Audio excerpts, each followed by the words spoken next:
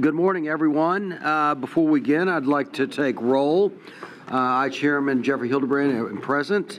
Vice Chair Bell. Present. Commissioner Abel. Present. Mr. Doggett. Present. Mr. Foster. Present. Mr. Patton. Present. All right, thank you. We have a quorum. This meeting is called to order May 23rd, 2024 at 9:07 a.m.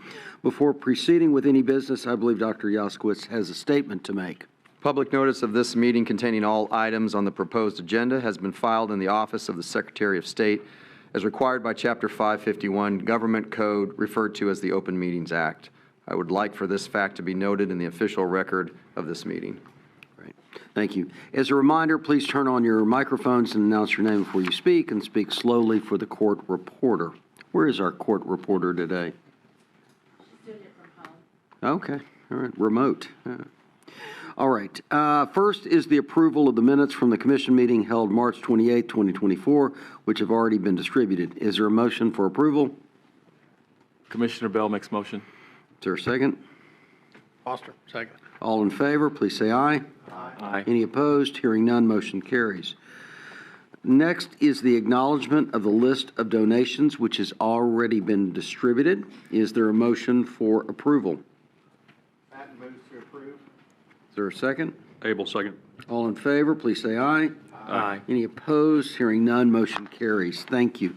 Next is the consideration of contracts, which has also been distributed. Is there a motion for approval?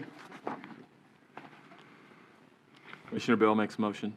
Is there a second? Second. Foster. All in favor, please say aye. Aye. Any opposed? Hearing none, motion carries. Now for the special recognitions, retirements, and service award presentations. Dr. Jaskowitz, please make the presentations.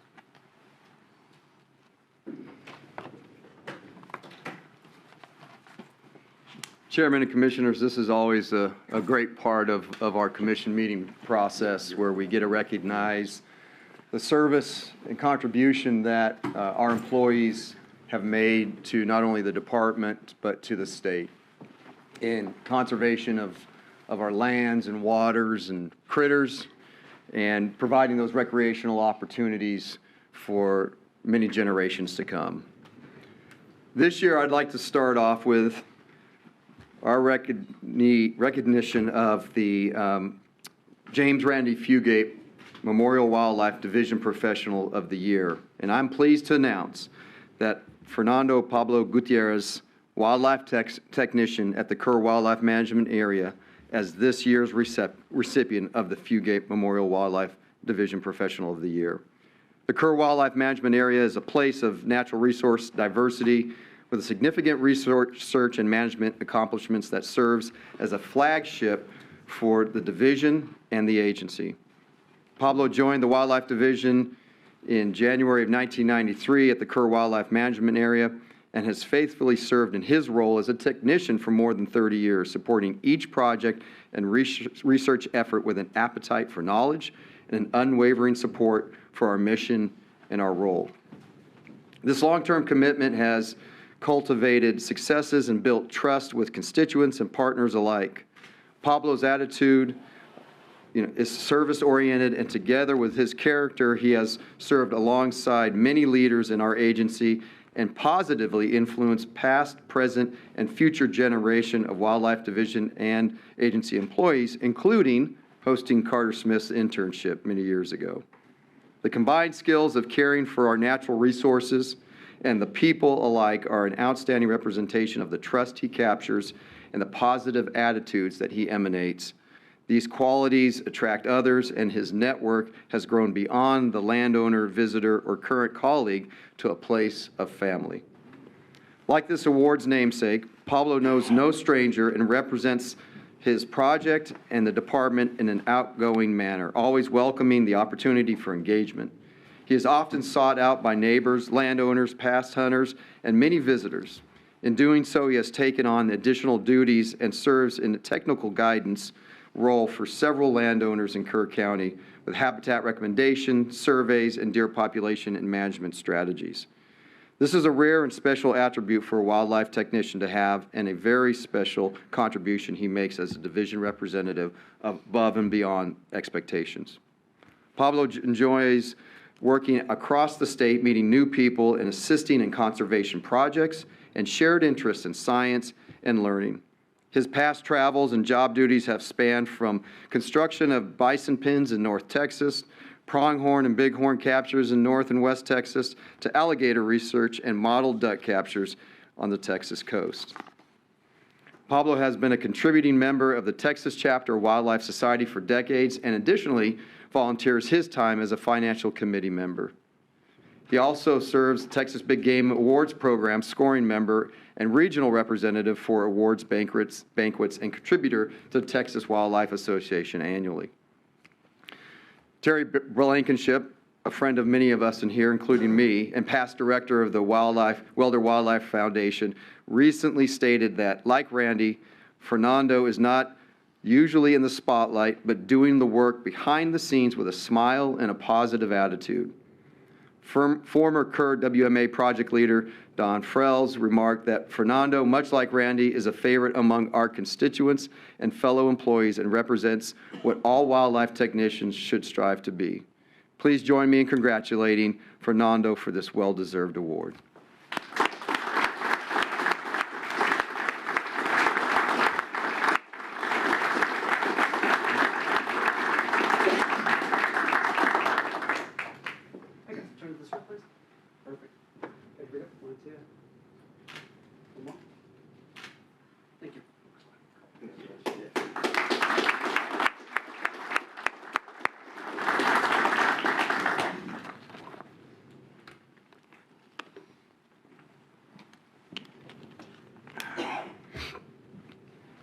Next, I'd like to recognize some of the retirements that we have coming up.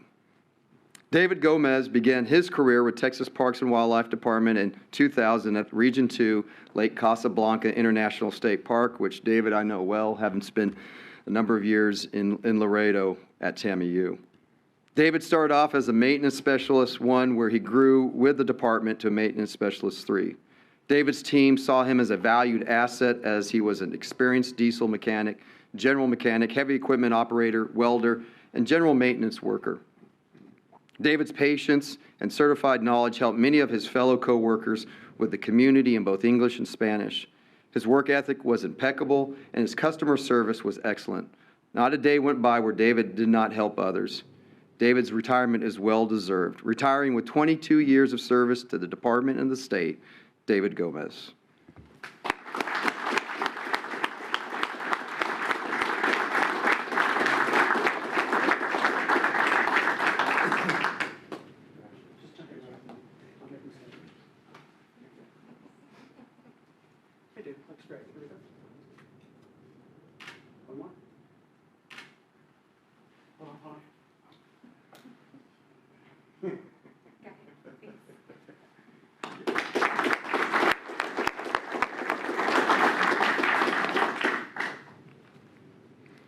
Next, we'd like to recognize those that continue to serve the department.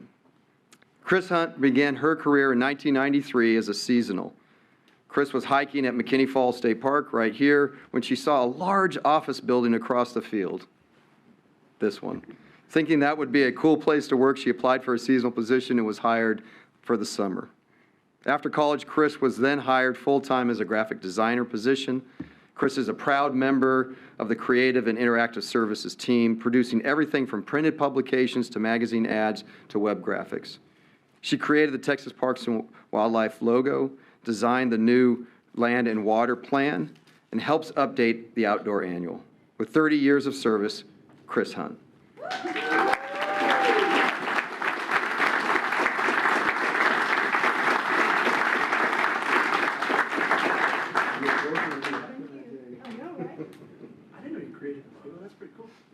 State Parks. One more? 1, 2. Stay put, don't move.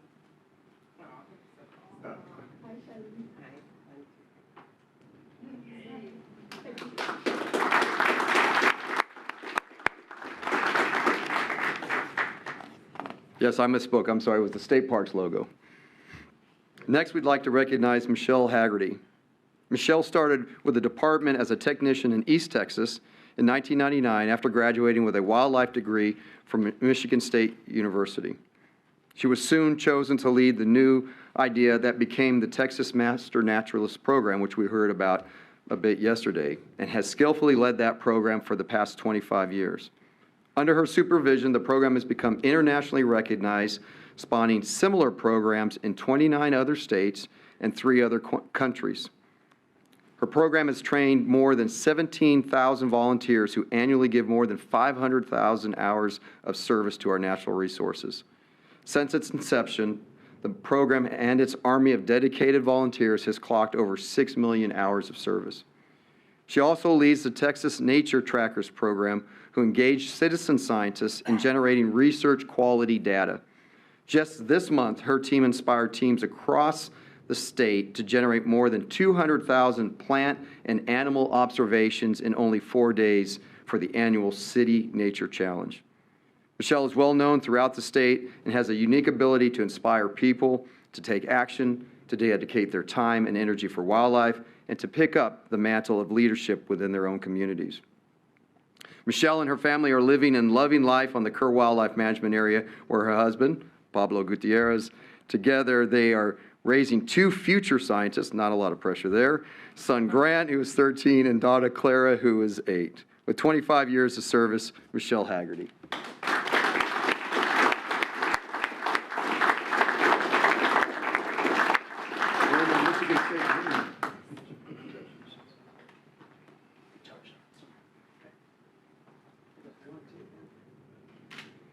Tilt that down for me, a little bit more. There you go. Yeah, 1, 2, and. Thank you. One more. Well,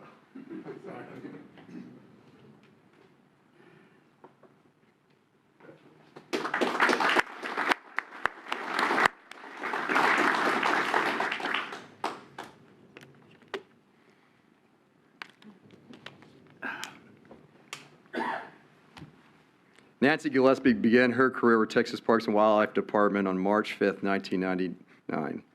She interviewed for the Wildlife Diversity Administrative Assistant for the Non-Game and Rare Species Program. She thinks she edged out the competition by mentioning that she enjoyed caring for a silver-haired bat at her previous position. It turned out that her future bosses, Peggy Horner and Pat Morton, were also into bats. She learned about the wildlife diversity issues and passed that knowledge to patrons that called. She also had the opportunity to help monitor Texas snowbells at Devil's River and Texas wild rice, in San Marcos. In 2007, Nancy moved to her current position at the Private Lands and Public Hunting as an administrative assistant. She handles the contracts and purchases for all the small game and private lands hunting leases, helping coordinate the Lone Star Land Stewards Awards, which is tonight, and writing up the bid specs for Big Time Texas Hunts and the financial section in the annual Big Time Texas Hunts business plan, to name a few. And she always keeps us guessing with what hair color she will have this week. With 25 years of service, Nancy Gillespie.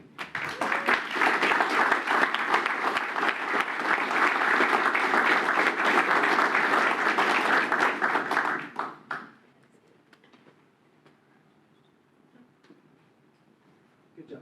1, 2, and. One more. Action. Okay, one.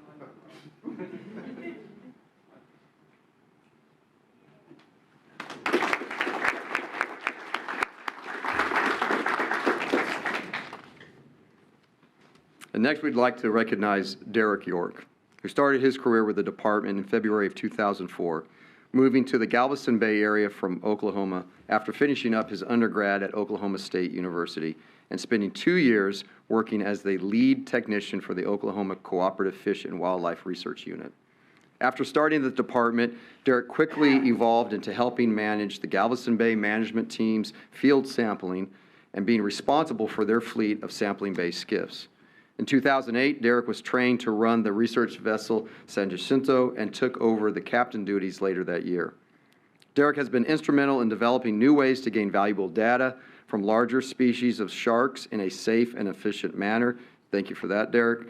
Collaborating with researchers at Texas A&M University at Galveston to collect data and tag some of these larger sharks for research. Derek was promoted to the Galveston Bay Management Team's lead technician, where he has been helping the ecosystem leader run day-to-day operations and scheduling the team's field assignments. After volunteering with the Texas Brigades programs for 5 years, Derek and his wife, along with several staff from the department and other state agencies, started up the Coastal Brigade program in Galveston, which is now celebrating its 9th year in educating our youth about conservation, fisheries management, public speaking, and leadership development. After this summer's camp, over 270 youth will have graduated from the Coastal Brigade program alone since 2016. With 20 years of service, Derek York.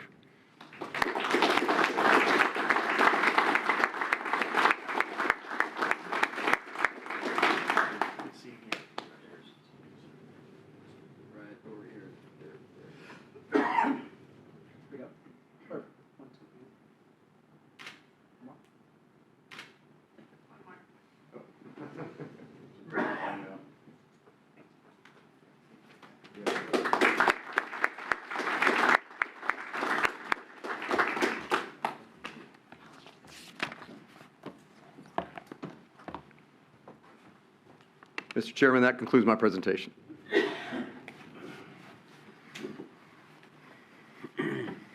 Okay, one more round of applause.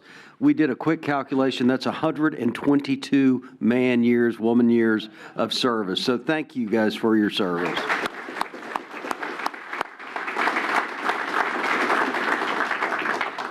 At this time, I'd like to inform the audience that everyone is welcome to stay for the remainder of the meeting. However, if anyone wishes to leave now, would be an appropriate time to do so. Thank you for your attendance.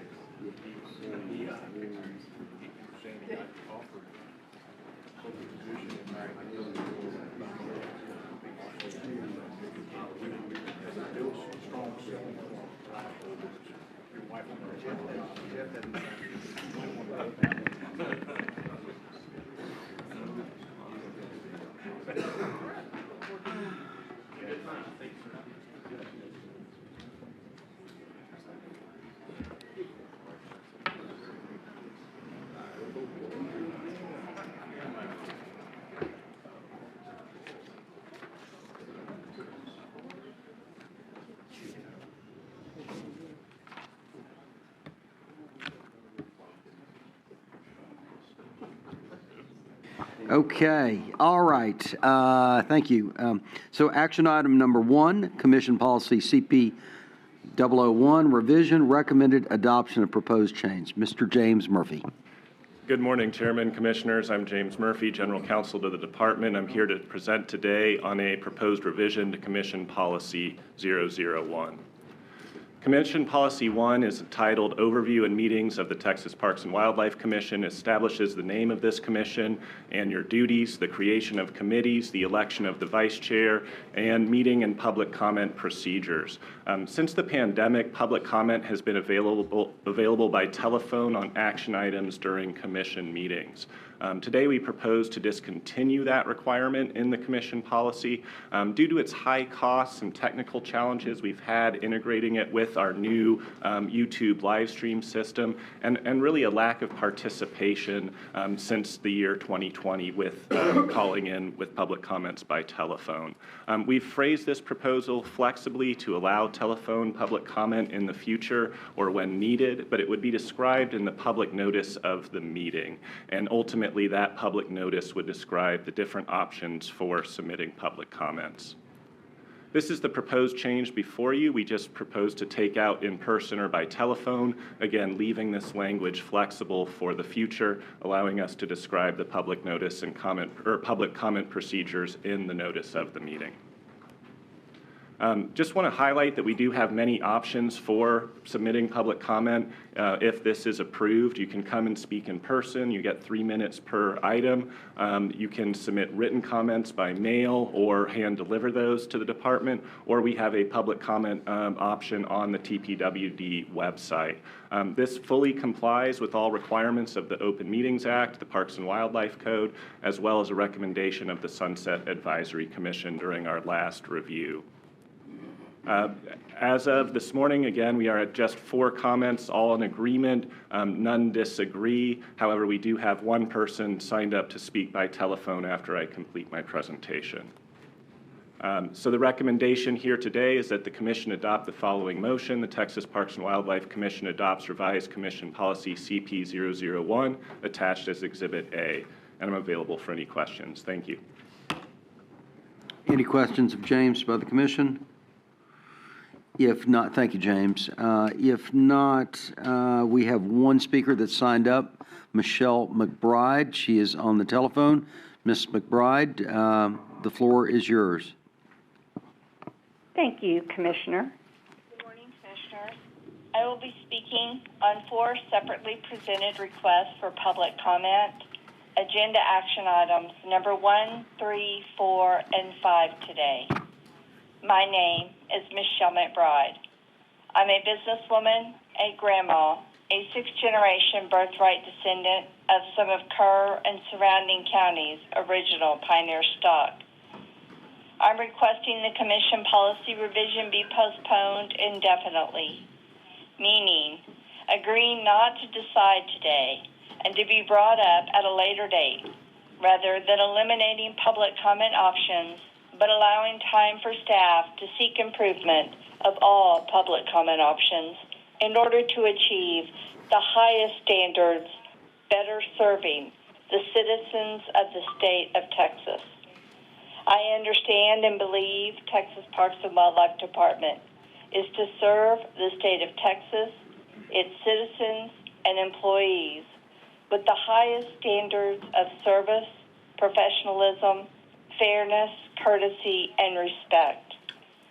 In order for the Commission to respect privileges of the public, offering input and comment as an important part of Commission's decision-making process, I believe in the importance of one's right as a citizen of Texas to provide and hear public comments.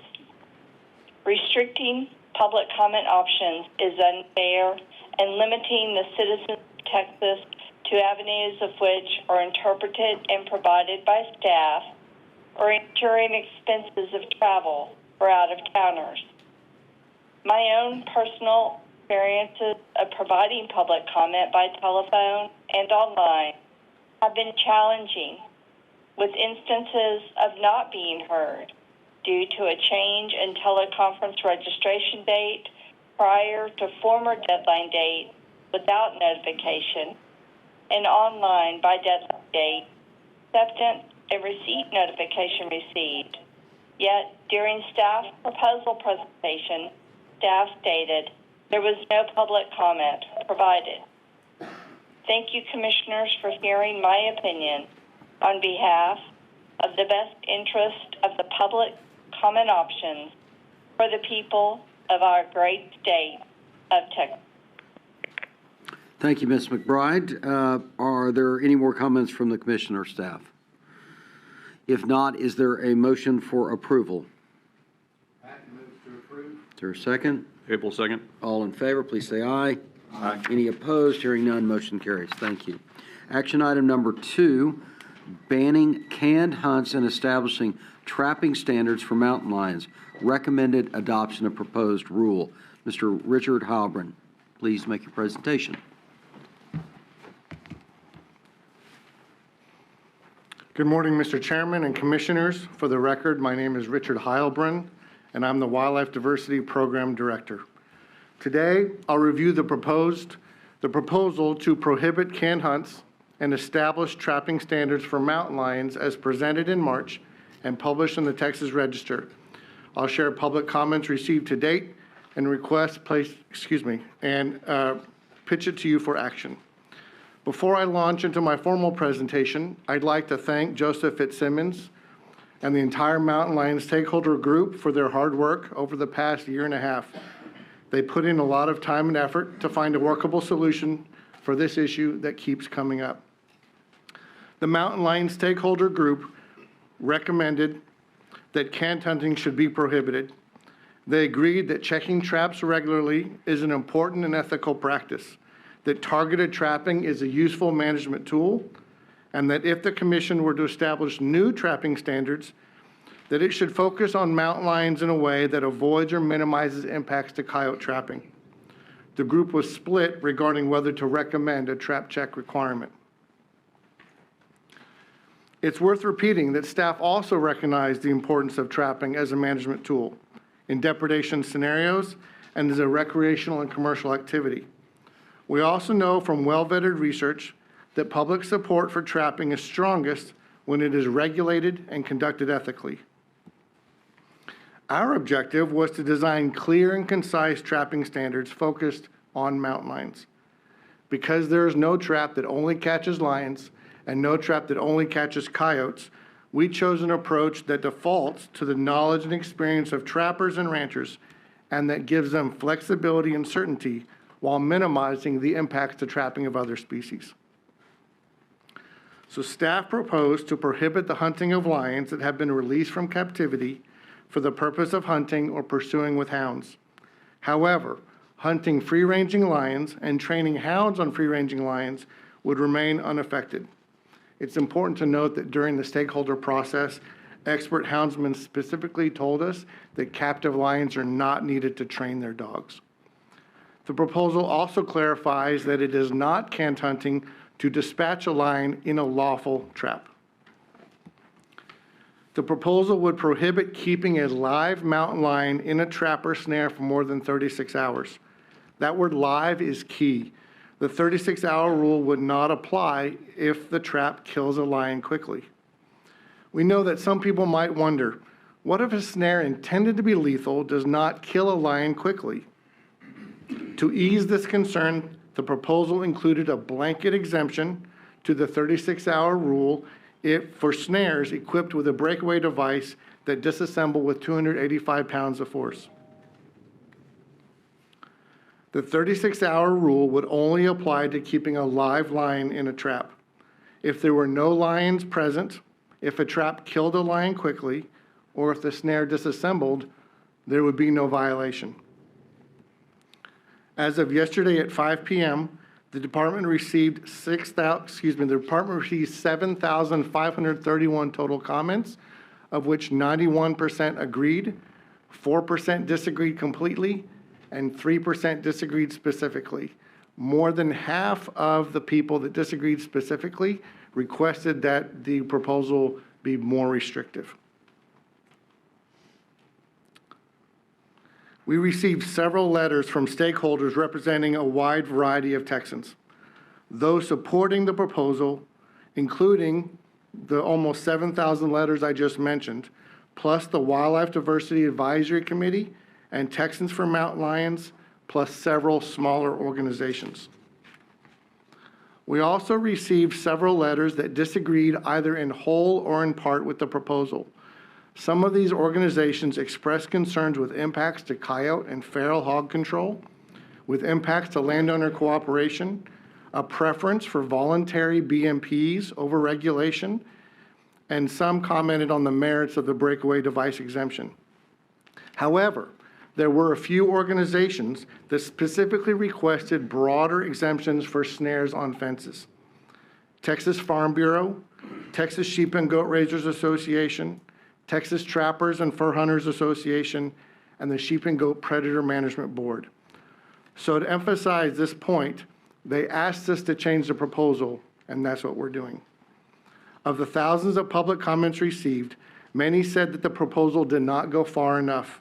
Some said that it went too far, and some believe it isn't needed or justified because we don't have enough data on mountain lions to support it. We received valuable feedback from the ranching and trapping communities regarding that breakaway device exemption I mentioned, in that it is not likely to work as intended. Some trappers report that mountain lions caught in snares tend to hunker down and may not attempt to break away. Also, some expressed concerns with impacts to their coyote trapping programs and wanted more certainty through broader exemptions. Based on this feedback, staff recommend an alternative to the breakaway device exemption that provides more certainty, more flexibility to ranchers and trappers who trap for other species.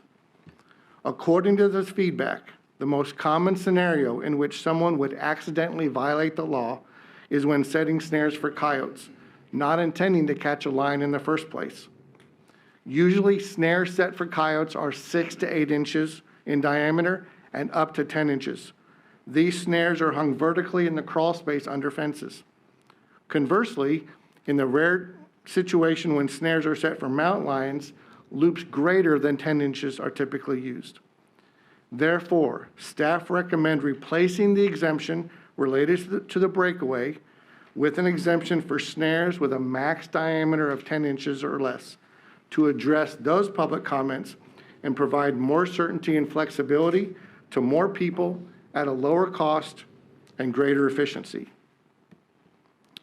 In summary, staff recommend an alternative that would replace the breakaway exemption with an exemption for vertically set snares with a max diameter of 10 inches or less. This new language would not prohibit a trapper from setting snares larger than 10 inches. It simply provides an exemption from that 36-hour rule if they have that snare with a max 10 inches. This is a less expensive alternative, exempts more ranching activities from the rule, and should be easier to implement by ranchers and trappers. Staff recommends that the Commission adopts the proposal. Texas Parks and Wildlife Commission adopts amendments to 31 Texas Administrative Code 65.950 concerning mountain lions with changes as necessary to the proposed text as published in the April 19th issue of the Texas Register. This concludes my presentation, and I'm happy to address any questions. Thank you, Mr. Halburn. Is there any discussion by the commission? You'll have opportunity to discuss again in a moment after this, the people that signed up to speak. So, but any comments now? Patton. As a comment, generally, I like the direction of going to trapping regulations. I think it's nobody really likes the idea of an animal in a trap. And as I understand it, it's going to be punishable as a Class C misdemeanor. Is that correct? That's correct. And then I was curious, you know, the other part of this is banning the canned hunt, and assuming it's banned or passes, but someone chose to have a canned hunt and then were, you know, from an enforcement perspective, what would the penalty be for having a canned hunt after it was banned? That would also be a Class C misdemeanor the first time it happens. Okay. And going back to the enforceability of the trapping, came up with the 36-hour time limit. Can you explain to me how we arrived at 36 hours? The Mountain Lion Stakeholder Working Group discussed at length what it should be. Those who were for it said that they wanted it daily or 24 hours. And other folks that were also for it said that, well, you know, they would be okay with 48 hours. And so there was quite a bit of discussion back and forth. And so in the end, they defaulted to, there was no agreement by the committee, but they recognized that there was value in making it consistent with the fur bearers trapping rules, which is currently at 36 hours. So to provide more clarity and more consistency, that's why staff proposed the 36. And then from an enforcement position, is it, you know, to say prove your case, you know, if I were the defense attorney, would it be incumbent upon the department to have to basically establish the time the animal became trapped and then establish beyond a reasonable doubt that 36 hours would have passed? I'm happy to defer to Stormy King, Fine. but that, if you want to handle that? Good morning, everyone. Stormy King for the record with LE. Could repeat your question? Okay, I'm just kind of curious about there's part of me that, I guess what I'm getting at is maybe as we transition from conduct that is not criminal at one moment and hadn't been criminal for, since time began, to going to be a criminal offense the minute this passes, I can't help but think about the enforceability of it as it's written. And it seems to me that in order to obtain a conviction, the department or the game wardens are going to have to show, call it the moment that the animal became entrapped, and then you start the clock from that point to a 36-hour period that the animal continued to remain in the trap. Would that be what I would call you'd have to prove beyond a reasonable doubt to develop a prima facie case of? We definitely have a significant burden of proof, and I don't think it necessarily would require that we know the moment the animal was trapped. It would require us to be able to prove that the animal had been alive in the trap for that 36-hour period. So, Can you give me an longer. example of how you'd prove that? It would be a challenge, first of all, based on just geography out there in most of the country. But, it's amazing the tips that we get from folks, whether it be a landowner who may be leasing their land to a leasee, who may be seeing this, who's not necessarily personally invested in the trapping, folks who are along that lines. A lot of stuff in snares and whatnot occurs on the side of a public road, So there's any manner of ways we could become aware of a lion being in a trap. And at that point, it would be incumbent upon us to establish some point, and then it would have to, it may be longer than 36 hours at that point, but it's much more difficult to prove when the lion was trapped than it is to prove when I saw the lion in the trap, if that makes sense. And so, but I don't think, there's definitely a burden of proof on the department, on enforcement, on, then the courts as well. The courts have their say, and the necessity for us to establish the culpable mental state. All these things, I think, should offer some peace of mind to folks that it's not going to be a willy-nilly, we're not going to be out just throwing around citations for this stuff. It will require investigation. It will require us to prove our case. So I hope I'm answering your question. No, you are, and it's almost like just a discussion. A little bit in my mind, and I do not and have not run traps for mountain lions. I have been involved in running snares for coyotes, and I try to initiate a policy that's not really based on when the coyote became ensnared, but it's more, if we're going to run snares, you got to check the snare. I'd like to know, as the landowner, that my managers are checking the snare, within 48 hours, regardless of when the animal became.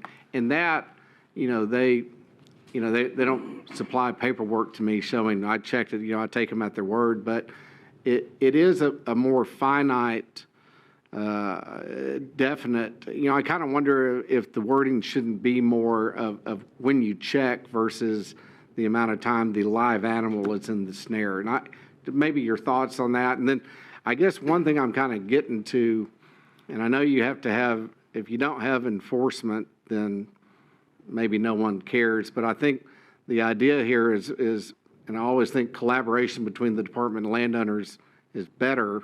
And I kind of wonder if we shouldn't transition from, guidelines and let's all work together. I don't think anyone really wants to live in a world with no lions, but I don't think people want their livestock, and whether it's livestock or wildlife in some cases, want lions, killing, whether it's sheep or wild or domestic. But I guess now I rambled.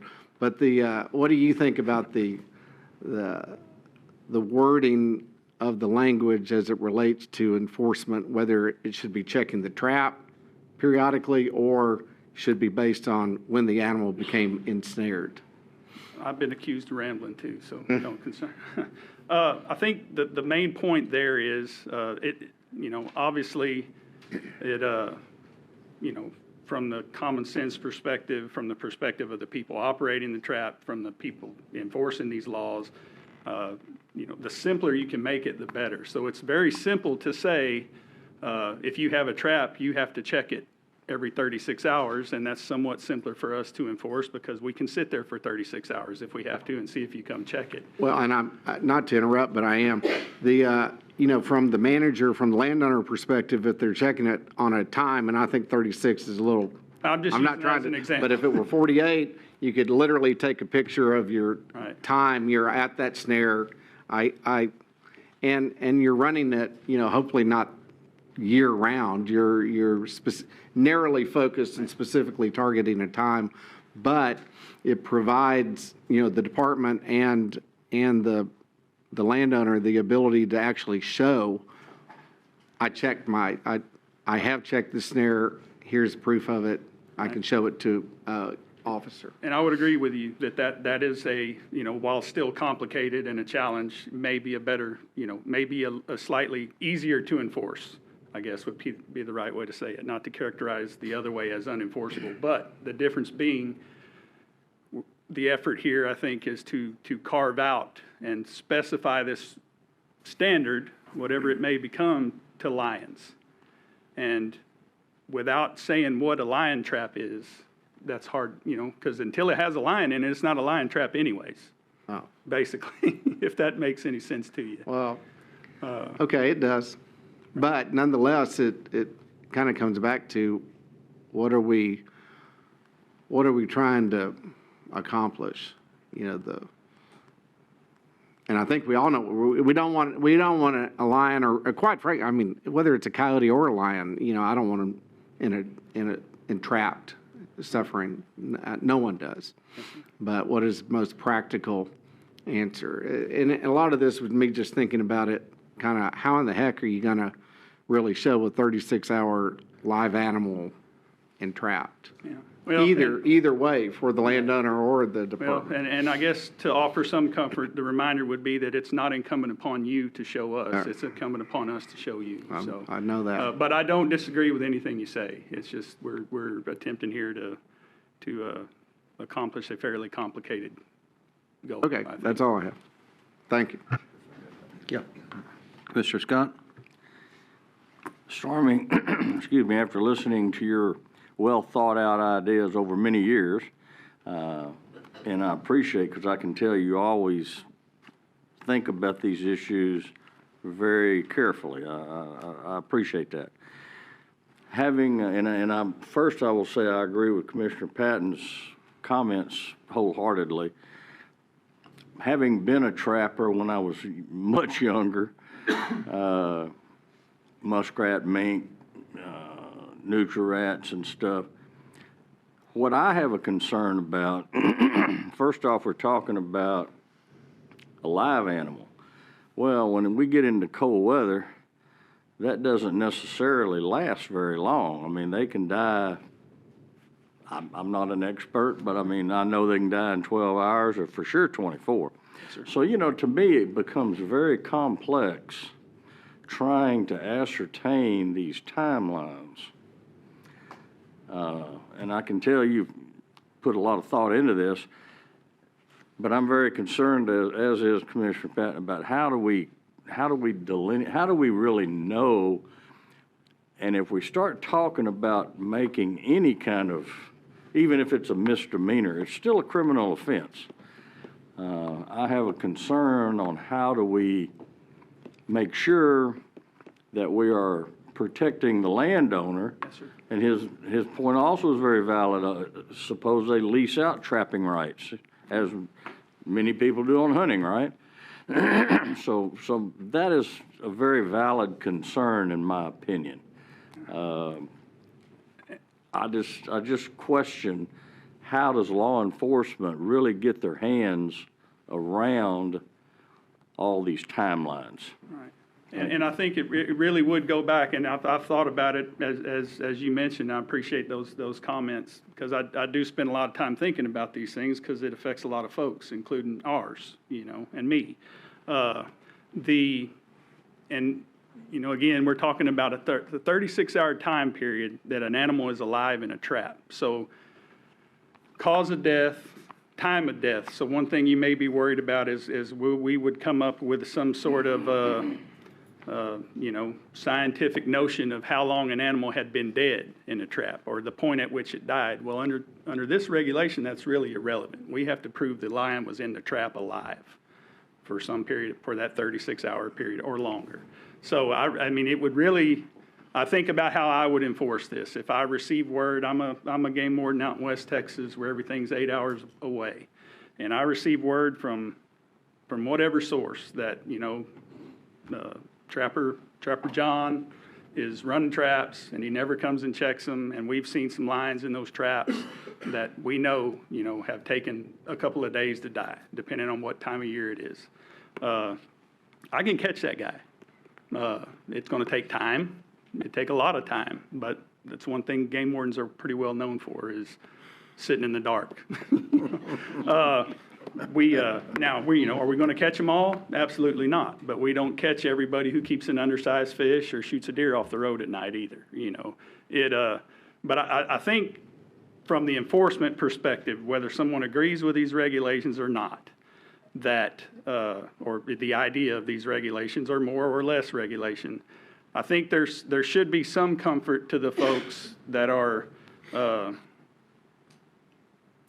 maybe afraid that we're gonna come hammer down on them for something that they didn't intend to do. It would require that they be guilty, basically, for us to be able to convict them, if that makes any sense.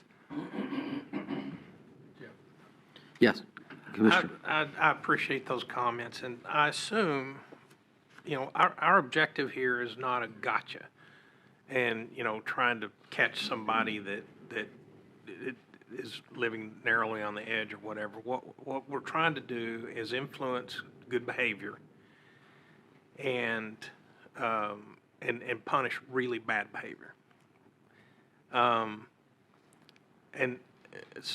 So I mean, I'm assuming, and I think you've just verified, this is not an effort to just see how many citations we can write. This is an effort to be humane to trapped animals, and to try to have some semblance of order out there. So I agree with what you've said, and I just want to. I would be very disappointed to find out that we're out there just trying to see how many citations and how many people we can write up. I don't think that's the objective. But I guess just to close, I mean, it's a complicated and it's a contentious issue. I get it, and I'm only answering the questions about enforceability. So, but that's what I've got for you. Patton, I guess I have another question. Yeah. There was reference to the other trapping standards. I don't remember what it was. Are those trapping standards also punishable as a Class C misdemeanor? Those are Class C misdemeanor. Those fall under a different statute. Those come under the fur bearer regulations. Okay, but they're still and we are being consistent with those regulations and in the application of the language of this proposed rule from an enforceability standpoint. Is that fair? In terms of the 36 hours? Yes. Or in terms of penalty? Both. Well, the non-game, as I mentioned, they come from two separate sections of statute. The fur bearer regulations are Chapter 71 of the Parks and Wildlife Code, and the non-game regulations are Chapter 67, I believe. The fur bearer regulations are Class C. The non-game, it's a broad statement about penalties related to non-game violations, which to this point have been limited to commercial non-game regs, buy, sell, trade of commercial wildlife. Those are Class C, but are enhanceable upon subsequent offenses. All right. Vice Chair Bell? Stormy, and thanks for how you explain this. Maybe, what do we think the prevalence or the activity is going to be around trapping mountain lions? I mean, do you get what I'm saying? So is this going to be happening? Do we think this is going to happen a lot? Is this happening as part of research that we're trying to do? Is it happening because, do we forecast that it might happen because of predation? And I mean, that might be a better question for you than what do we think the level of activity is going to be that we're putting the rule out there? This is not a very popular activity. The folks that are doing it, some folks are telling us that they're trapping between 60 and 100 lions a year. And so it's intense where it happens, but statewide, we don't have lions in all the counties. We have them in a couple of dozen counties in South Texas and West Texas. So it's hard to answer that because it's both uncommon and intense where it happens. Any other questions? All right, Doggett. Thank you for explaining this to us and your hard work on this front. So I think at the end of the day, what we're trying to protect the humane capture of lions, right? And what I've often found is the best intentions often have very curious results at the end. And I think the last thing we'd want to do is implement regulations that we can't enforce, or there's so much ambiguity around it once you capture somebody that the court's not going to prosecute, or at the end of the day, we're not going to win that prosecution. And it's just so much time and energy that we're spent chasing that to no avail, in my view, from what I'm hearing. And so Commissioner Patton, I think, had a great idea that is enforceable, and that I think you would want, if somebody puts out a trap for a lion, you want them checking it every 48 hours. I mean, if you're gonna catch them on the 36-hour rule, they need to be checking it every 48 hours. The photo, which is so easily taken with a cell phone and timed, is something that's completely enforceable. And since this is not a very popular activity, it's not that you're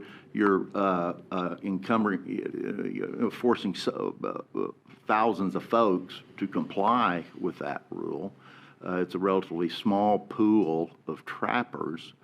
To require them to take a photo every 48 hours of that trap sounds to me like a very enforceable and at the end of the day accomplishes what we're trying to accomplish.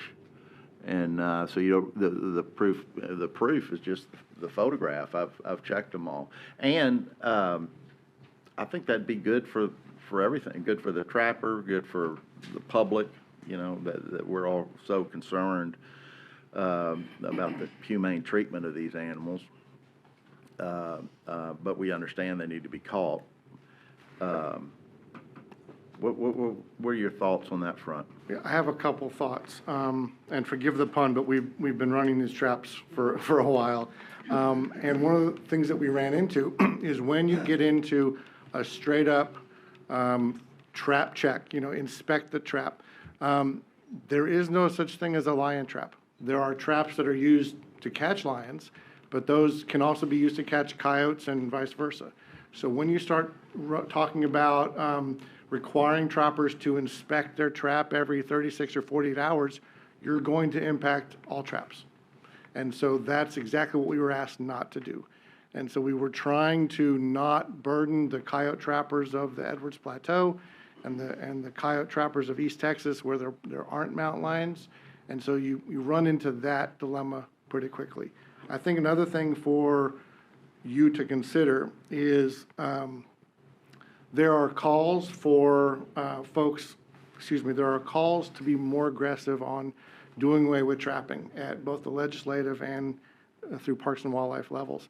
And I think that a regulation that updates the ethics to reflect the ethics of our day also protects trapping as an institution and therefore protects hunting as an institution. So the goal here is to have a huntable, sustainable population of mountain lions that will carry us through without, and keeping that tool in our tool belt and the rancher's tool belt to make sure that that's not taken away from them. So that's another part of what we're trying to do.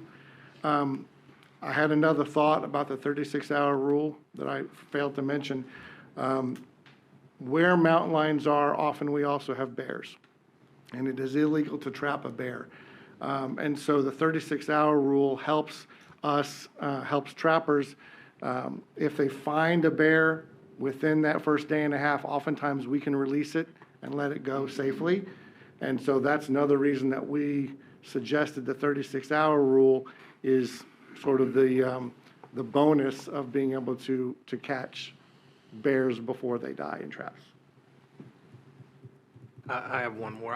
I also assume that the idea of checking traps, you know, to actually have to get out of your car, take a picture. I mean, we don't want to be more burdensome than we have to be. And a lot of traps you can see from the road, but if you took a picture, it wouldn't. You know, if we're going to check your traps, you just need to drive by them and make sure there's not an animal in the trap. Right. But it could be way off in the distance as long as you have eyesight of it. And so I think a picture requirement would be pretty burdensome, it seems to me. I agree, and that's why we didn't suggest that. All right. Last question I've got, and then we've got several people that have signed up to speak. Did the committee look at all, I mean, game cameras, once again to this picture thing, game cameras are prevalent and easy they're time-stamped. Mm-hmm. Was there any discussion around, and I'm not proposing this today, it's a question, is you put a game camera on each of the traps and those records are subject to review from a game warden at any point in time. Hey, I want to look at your card in your game camera, and they could spool through it very quickly to determine, I don't know, Strummy, you might have a thought on that, but that seems like a fairly simple way to get about this, but I'm not proposing it. There was a lot of discussion about those electronic trap monitors and game cameras. And what their recommendation was is that if we proposed a physical or an inspection requirement, that those electronic inspection methods would count. Because we didn't propose a technical trap check requirement, there's no need to mention that. But that could actually certainly be used to satisfy the requirement here of, hey, I got a ping at 8 o'clock, there was nothing in it. The next morning at 8 o'clock, there was a lion in there. So I went out there. And so now the trapper, the rancher knows, well, it happened in this time period, and so this is my defense.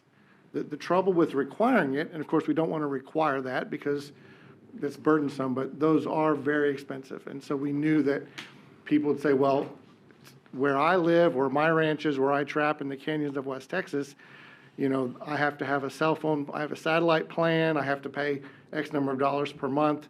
These are expensive equipment. And so what we wanted to do was design a proposal that could use that, but did not require it. Understand. Okay, thanks. Stormy, last question. So if you come up on a trap, it has a deceased and decayed mountain lion in it, you're saying that is not sufficient evidence to say that animal was in there live for 36 hours? It wouldn't be, no, sir. So someone's going to place a deceased, decayed mountain lion in the trap. He could have died in 20 minutes at that, you know, for all I know. I mean, you may assume, obviously, depending on weather conditions, that he was there longer than that alive, but, you know, that's not evidence. But clearly, well, the decay, all right, so it's only as to the amount of time they were living in the trap. I may be able to prove how long he's been dead. Right. I You can't most prove certainly how long could he was probably alive do that. prior to that, correct. Got it. Okay. All right. Thank you very much. All right. We've got several people that have signed up to speak. The first by phone is Mitchell Simpson from Silverton, Texas. Mr. or Mrs. Simpson. This is Mitchell Simpson. I am a professional trapper. and I oppose the mountain lion regulations. My first point comes directly from the Texas Parks and Wildlife website, where it talks about its mission and philosophy. It states to rely on the best available science to guide our conservation decisions. There is no mention of emotions, politics, or opinions. So I ask today that the Commission ask yourself if your decision is based on science alone. The next point I would like to make is snares are designed to be a lethal device. Cable restraints are designed to hold an animal alive. The two of these are being confused. A snare should be totally exempt because it is supposed to be lethal. There are failures at times when they're not, but it is supposed to be lethal. My third point is concerning the mountain lion proposal preamble, number 3, parentheses C, Government Code, Chapter 2006. Under there, the Texas Parks and Wildlife states, it is difficult, if not impossible, to estimate what the cost might be. However, the department believes that it to be less than $500 a year. Usually, ranchers in West Texas split the cost of a lion trapper. This would no longer be possible with a 36-hour rule, would essentially require daily checks. Therefore, a trapper could only service one ranch at a time due to the size of the ranches. This will increase the cost of the ranchers to the ranchers significantly, and it will also decrease the income of the trapper. I talked with one trapper, a lion trapper, who figured his increase in annual fuel cost at today's market price to be about $6,300 a year by checking them on a daily basis. The reason that Texas Parks and Wildlife states that the impact would be less than $500 a year is if it was greater than $500 a year for a small business or even a micro business, economic impact statement would be required before regulation to be instated. And I guess that's all that I have, and I thank you for your time. Thank you, Mr. Simpson. Ms. Janice Beesenson.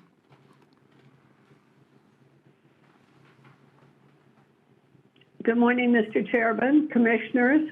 I'm Janice Beesenson. I'm the Senior Policy Director of Texas Conservation Alliance. I was on the Mountain Lion Stakeholder Group, and I've been working with Texas Parks and Wildlife on wildlife issues for literally for decades, more decades than I want to admit to.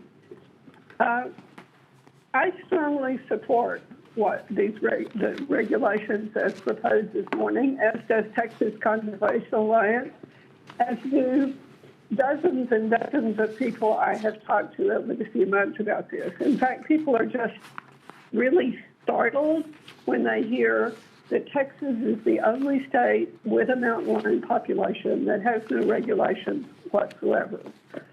Obviously, the enforcement is going to be difficult, but enforcement of all laws are difficult. Whether it's murder or jaywalking, it's very, very hard to find the culprit. And that's not a reason for not having regulations. That's not a reason for not having laws. We have them anyway. And this is a step that really, really needs to be taken. We've been talking about this for 30 years, and this is I think of this as a historic occasion if we pass these laws, pass these new, these new regulations this morning. I support these, and I look forward to working with the staff on the management plan as it goes forward over the next 2 years. And I very much appreciate your time and your taking on this issue. Thank you. Thank you very much. All right, we have several speakers, I believe 24 in person. So I'm going to line you guys up kind of one at a time, the first 10, and then so we can move this along. So if you will stand in order, Graham Jones, Karen Saucedo, Jonathan Letts, Warren Cood, Mike Bodenchuk, Rodney Cott, Matt Wagner, Shelby Boboski, Monica Morrison, and Patricia Harvison. Mr. Jones. Yes, sir. Good morning, Chairman Hilbrand, Commissioners, Dr. Yaskowitz, and Parks and Wildlife staff here today. I worked for the department for 27 years, which were some of the best years of my life. I had the honor and privilege to retire as Director of Law Enforcement in 2020 and worked alongside the most dedicated people that I've ever known in my life. I'm an avid hunter and angler, and thanks to you, this old retired game warden is allowed to stay somewhat officially connected by serving on the Coastal Regulatory Working Group, the Oyster Regulatory Working Group and the Coastal Resources Advisory Committee as well. So thank you for allowing me to do that and stay connected to the agency and the mission that I love. I would first like to thank every Parks and Wildlife employee in the room here today and throughout the state. What you do matters, and it's matters more and more every day. I'm here today to express my support for the proposed ban on canned hunting of mountain lions, as well as supporting the trapping standards. My reasons for these two measures are really simple. They both coincide with the North American model of conservation, and they promote ethical hunting and wildlife management practices. I would also ask that you please consider some type of harvest reporting of mountain lions similar to deer turkey harvest logs, so our biologists, ranch managers, and landowners could better understand population trends. We hear about the lack of data continually through this issue of mountain lions.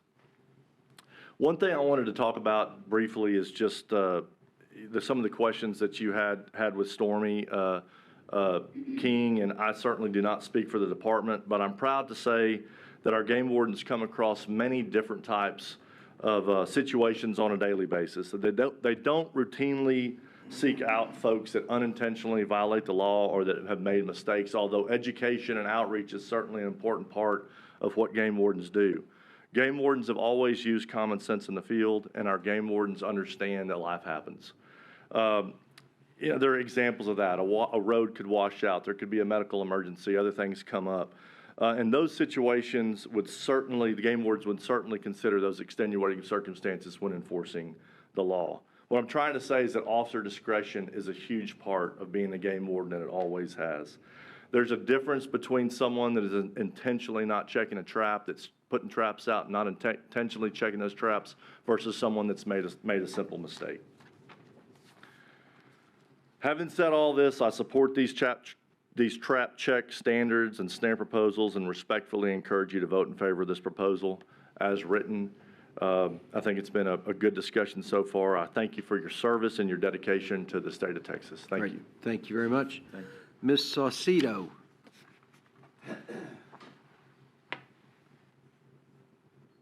Good morning, Commissioners.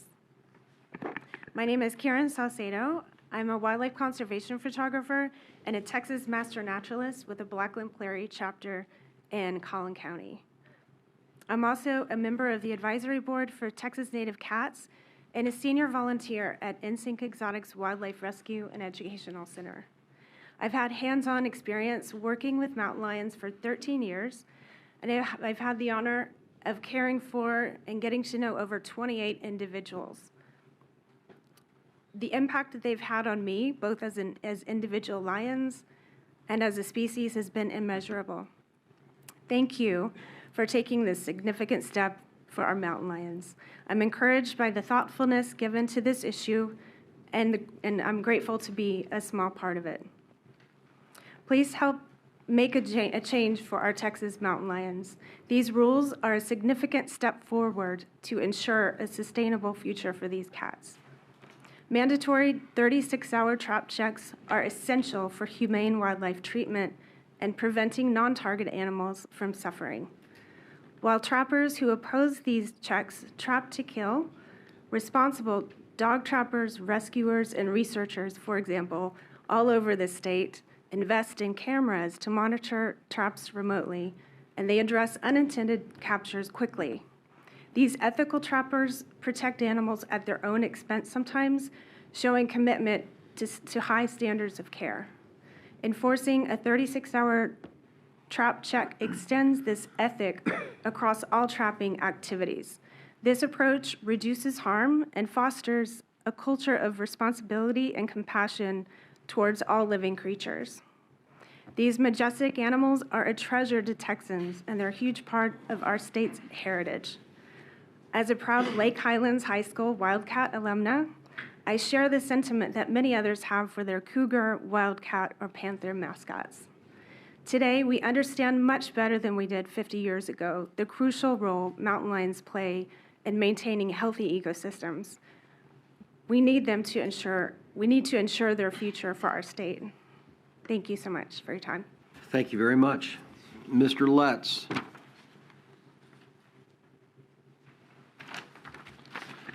Good morning, Chairman Hildebrand, Commissioners, Dr. Jaskowitz. For the record, my name is Jonathan Letts, and I'm president of the Texas Wildlife Association, a statewide association membership with over 6,000 members. We appreciate the work that the Commission and the Parks and Wildlife staff over the past 18 months to seek stakeholder input and welcome the opportunity to provide some input today. Mountain lions are an integral part of the ecosystem in Texas, especially in the areas of West Texas and South Texas. TWA strongly supports additional studies to better understand the distribution, population, genealogy, and predation characteristics of the species. We express our support for the Department's proposed ban on the practice of canned hunting.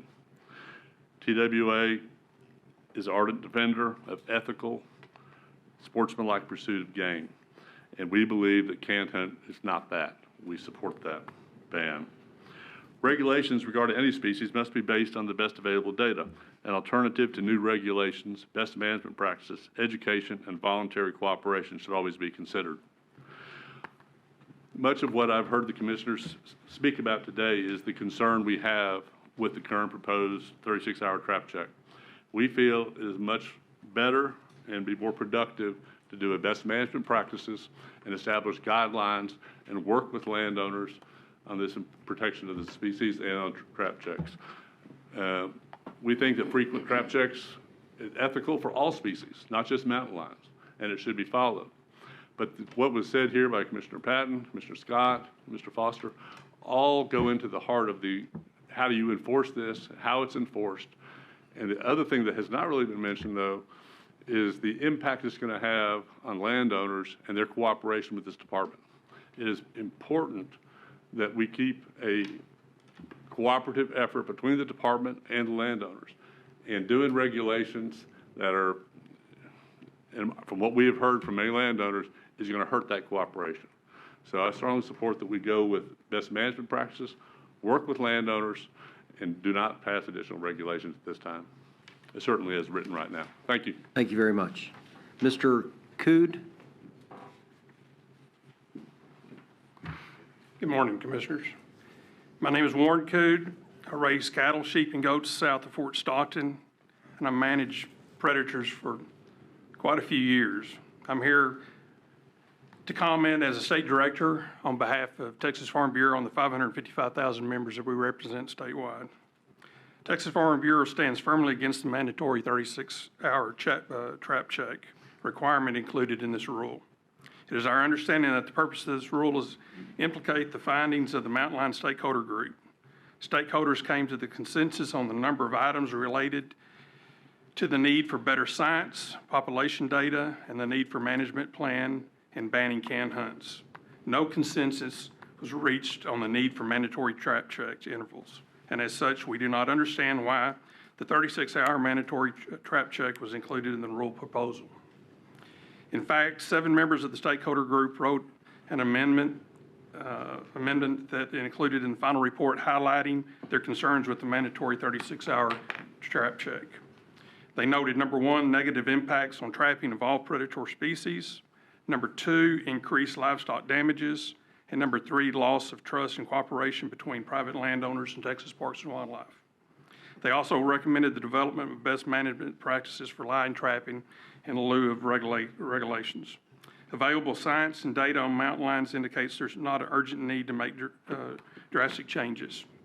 Texas Parks and Wildlife's last study on mountain lions entitled Ecology of the Mountain Lion on the Big Bend Ranch State Park in the Trans-Pecos region of Texas states that we believe the mountain lion populations in the Trans-Pecos region as a whole is stable and not in danger of depletion.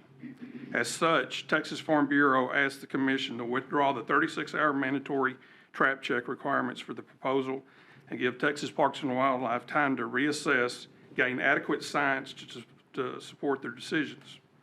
Thank you for the opportunity to share Texas Farm Bureau's concerns and on this rule, and I'd be happy to answer any questions if you have any. Thank you very much. Any questions? Okay. Thank you. Mr. Bodenchuk. Good morning, Mr. Chairman, Commissioners. My name is Mike Bodenchuk. I'm a professional wildlife biologist and have worked with mountain lions and lion depredation for most of the past 46 years. I was a member of the working group. I authored the depredation management chapter in the WAFWA-sponsored book, Managing Cougars in North America. And in January, I retired from a 34-year career with USDA Wildlife Services. The last 17 years of that, I was the state director for the Texas Cooperative Wildlife Services Program. That agency, by the way, is the agency charged under state law with dealing with livestock damage caused by mountain lions. If that's not bad enough, I'm also the current president of the Texas Trappers and Fur Hunters Association. No one cares more for the health and well-being of our wildlife than hunters and trappers. The trapping portion of the regulation proposed is designed to address the humaneness of trapping. Trappers and those charged with managing depredation are well aware of the need to be as humane as possible while still providing the service needed to protect and further conservation. The economic analysis of the regulation is woefully inadequate and does not meet the standards established in subsection 2006.002. Fully 40% of the cost of the Texas Wildlife Services Program is borne by livestock producers and county governments. The regulation will increase those costs substantially. In my letter to the Commission, I detailed many of the costs that will certainly be borne by the program, by landowners, and by private trappers. I urge the Commission to request that the Department conduct a legally fulfilling analysis of the rule before adopting any regulation. I want to be clear on the 36-hour trap check. 36 hours is a daily check. It means that if you check it at 7 a.m. this morning and 9 a.m. tomorrow, you didn't violate a 24-hour rule. But you can do, it is a daily check, 7 days a week. That is the check for fur bearers as well. And for a fur trapper, they can hit it pretty hard for 30 days in a row. But for a depredation manager, 36 hours means 7 days a week, 365 days a year. While the regulation does not specify a 36-hour trap check, it does criminalize a mountain lion capture if the traps are not checked during that interval. The regulation would require multiple full-time trappers for lion trapping and increase the cost of wildlife services. I truly appreciate the Department's amended regulation regarding snares that was announced yesterday. The proposed exemption dealing with breakaway devices would have effectively reduced or eliminated the use of snares for feral hogs.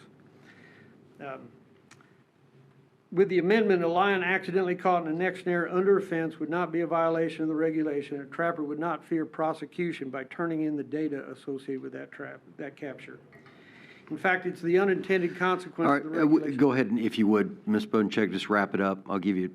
All right. There are unintended consequences associated with that, including landowners not allowing researchers on to look for clusters on their property. I asked the Commission to evaluate these comments and those in my letter. Great. Thank you very much. Mr. Cott. I'm Rodney Cott. I'm president of Texas Sheep and Goat Raisers. Was on the task force and also a sheep producer in Gillespie County.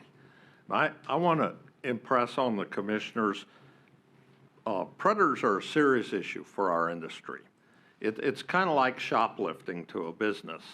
We have a certain amount of loss that's built into our program, but if we don't manage it, it's unattainable. Right now, with good management, we lose 7 to 12% of our lamb crop every year to predators, coyotes being the major one. So it's almost just exactly like shoplifting. The other one I want to emphasize is this regulation will apply indirectly to every trap set in the state of Texas. There's mountain lions scattered all over the state. They're not endemic in those populations, but they come through. There's been a mountain lion in Gillespie County 3 or 4 years ago, or 3 or 4 times a year, and my luck, he stumbled into my snare if we had this regulation. As producers, we're committed to humane treatment, and we encourage our producers to check traps regularly. But that doesn't always happen. For instance, yesterday I came, thought we need to testify. I listened to the comments, thought I needed to stay. My snares didn't get checked. You know, they needed to be checked this morning under this rule, but they didn't get that checked, or the water trough's gone. We appreciate the commission's comment on a 10-inch snare, but it won't apply to hog or pig trapping, which is a big issue. And I would suggest that we just eliminate coyote and hog snare sets from the thing, or from the deal. Yeah, it becomes a little bit more or less enforceable, but the other one isn't all that enforceable anyway. The other thing I want to say is that most of, when we looked at all the things, most of the comments from the other states that we looked at and the plans for mountain lions were from public land states. Texas is a private land state. This regulation will most certainly increase the amount of tensions that we have between landowners and the agency. And I think it could drastically affect the agency's ability to do the research going forward for the mountain lion plan and a host of other things. So again, we're cooperators in this thing.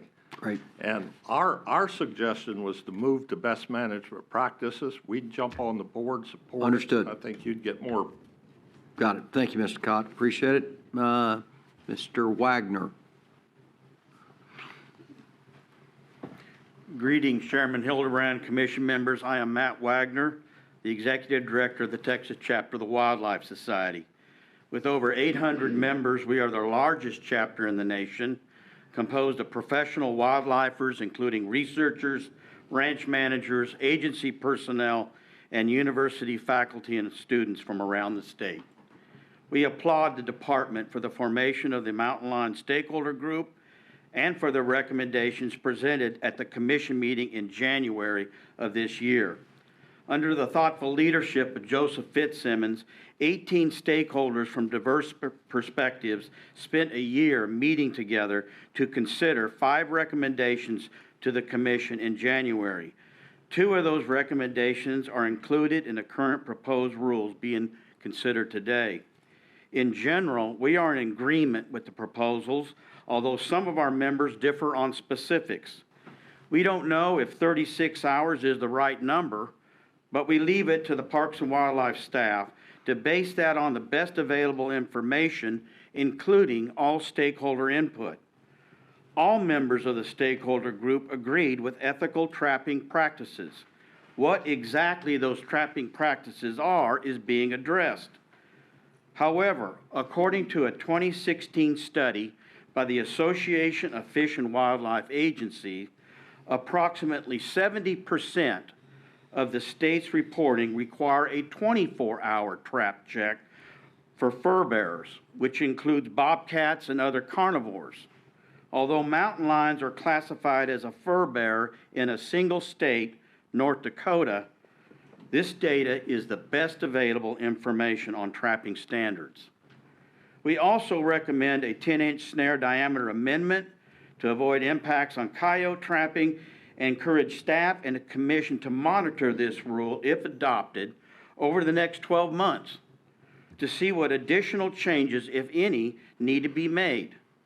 and we especially urge you to consider landowner and trapper input now and in the months ahead, as their cooperation is critical in implementing wildlife management in this state. Thank you for your efforts in conserving the natural resources of this state and for the opportunity to make comment. Thank you, Mr. Wagner. Ms. Boboski. Thank you. Good morning. My name is Shelby Boboski, and I'm an adjunct law school professor. I teach animal law and wildlife law at SMU Law School in Dallas, Texas. I am here representing myself, but I am also representing the Texas adjunct law professors who teach animal law and wildlife law for mountain lions. I'm here to thank you for bringing forth these two proposed regulations, and we support both: a ban on canned hunting of the species and a 36-hour trap check time. Other states continue to increase their regulations to protect mountain lions.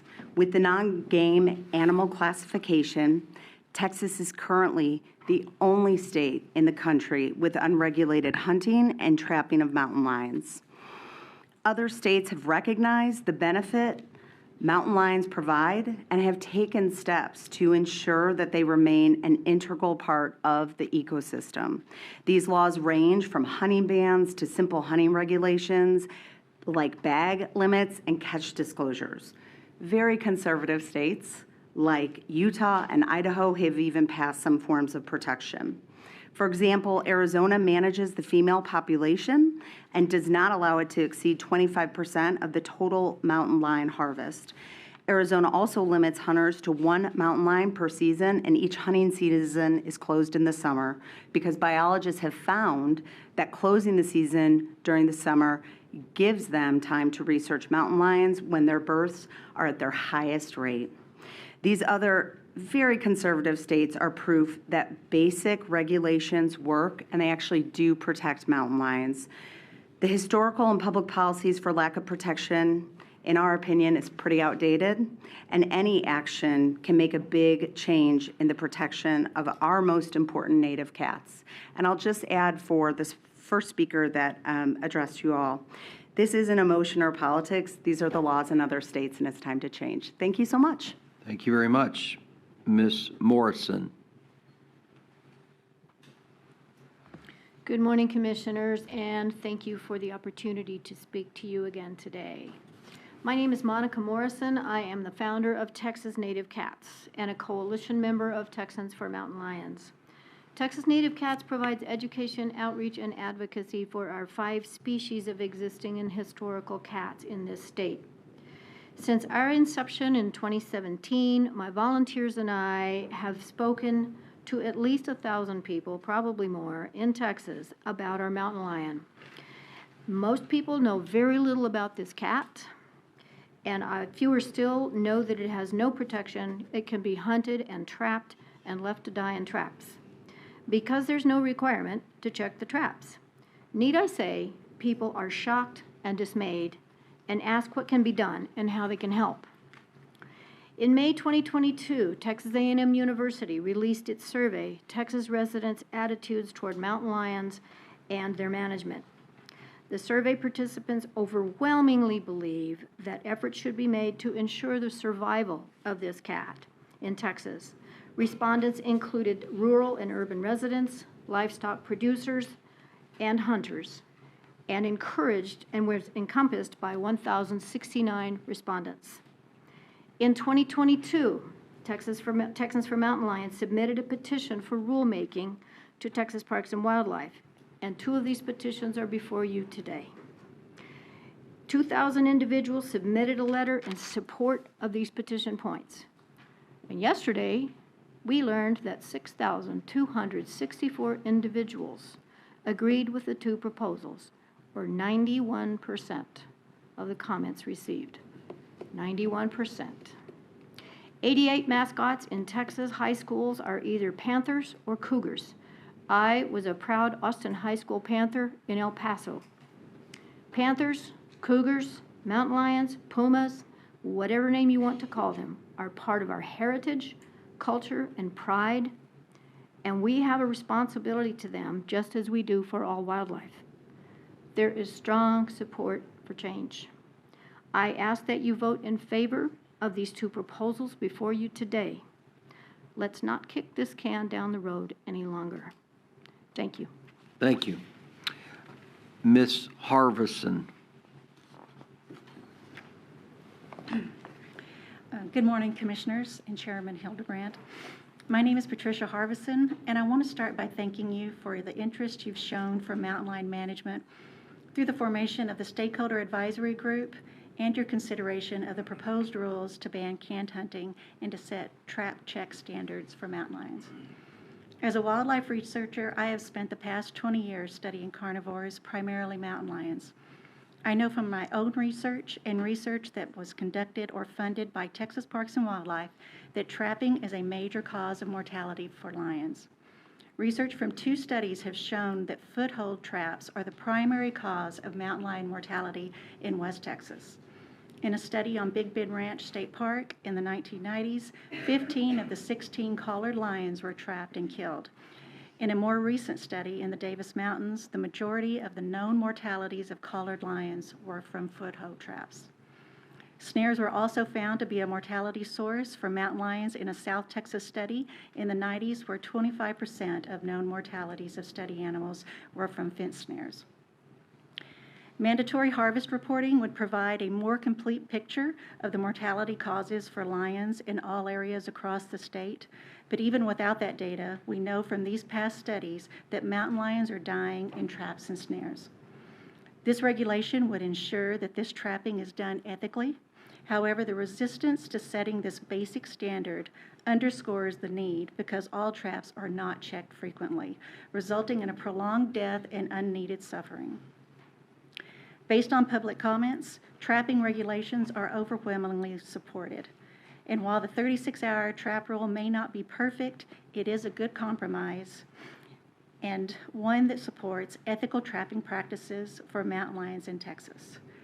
Thank you for consideration of passing this rule and for your service to the Commission. Thank you very much. Mr. Elbrock.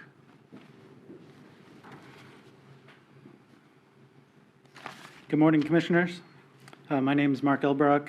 I am the mountain lion biologist leading the current IUCN assessment of the conservation status of mountain lions across their entire range, a criteria that contributes to the inclusion of species in Texas's own list of species of greatest conservation need.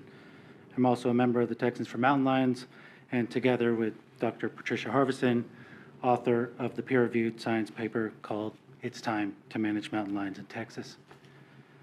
I would like to thank you for the energy and the attention you've invested in Texas mountain lions, and along with staff from TPW, your support in the creation of proposed regulations to better align mountain lions with commercial trapping standards. I support these proposed regulations, and I believe the 10-inch exemption to trap checks is a reasonable accommodation that gives wardens a clear tool with which to assess snares. What's important at this time is to get trapping regs on the books so that we can modify them more easily through future iterations. This is an important first step in building a mountain lion management strategy for all of Texas. Since at least 1992, TPW has expressed the need for a mountain lion management plan, and again, I want to express my appreciation to all of you for your support in seeing the agency move forward to write one. However, the cornerstone to every wildlife management plan is an understanding of how many animals are out there. And for mountain lions, Texas currently lacks this information. TPW has suggested mandatory reporting for all mountain lion mortality as a means of getting data to estimate their abundance. Mandatory reporting is fundamental to ethical hunting culture and will provide the cheapest, most efficient data to estimate regional mountain lion abundance across all Texas. Further, it will provide answers to Chairman Hildebrand's question from yesterday of how many cats die in snares every year. I traveled to Austin today to witness history. I respectfully request that you support these proposed regulations, and that you continue to urge TPW to build a defensible mountain lion management plan. Thank you very much. Thanks very much. Ms. Hart. Morning. Morning, everybody. I'm Pam Nelson Hart. My husband Will and I are West Texas ranchers. We are both committed to Texas Parks and Wildlife. Will has served as a trustee for 20 years and sits on the Private Lands Advisory Committee. I have served on the Wildlife Diversity Advisory Committee for 10 years, and I was also part of the Mountain Lion Working Group. Will and I manage our Davis Mountains Ranch for a wealth of resources to promote healthy wildlife, thereby creating a biodiverse sanctuary for all game, non-game species, as well as livestock. We believe in the ethical and wise management of all native species. We don't trap on our property. In 2012, we learned of a trapper in our county who, as a practice, set multiple lion traps and never checked them. This really bothered us when we knew that lions and other incidental take died a cruel death. Today, Will and I support these regulatory changes and prefer no snare or trap exemptions. However, we are willing to compromise with the small percentage of people who are asking for these exemptions for their own personal needs. Lastly, I want to thank all of the Texans who have stood in my place since 1992, asking the department to fulfill its mission by scientifically and ethically managing mountain lions. I also want to thank the Texas Parks and Wildlife staff who in 2012 recommended a mountain lion management plan. It has been a long journey filled with anecdotal evidence and myth. The mountain lion is the boogeyman. I am grateful to be here for them, for me, for Texas, for mountain lions on this important day when we all have together a chance to step up for mountain lions. Thank you. Thank you, Ms. Hart. Ms. Wilcox? Good morning. My name is Dr. Sharon Wilcox, and I am the Senior Texas Representative for Defenders of Wildlife, and I speak today on behalf of that organization. Defenders is a national conservation organization dedicated to the protection and restoration of imperiled species in North America. We represent 105,000 members and supporters in Texas. I work on issues related to wildlife conservation and coexistence throughout the state of Texas. I hold a PhD from the University of Texas at Austin.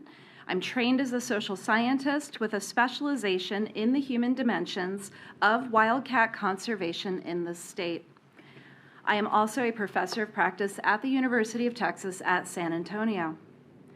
Today I speak in support of adoption of the proposed prohibition of canned hunting and the establishment of trapping standards for the mountain lions. It is important to note that the adoption of this rule is consistent with the recommendations of the Mountain Lions Stakeholder Working Group. Texas Parks and Wildlife is to be commended for facilitating the formation of this group, and we urge you to follow these recommendations as an important step towards management of this species to ensure that it can coexist with our human communities. As we heard in session yesterday and today, the working group is making reasonable, well-considered and informed recommendations based on the best available science and lessons learned directly from working lands here in Texas. We strongly support the establishment of the 36-hour trap check rule. This rule represents an important step towards an ethical and humane way of managing lions that does not restrict landowners from predator management. Importantly, this will reduce the number of injuries and fatalities to non-target species like the state-protected black bear.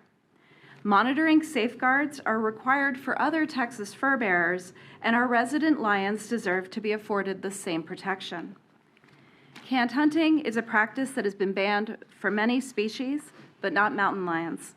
Approval of this rule is needed to eliminate this cruel and unethical hunting practice. As noted by other experts, unethical activities serve to harm public perception of hunting, which in turn can harm the future of conservation here in Texas. This action furthers the fulfillment of the department's statutory duty to protect non-game wildlife. It represents a common sense approach to wildlife management, demonstrating that we can work towards solutions that can benefit the coexistence of wildlife and communities.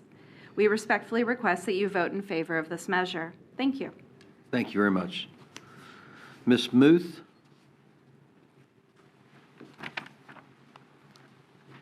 Good morning, Chairman Hildebrand, Vice Chairman Bell, Commissioners, and Dr. Jaskowitz. For the record, my name is Mary Moit, and I am here today as President of Texas Chapter of the Wildlife Society. Our society is comprised of over 800 wildlife professionals and wildlife students who stand ready as a network of scientific information and expertise for the department staff and leadership. I would like to commend the biologists, landowners, managers, and resource professionals who participated in the Mountain Lion Stakeholder Group. Additionally, I applaud the Commission for undertaking this serious review of management regulations and strategies for mountain lions. As Joseph Fitzsimmons mentioned in January, and you've heard a few times, we've been kicking this can down the road for 50 years. Texas Chapter fully supports the ban on can hunting. We would also like to continue to emphasize the importance of developing trap check standards based off best management practices, with the final time frame determined by scientific process and in agreement with industry professionals. We are encouraged by the clear and concise approach as outlined by staff yesterday. The alternative snare option presented was a sound reflection of staff's openness to listening to landowners, the trapping industry, and biologists in their development of the proposal in front of you. As a society, we urge the Commission to stay focused on the goal of decision-making on the collection of reliable scientific data, including some form of harvest reporting in the future. As you heard yesterday, more research is needed to help guide the department's management of this iconic species.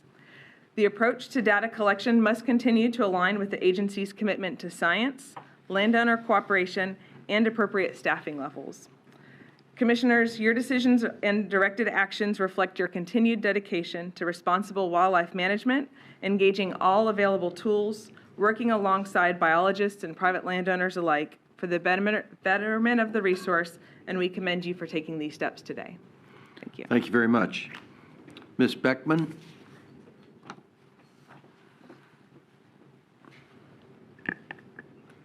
Good morning, Mr. Chairman, members of the Commission, Dr. Jaskowitz. I'm Ann Beckman, Community Conservation Coordinator of Texas Conservation Alliance. Thank you, Commissioners, for taking on the issue regarding mountain lions. Specifically, we thank you for setting up the stakeholder group for the proposals that have been put forth today, which we strongly support, and for directing the staff to develop a management plan because we so badly need more data on mountain lion populations in our great state. Not only are mountain lions iconic and unique creatures for Texans to be proud of, but they are also integral to ecosystem function. With the rapid increase in human population in Texas, habitat loss and fragmentation pose yet another threat to mountain lions. Research on their distribution and population numbers and reports on mortalities is crucial to the long-term survival of these amazing animals and the health of the ecosystems which they inhabit in Texas and across borders. The implementation of a management plan for mountain lions in Texas has been discussed by Texas Parks and Wildlife for over 30 years, and you are making it happen. We appreciate your continued leadership on this issue. Thank you. Thank you very much. Mr. Filippo. Good morning, Mr. Chairman, members of the Commission, and Dr. Jaskowitz. I'm John DeFilippo, the Executive Director of Texas Conservation Alliance, representing over 1,600 members throughout our state for wildlife. Our organization has been a partner with TPWD on many issues over several decades. You heard from our Senior Policy Director earlier on the phone, Janice Bezanson, and she served on the Mountain Lion Stakeholder Group. And we were involved in some of those earliest efforts mentioned earlier to achieve these regulations for mountain lions. As you know, and have heard often, if these measures are passed today, it will be the first time the Commission has voted on any regulations for this magnificent species, and it needs protection in the state of Texas, as you know, that has had no regulations whatsoever for these mountain lions. How is it that the Lone Star State is at the forefront of wildlife conservation and cannot provide protection for this important species? Our organization strongly supports both prohibiting canned hunts of mountain lions and the requirement that mountain lions be kept in a trap no longer than 36 hours. A special note, we also have the same issues with trap checks for enforcing on coyotes and other species. We have one caveat. The language that was circulated yesterday that gave the exemption to the 36-hour rule for the snares with a breakaway device. Now the proposal has been changed to exempting snares that are 10 inches or smaller. After speaking with trappers and others familiar with trapping mountain lions, we recommend and urge the Commission to lower that exemption to an 8-inch snare.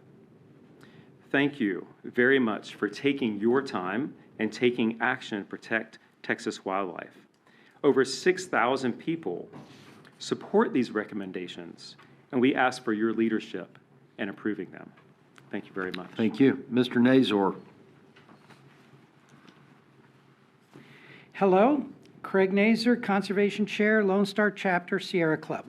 I was also a member and the chair of the Austin Animal Advisory Commission for 8 years. Item 2 is a good first step towards managing Texas mountain lions in a sustainable way. Sierra Club supports these changes. Mountain lions belong to the people of Texas. To rural Texans, predators may appear to be a liability. They kill the wild animals ranchers may be profiting from through hunting leases, and they may kill the livestock ranchers are raising for profit. However, predators also provide valuable environmental services for cities. Austin is rapidly growing. In the 1990s, a number of endangered species were discovered in the canyonlands, caves, and aquifers of West Austin. In order to grow, Austin made a deal with U.S. Fish and Wildlife Department. We would set up nature preserves to assure the survival of these endangered species in exchange for developing a portion of this critical habitat. These nature preserves and parks are an integral part of Austin. They improve the quality of city life. They help sustain our aquifers and keep our air and water clean. They provide space for recreation, reflection, and education. They help Austin grow and thrive in a sustainable way. Still, so close to humans, these lands need management. One of the biggest wildlife management problems is preventing the overpopulation of white-tailed deer and feral hogs. Unlike a large ranch in a city, one cannot just go out and shoot undesirable animals. Trapping is also a problem, as one must worry about park visitors and people's pets. Because Austin no longer has any of Texas's historic large predators, deer populations become a problem in preserves, parks, and neighborhoods. We all know the problems that feral hogs present, and yes, they are now entering into the city. The cheapest and most efficient way to manage these populations is with natural predators. Small predators also become a problem without larger predators. Gray fox can climb a tree like a cat and are a real danger to our endangered species. Mountain lions help keep these smaller predators in check as well. Game cameras set up in Austin do very occasionally show mountain lions wandering through our parks and preserves, even though they are very, very rarely ever seen by Austin citizens. Austin already has to spend money to remove feral hogs, but with healthy coyote populations and occasional mountain lion, deer populations can be kept in check with minimal expense. Well-managed predator populations are an asset to Austin, and I'm sure we are not the only Texas city that can take advantage of such free environmental services. The Sierra Club is not an animal welfare organization. The Sierra Club promotes the responsible use of the Earth's ecosystems and resources, and we educate and enlist humanity to protect and restore the quality of the natural and human environment. The Sierra Club made a request over 30 years ago that mountain lions be managed in a sustainable way in Texas. A statewide survey... All right, could you wrap it up, Mr. Nazar? Okay. A survey in California costs about Understand. Just go give me your summary statement. It's doable. Thank you very much. Thank you very much. And speakers, red, yellow, green. When it turns yellow, start transitioning. You're closing. Thanks. Mr. Masters. Good morning, Commissioners. Thank you for your service to Texas wildlife. I'm a proud member of Texans for Mountain Lions. I'm an avid hunter, a livestock owner, trapped whenever I was a younger man. And I've been filming wildlife now for about 10 years. I've had the good fortune to spend several hundred hours of my life filming mountain lions. And I've done so across Texas, New Mexico, northern Mexico, Utah. And I've gotten to know them pretty well and their habits. And one of the reasons why I've figured out how to film them is the friendships that I've developed along the way with trappers and with houndsmen who shared with me a lot of their knowledge. We use the same tools. We're fascinated by the same cats. And I think something that's really changed over the last 10 years or so is the use of trail cameras. This here is a Cuddy Link. It's $160. And I have one very similar to this that's out on the Pecos River right now. And it's about 700 feet in elevation below the cell phone service. So there's no cell phone service there. But it links to another one where there is cell phone service. And just yesterday morning, it sent me a video of these lions down there on the bottom of the Pecos River. And I say this because I sympathize with the trappers and with the folks that are trying to protect their livestock in regards to the fuel costs, the time costs, and also not wanting to be a criminal and not checking your traps every day. But we have the technology to get around that. It's there, it's affordable, it's easy to use, it's easy to implement, and most important, it can avoid what is, in my opinion, the most horrific way to die imaginable, of just wasting away for days, or if the conditions are right, for weeks on end. And we can avoid that, and we should avoid that. We should steward our wildlife with respect.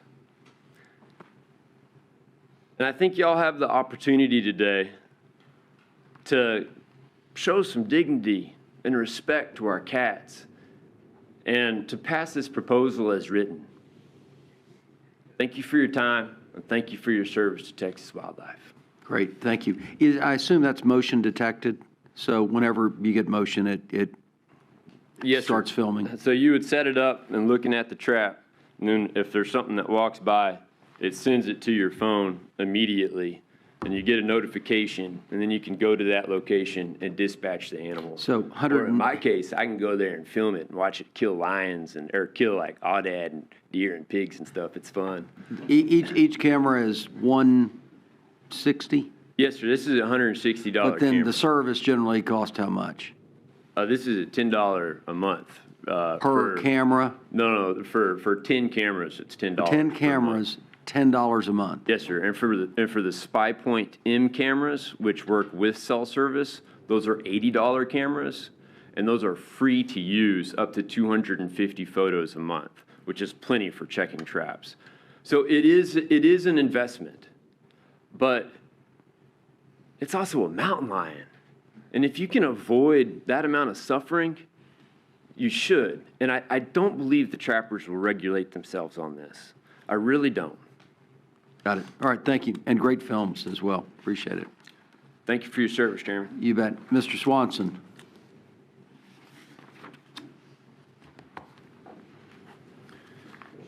Morning, Chairman Hildebrand, Commissioners, and Dr. Jaskowitz. For the record, my name is Romy Swanson, and I'm the Executive Director of the Devils River Conservancy. I am a past president of the Texas chapter of the Wildlife Society and a gubernatorial appointee to the Texas Farm and Ranchlands Conservation Council. I also had the distinct honor of serving on TPWD's Mountain Lion Stakeholder Working Group.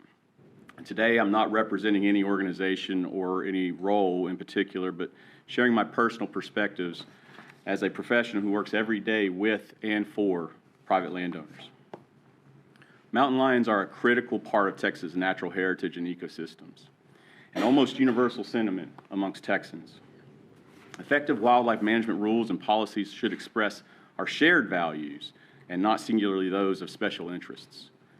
The rules you're considering today reflect Texas' collective commitment to ethical stewardship and conservation. Canned hunting is undoubtedly inhumane and undermines the ethical hunting principles we value. Its elimination aligns with our core values of fair chase and responsible stewardship. And currently, there are no regulations requiring checking traps set for mountain lions, and this doesn't just result in unnecessary suffering, but it almost seems to promote it. Our stakeholder meetings revealed nearly universal support for trapping ethics, with mutual agreement that Ethical trapping includes regular trap checks and quick resolution for those captured animals. Monitoring traps at least every 36 hours is a more humane approach to resolving wildlife conflict and would better align with the public's support and continued support of using this valuable private lands tool. It also helps minimize the impacts of accidental capture of non-target species like we've discussed today with the state-threatened black bear. For over 30 years, Texas Parks and Wildlife has recognized the need for mountain lion management, but has not taken decisive action. These discussions began in earnest in 1992 and continued in 98, 2010, and 12, each time recognizing a need for regulation, but failing to act. And here we are in 2024, taking big steps towards those important ends. Wildlife management rules should reflect our shared values, as I said earlier, and the perceived ambiguity and complexity in instituting these rules are no longer an excuse for inaction. No rule is perfect, and we cannot continue to let the pursuit of perfect solutions prevent us from doing what is right now. By aligning our rules with our shared values, we can ensure the best outcomes for our wildlife and our communities. I'd like to thank you for your time and your consideration. Thank you, Mr. Swanson. Mr. Buchanan. Good morning. My name is Brant Buchanan. I'm here from Marfa, Texas, and speaking on behalf of JPB Ranches. We've got about 106,000 acres in West Texas and South Texas. I manage all of our West Texas ranches, and we border Big Bend Ranch State Park. I'd like you guys to pass these regulations, both the can hunting, 36-hour trap checks. The can hunting's a no-brainer, and the trap checks are too. I haven't had a problem with lions yet, but I've had a problem with traps. I've hunted lions with hounds in Texas. We run a large hunting operation. I'm very involved in that. But a couple years ago, my son's first lion hound went missing. He found him at a stair, strangled to death, rotting. He'd been about 2 weeks. That's a problem. I don't know where every trap I've set is until that happened, and I had to go back and think about all those traps. I haven't found them all. We've got to create a culture that checks our traps. They don't even need to be specific. You don't need specific exemptions and try and get creative. You just need to make people check their traps. And it's not hard. I mean, if any of you want to see how difficult it is to check my traps, I mean, you can look at it on my phone right here. I've checked them since we've been sitting here. So any excuses that it's too hard or too expensive, yeah, stuff costs money. And branching's hard, so yeah, we don't need to facilitate negligence. We have a duty to manage wildlife. We have a duty to be ethical as hunters, which I learned in my hunter safety ed class. It's like the very first thing we cover. So let's just do the common sense, easy thing to do and pass these regulations. Thank you. Thank you very much. Mr. Pressey. Good morning. How are you guys today? I appreciate the opportunity to speak here. I have extensive experience as a hunter, a trapper, and an outfitter working in Texas and other states. Today, I'd like to address the critical issue of wildlife management, specifically in relation to the trapping, canned hunting, and would also like to urge you guys to implement a mandatory mountain lion harvest report. In the other states that I trap and hunt, there are well-established regulations for trap checks and harvest reporting. These are not burdensome. They are not a problem. It is something that we should be doing every day, every 24 hours, 36 hours, whatever you guys decide there. They provide invaluable data that help us understand and manage various species effectively by ensuring regular trap checks and mandatory harvest reports. We contribute to the sustainability and health of wildlife populations in these manners. As a hunter and trapper in this state, one would naturally assume that Texas Parks and Wildlife is diligently managing all of our wildlife resources. After all, that is their fundamental responsibility. However, in the case of mountain lions, it does not seem to be the case. That absence is puzzling and quite frankly concerning. Effective wildlife management relies on accurate data, and without it, we're essentially navigating this blindly. It is particularly odd that we do not regulate our trapping as our neighboring states do, and by neglecting to enforce these trap checks and things like this, it's difficult to gather the data we need. I appreciate your guys' time. Thank you. Thank you very much. Ms. Camino. Good morning. Morning. Can you hear me? Good morning, Chairman and Commission. My name is Marie Camino. I'm the Government Relations Manager for the Nature Conservancy's Texas chapter. Our mission statement is to conserve Our mission is to conserve and protect all of the lands and waters that all life depends on. We've been in Texas for the last 60 years now. We've conserved about 1 million acres of land and 200 plus miles of rivers and streams. Across our 37 nature preserves and more than 178 conservation easements, we provide habitat for 900 animal species, including mountain lions. We are here to express our support for the can hunting ban and for the 36-hour trap check requirement. Essential to the culture and ecology of Texas, mountain lions were once found in every landscape across our great state. Mountain lions are an apex predator. They regulate prey populations and provide carrion opportunities for scavengers. Their ability to prey on larger animals consumed by scavengers at a lower rate increases nitrogen in soils and plants at kill sites, and their presence also impacts where prey populations congregate and forage. TPWD is a member of the Association of Fish and Wildlife Agencies, which champions the North American model of conservation. The model states that wildlife resources are owned by all citizens, not just individuals, and that wildlife should only be killed for a non-frivolous purpose. In a 2022 Texas A&M University study analyzing public opinion on mountain lion issues, 60% of respondents stated that they do not support hunting and trapping mountain lions for their fur, and 55% opposed hunting and trapping lions as a trophy animal.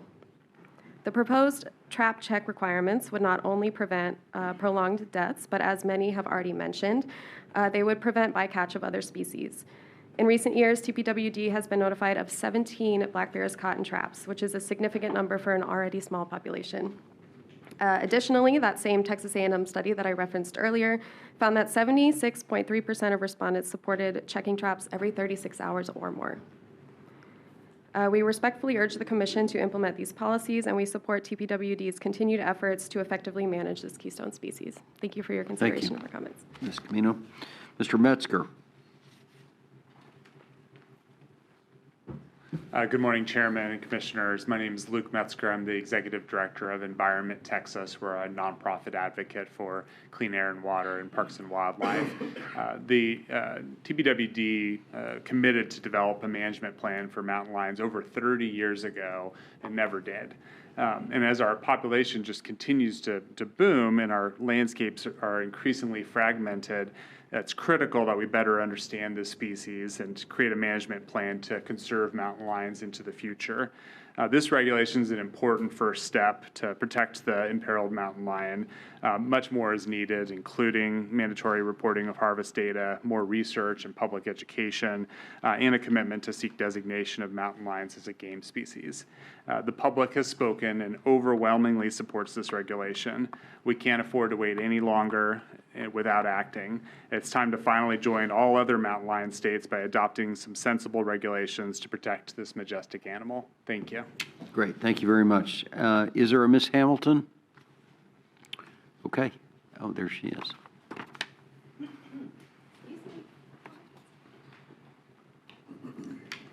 Good morning, Chairman Hildebrand, and also Dr. Jaskowitz and members of the Commission. My name is Melissa Hamilton, and I serve as Executive Director of Government Relations for the Texas and Southwestern Cattle Raisers Association, or TSCRA. TSCRA is the state's oldest and largest livestock association. We represent over 28,000 members in Texas and the Southwest, and those members are responsible for the health and well-being of over 4 million head of cattle. TSCRA appreciates the hard work of the Mountain Lion Stakeholder Group, and we really appreciate the working relationship that we have developed over the years with y'all and the department, and being able to come up with common sense, practical solutions. Today, I am here to express our concerns about the current rule proposal.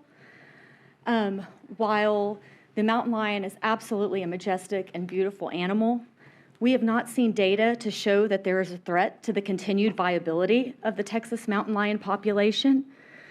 They are not listed as threatened, nor are they listed as endangered. But we do know they are a predator. As beautiful as they are a predator, and a predator that is deadly to livestock on our members' ranches.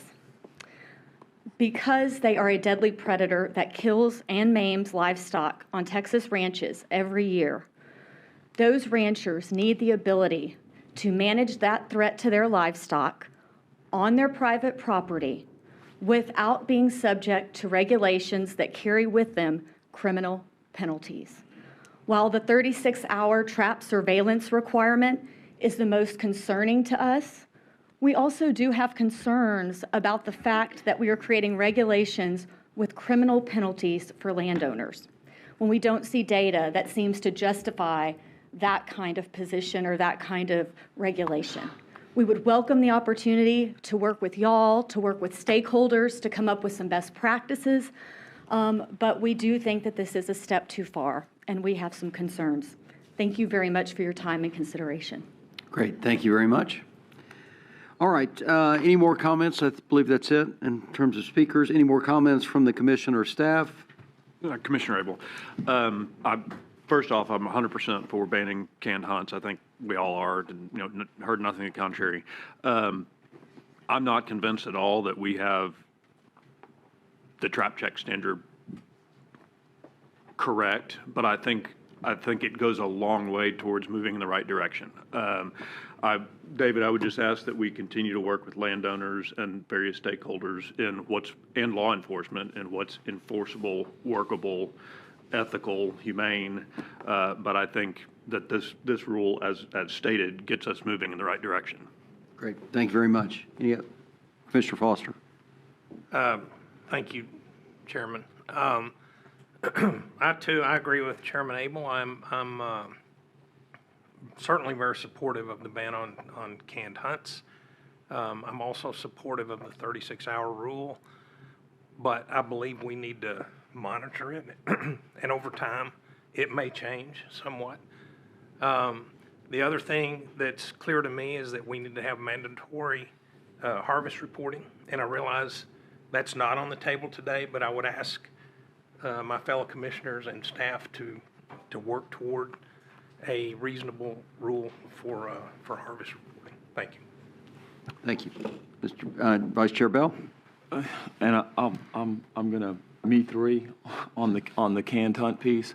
Absolutely think that we should get rid of that piece and not allow that. I do have a concern. Just listening to the I'll call it the frequency. I mean, the 36-hour check rule, I think that's good, but also I'm still trying to understand how, and maybe one of the staff can come back up and answer this question, just that rotation, that's, it's almost a daily check, as someone said. It's not quite, it's five times, during the week, and there is some technology out there that helps us, but we have to look at whether or not that, and while it could be modestly cost for some people, what some people consider modest, other people don't consider modest, right? And so I do have a concern there, and I just have a concern that can we get more data just on the animal itself and where they are? What are the numbers? What are the prevalence? And what's the impact? What's the number of incidents we are having with, if it's for the last lady who spoke from the Livestock Association, how often are ranchers having to take down wildcats over predation, right? Is that I know it happens, but how prevalent is it, which goes to the reporting of take. So there's still there's a lot of data questions out there that would make this easier. And is there a way to, and this might sound inappropriate, or not inappropriate, but maybe I'll call it innovative. Is there a way to pilot the rule so that if we put the trap check rule in place now, is there a way to pilot that where it may not have a immediate consequence as people adjust to it, and over a time period, say 18 months as an example. It would become enforceable after the date of implementation. We would go to enforce it more, but we would let people adjust to that and get that cycle in there. And I know that sounds, I don't know if that violates state law or not. It's just a question. So I'm going to address the second question first, unless Stormy would like to come up. Would you like? Okay. Then while he's coming up, I'll address the first question. Yes, we can get more data, and we can understand mountain lion populations much better, but it will require mandatory harvest reporting. That is a very inexpensive, very fast way to monitor survival, reproduction, recruitment, and mortality, and then find out what are the mortality sources. And so if that's important to you, then all you have to do is request that we come with a proposal, and we're happy to do that. We've already been preparing what those might look like, but we're happy to come back with a proposal related to mandatory reporting. And because we're such a big private land state, do you think that landowners would be supportive of that? Well, I think the way we have modeled it, where we are protecting both the property and the trapper from public ridicule, that information can be completely confidential. I believe there would be support. I believe there would be some opposition. People just don't like to tell you what's going on. But in recent commission meetings, y'all have passed mandatory turkey reporting and mandatory deer reporting, so there is precedent. Okay. All right. Thank you. I think we're. I think he was going to answer the pilot question. Okay. Go ahead. Okay. Again, Stormy King for law enforcement, for the record, and this might save me a trip up here later today when we're talking about some other topics that are on the agenda. In terms of piloting in regard to enforcement, it's pretty standard and has been a common practice for the law enforcement division for as long as I'm aware of, that anytime a new regulation is enacted, we have some informal, whether you call it education, I don't want to call it a grace period per se, because, obviously we have different scenarios where people egregiously and intentionally break the law, which we may address those. But we historically, we do have, I guess, what we call an educational period in terms of a new regulation. Anytime one is enacted that, we may do verbal warnings, written warnings, reserving the right, again, like I say, to address with a criminal charge in those cases where it's warranted. But in terms of an actual formal pilot program, I think that'd be more of a legal question, but it's not anything I'm familiar with. I understand officer or game warden discretion. I do understand that. Right, and that's what would be applied in those cases. Again, just addressing the enforcement issues. Okay, thank you. Any other questions? David, Dr. Yaskowitz, I would say from my perspective, I would direct the staff to two things. One is look into what are the issues around mandatory reporting. And I know it's a controversial subject, but I would like some more information on that. And then two is implementation of these trap check standards. As Mr. Masters pointed out, there is electronic means to do this, relatively inexpensive, but once again, we're always looking for pragmatic, realistic solutions to this. So I would just ask, regardless what occurs today in this vote, is that we do further investigation on trap check standards and on the mandatory reporting side. No time frame, no obligations. I'm just asking the staff to do that. Keep moving it forward. Yes. Yes, sir. Okay. Thank you very much. Okay. With that, if there's no further comments, is there a motion for approval? Foster, I'll move. Do I have a second? Abel, second. All in favor? Aye. Say aye. Any opposed? Hearing none, motion carries. Okay. Thank you guys very much. All right. Action item number 3, chronic wasting disease detection and response rules, containment and surveillance zones, check stations, deer carcass movement restrictions, and disposal requirements. Recommended adoption of proposed changes. Dr. Hunter Reed. Good morning. Got hit here. Okay. Good morning, Chairman and Commissioners. My name is Dr. Hunter Reed, Wildlife Veterinarian for the Wildlife Division. Today, we'll be discussing CWD detection and response rules, containment and surveillance zones, check stations, deer carcass movement restrictions, and disposal requirements. So here's a brief overview of the items being proposed. These are to include implementing statewide carcass disposal measures. Second, deboning of carcasses at location of harvest. Third, modifying CWD boundaries, both reductions and expansions in sizes. Next, removal surveillance zones 10, 11, and 12. And then lastly, implementing voluntary check stations and procedures. So first off, staff are proposing statewide carcass disposal rules or measures here in Texas, and it is known that improper carcass disposal, such as seen in the picture on the slide, has facilitated CWD transmission.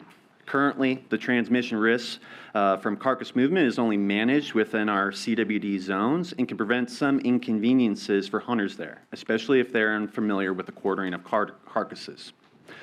Furthermore, staff recognize that efforts need to be made to address the risk of CWD transmission from carcasses outside of CWD zones where the disease may be present but not yet detected. While this proposal would regulate carcass disposal for animals outside of the zones, the carcass disposal measures being proposed today would provide hunters within zones a much greater array of carcass movement options compared to current carcass movement restrictions. The options provided under this rule would change nothing for the majority who already properly dispose of their carcasses as outlined under this proposed rule. So, staff hope that these measures to have these measures in place prior to this next year's hunting season. And to be abundantly clear, the proposed carcass disposal measures would only apply to deer harvested in Texas and to carcasses or carcass parts leaving the property of harvest. If carcasses or carcass parts are not leaving the property of harvest, then these disposal measures would not apply. So, staff proposes that if a deer is harvested in Texas and the hunter would like to transport the carcasses or carcass parts from the property of harvest, there are a few options for that hunter. First, the hunter could take the whole carcass or the quartered carcass. Or second, as outlined by this proposal and not currently allowed for many properties, the hunter would be allowed to debone the animal at the property of harvest for transport to a final destination. If the hunter chooses to debone at the site of harvest, 3 requirements would have to be met. First, all meat from the carcass must be stored in a separate container. That could be a plastic bag, that could be a cooler, that could be separate plastic bags in the same cooler. Second, muscles must remain intact, so you can't grind, slice, or chop the meat prior to movement. And third, all required proof of sex and tag documentation must be retained and accompany each individual carcass. The hunter can transport the carcass of a harvested animal from the property of the harvest by each of these routes, so long as all unused parts are disposed of. And that could be directly or indirectly into a landfill through a garbage service or a dumpster, or it could be buried and covered at another location at a depth of 3 feet or more.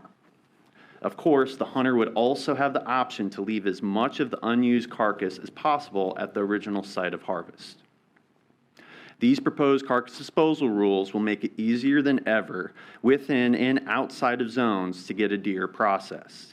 Additionally, this will provide greater clarity to hunters in Texas, but outside of CWD zones, on how to properly dispose of unused carcass parts, but still provide an array of disposal options that many hunters are already utilizing.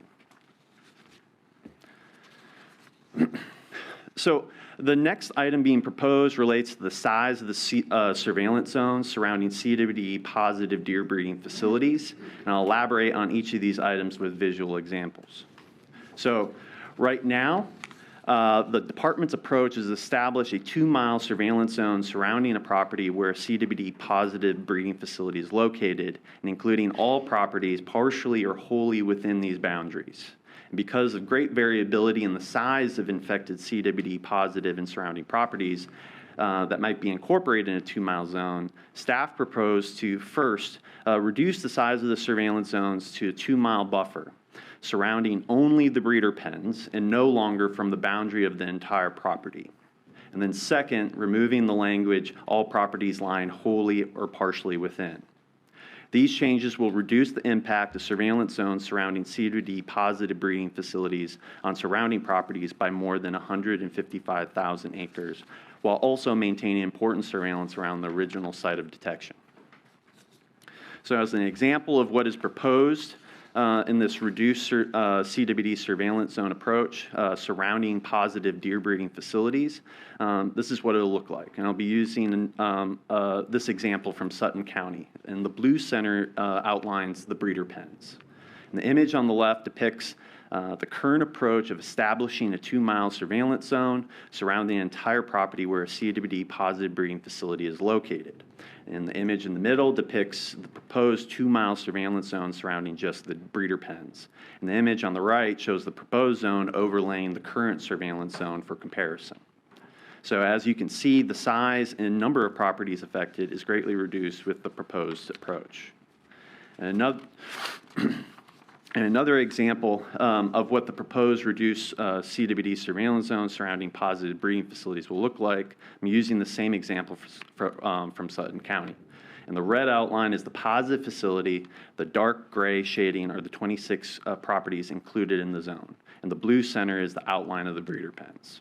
The image on the left depicts the current approach of establishing a 2-mile surveillance zone surrounding the entire property where CWD positive breeding facility is located, including the partially or wholly encompassed language.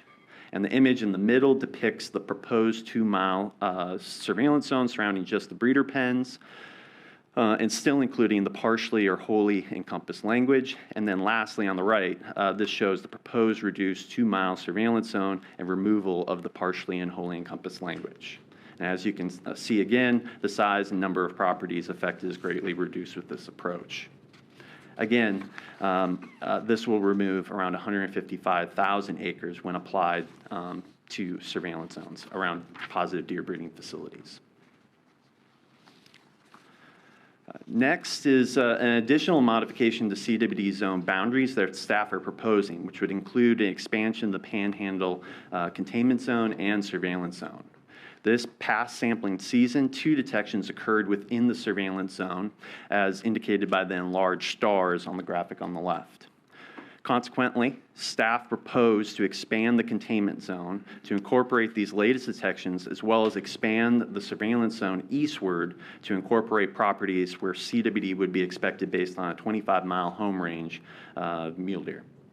It should be noted that the expanded zone is in an area with relatively low numbers of hunters, low harvest, and primarily agricultural land.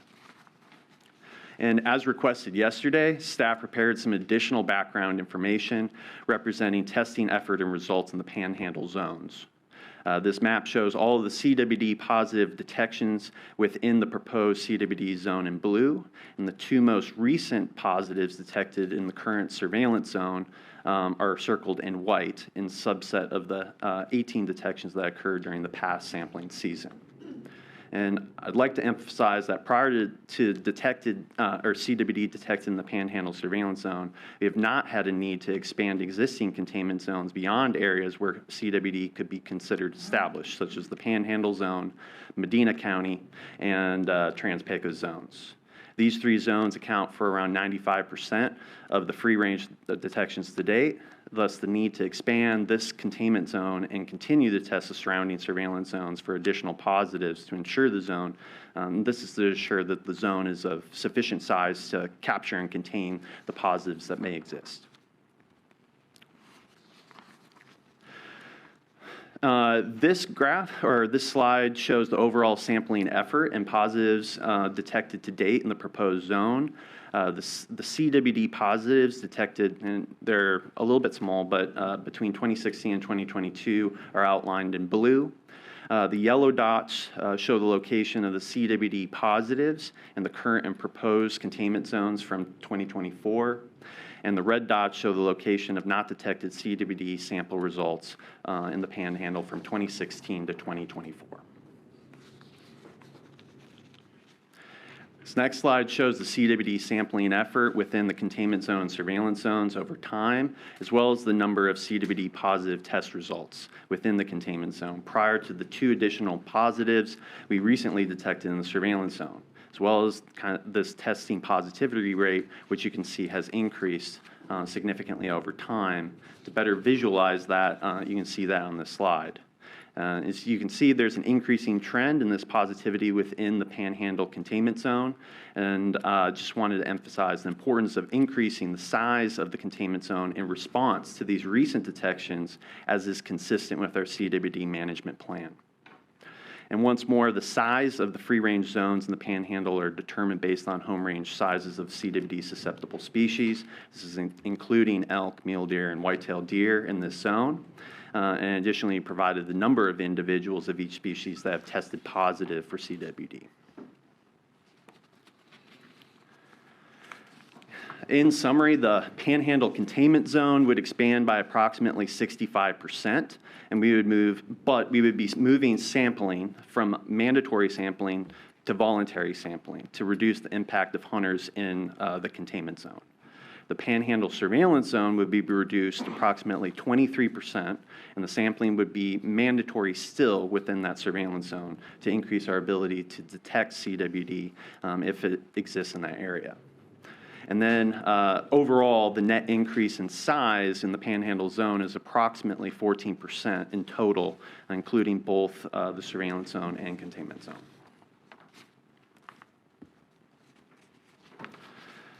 Next item staff are proposing is removal of 3 surveillance zones, 10, 11, and 12. Surveillance zones 10 and 11 are in Uvalde County, and then 12 is in Limestone County. In each of these 3 zones, the facility owners have cooperated with Texas Parks and Wildlife, Texas Animal Health Commission, and the United States Department of Agriculture by signing and continuing to comply with a herd plan, mitigating CWD transmission risk on their property. And 2 of these facilities were depopulated after being allocated federal indemnity funds, while the other facility is utilizing a suite of risk mitigation and surveillance strategies while still maintaining a breeding herd with no subsequent CWD detections. In either case, staff are proposing the removal of these 3 surveillance zones, which amounts to around 38,000 acres, as the CWD transmission risk on these properties is being mitigated through signed herd plan agreements, and multiple years of mandatory sampling has not shown the detection of any free-ranging detections of the disease. And then lastly here, staff proposed the creation of voluntary check stations. Voluntary check stations and sampling procedures in multiple zones. And this action is to provide hunters within zones some relief while giving the department greater flexibility in responding to epidemiological information gathered from our CWD zones, especially for free-ranging zones which require long-term monitoring, and like the Trans-Pecos and Panhandle zones may have years of historical sampling effort that may not necessitate mandatory sampling each and every year. And the proposed change would allow staff to better balance surveillance needs with current restrictions required in the zone, including most notably the carcass movement restrictions and mandatory CWD sampling. And then, as previously mentioned, staff hope to alleviate the impact of carcass movement restrictions within the zones by proposing statewide carcass disposal measures. And similarly, staff also hope to alleviate the impact of mandatory sampling requirements by allowing for the development of voluntary check stations and sampling procedures. And currently, staff propose to transition the Trans-Pecos, Del Rio, Lubbock, 2020 Kimball County containment zone and surveillance zone to voluntary sampling. But we also propose to transition the Panhandle containment zone to voluntary sampling, however, maintain mandatory sampling within the Panhandle surveillance zone due to recent free-range detections. So this table shows the number of acres currently in zones and the number of acres if the proposed changes are adopted.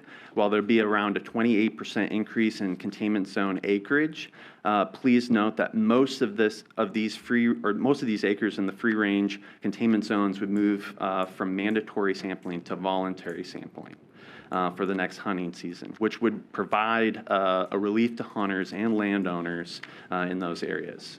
In addition, there would be a 10% reduction in free-ranging surveillance zone acreage within the majority of this acreage, transitioning to voluntary testing for the next hunting season. And then lastly, these proposed changes would result in a 26% reduction in acreage surrounding CWD positive deer breeding facilities. And this would result in an overall net 4% decrease in zone acreage and move much of this acreage from mandatory testing to voluntary testing. So as of this morning, we received 45 public comment. 53% have been in agreement, 18% have been in disagreement, and 29% have disagreed specifically with the proposal. And some of the items of specific disagreement include not wanting smaller zones. Second, they believe carcass rules should be stricter. Third, there's confusion about multiple carcasses in a cooler. We covered that yesterday and mentioned that you can have multiple carcasses within the same cooler. They just have to be individually packaged with their own proper tag and proof of sex requirements fulfilled. Fourth, some folks wanted the republishing of the rule with maps of zones. Next, there are some that specifically recommend an educational campaign versus regulation for disposal and testing rules. And then lastly, there are some folks that preferred that all remaining carcass parts be buried or removed from the property. And then we've also received specific formal public comment from Texas Wildlife Association, disagreeing specifically with the item regarding carcass disposal measures, stating that an education campaign versus regulation would be preferred, and they had additional concern that the rules may have potential conflict with current proof of sex requirements. Texas Deer Association also disagreed specifically with the rule. They said that no zones should be instituted since breeder deer have 100% post-mortem testing and antemortem testing before movement. And then Deer Breeders Corps generally supported the proposal, but also said that if an alternative was needed, they would support constricting the disposal rules to just containment zones and public hunting zones. And subsequently, staff recommend that commission adopt the following motion on this slide. And I'll take any questions. Great, thank you. Commissioners, any questions for Dr. Reed? Yes. Pat? Scott, in our last commission meeting, Mr. Reed, specifically asked you some questions, and I have yet to get an answer on them. David, I would like to get an answer on all those by Friday of next week. I apologize, but yeah, if you can provide those stated questions. I can't do that's your job. I gave you the questions at the last meeting. You find the questions. That's not my job. Okay. Commissioner Patton. Patton, this is for my own clarification as it relates to the trans-PACUS changes. So there's not going to be, as opposed to the Panhandle where there's mandatory and voluntary, in trans-PACUS it's going to be whether you're in a containment or surveillance, it's voluntary for both? Yes, it would be voluntary for both the containment zone and surveillance. Okay, and then as it relates to carcass movement, if the statewide rules are passed, then there won't be any, no need to, they'll be applicable in that containment and surveillance zone with no additional or less burden. It would just be Oh, sorry. I think I had a little bit of confusion. So the first part, did you ask, were you asking about testing requirements in containment? Well, yeah, I started with testing. Okay. So at least in the Trans-Pecos. Yeah, in the Trans-Pecos, yes. I just want to double check that I hadn't forgotten about. No mandatory testing. Everything, whether you're in containment or surveillance, is voluntary. Yes. Okay. Then now moving, I'm trying to figure out what the net effect is. So if there's a statewide carcass disposal passed, then there's no additional burden. There'll actually be a decrease, I guess, in carcass movement and disposal. There won't be any net effect that it's coming out of a containment or surveillance zone because there's a statewide rule that'll supersede the previous rules. Yeah, well, even in the containment and surveillance zones, it is going to provide additional I don't want to say laxity, but additional options for them that they currently don't have. Outside of those zones, it's going to have carcass disposal measures that are not currently in place, but that those individuals have those options that are available to them are options that we've seen to be widely used anyways. Okay. Then I'll pose the question, and again, it's only Trans-Pecos I'm asking, is there any difference, is there any increased burden or less burden in the Trans-Pecos whether you're in a containment zone or a surveillance zone? Is there any difference? Is there any difference? Only if you are a deer breeder. Well, there's no deer breeders out there that are currently permitted. Is that fair? Yeah. Okay. All right. So is there any reason to distinguish in the Trans-Pecos a surveillance zone to a containment zone after we take this vote? Yeah, so I think the benefit of having the distinction is that, at least within our rule text, we distinguish it as these areas where there has been a CWD positive or where it is very probable that you'll have an infected animal versus the surveillance zone where we think that there's an increased likelihood. I think that serves a benefit to hunters and landowners to be able to know if they want to have their animal tested or not. I think that maybe there is some benefit, I think that a zone in general can do that, even if it had the same distinction. But I also think that it does provide a bit more granularity having both of those zones still remain in place. Okay, thank you. Any other questions? Do we have comments on? What? We do. We have plenty of. Yep. Okay. Question. What is the, Dr. Reed, what is the prevalence of CWD in elk? In elk, so we've had, it's very, very low. We've had 2 positive elk. Two in the Panhandle, and there's a handful in Medina County. Yeah, I would say that also, we're not the regulatory body of elk. That's under Texas Animal Health Commission. They've recently implemented 100% postmortem testing for harvested elk, which is good. It's going to get us a better picture. But in the past, we've historically not had that. So from what we know, at least in the Panhandle, is very, very low. On the order of, we've had, if you go back a couple of slides.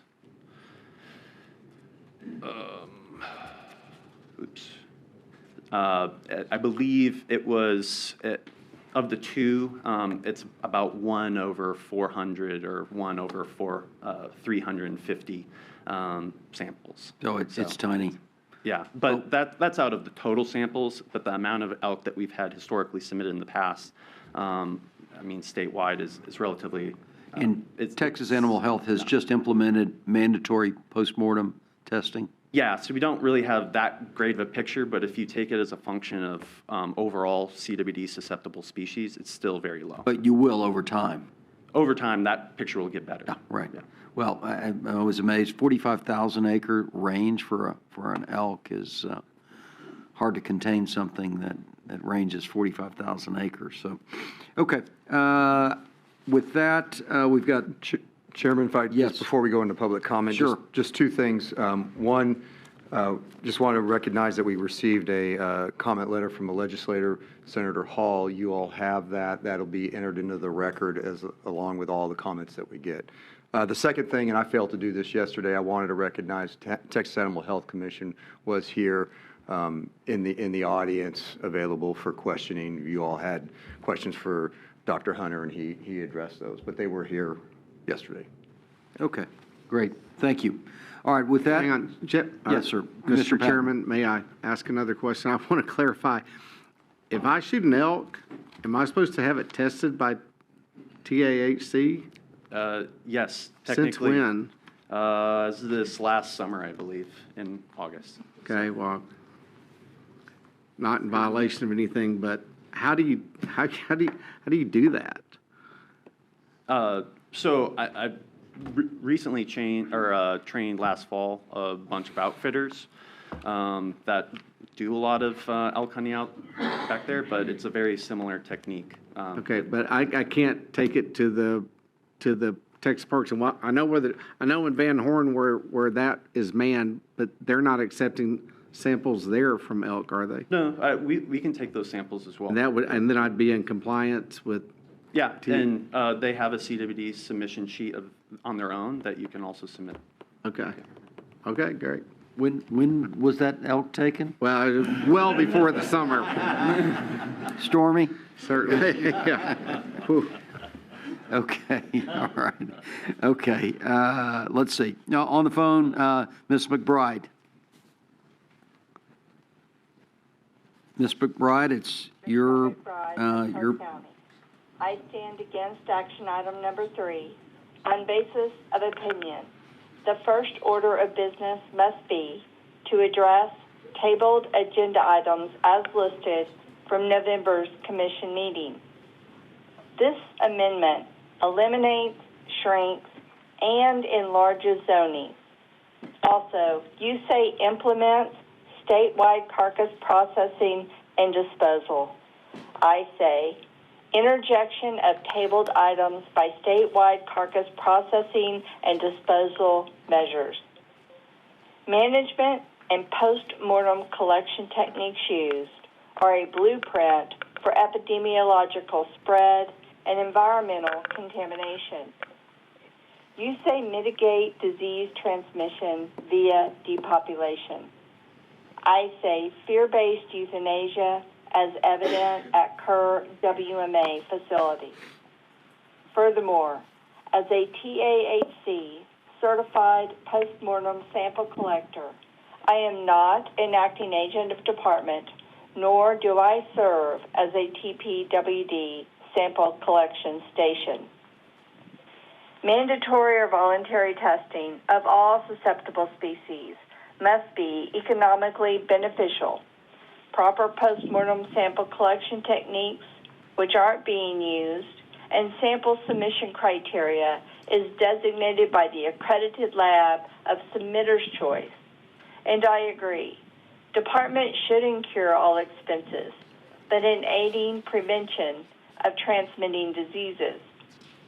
As a mother of 2 sons, whom are avid hunters and fishermen, alongside like-minded people, I take offense to, and I quote, ideally eliminating the careless, haphazard, or inadequate disposal of potentially infectious tissue. Cold storage processing facilities and taxidermists rose to request of aid with postmortem sample collection, and their reward is to receive adverse economic impacts, which I forewarned of and offered avenues of prevention. Why refuse consideration of alternative avenues, eliminating all zoning, preventing epidemiological spread, and adverse economic impacts? Most importantly, aid in preventing transmission of zoonotic diseases. I pray you will make what is unjust, just, before continued escalation. Thank you, Commissioners, for hearing me. Thank you. Ms. Emig.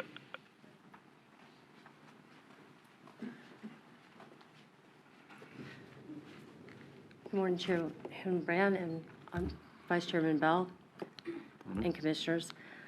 Here we go again. I want to thank everybody for considering the adoption of the removal of several rules, doing away with the tyranny of the tier system, and consideration of again shrinking areas affected by divisive and very destructive surveillance zones. I listened to Dr. Reed yesterday. Clearly, we had to get pulled away for some phone calls as he presented lots of graphs with colors and this, and all with a straight face, and I was very impressed and decided I wouldn't want to play poker with you, Dr. Reed. It was quite obvious. I just, wanted to think that there is not a line on a piece of paper that contains anything. I don't consider that containment, just drawing a line. Now, Blue Creek already has in place a barrier that is used for containment to protect all deer in Texas from CWD positive deer pen. It's an 8-foot high fence. And better yet, how about 2 and even 3? So Dr. Reed has admitted that even in areas as you were just discussing, with the state's highest prevalence and density of CWD, he doesn't see the need for more testing in those areas or to gather new data, but rather to let the deer breeders do the job for him. As we have stated, we test 100% of the mortalities. And this has not been a requirement except for several years back. And in less than over 2 years ago, we were required to test all our deer before movement. I'm in agreement with that rule. It's a good rule. It's the best we have right now so we don't transport CWD. But it just shows us it's pretty logical to conclude, since CWD has always existed in Texas, when you test enough deer, you're going to find a positive. And I know that Dr. Reed cringes when I use the analogy of just like COVID. When you look for it, you're going to find it. And as with the agencies overreacting in COVID, in hindsight, they have acknowledged what they did and didn't do by following all the science, but rather entrusted their staff to give them good information to act on. Well, we all see how devastating that was on our country, and the ill effects will be evident for years and generations to come. When a positive is found only in a deer breeding facility, there are only 2 options that are offered by Dr. Reed and others on your staff: depopulation, and the other is to buy from the company store, to survive. This is not an option for Blue Creek whitetails or any good business to be strong and armed into. I'm forced to deal with your clerks who aren't even decision makers when I'm wasting valuable time and goodwill, further demonstrating there was never an attempt for our business to survive, but only to be destroyed. Surveillance zones should be done away with immediately, as they do nothing to protect deer. The reality is the state and the entire state should be considered under a surveillance zone, and if someone other than a deer breeder wishes to have their deer tested, it's their choice, rather than forcing them to do so when there's no evidence that any harm would come to anyone that would come in contact with CWD. Demanding people rather than giving the people free choice, as history has proven, usually backfires on those who enforced such demands, especially when they were unnecessary and very discriminatory. The fear-mongering must stop, not just toned down. Thank you. Thank you. God bless Texas. Mr. Emig.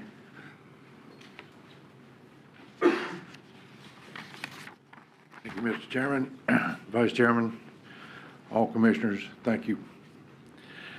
Alice and I have once again traveled down here to Austin in hopes that we can bring some rational, unbiased decision-making to this department.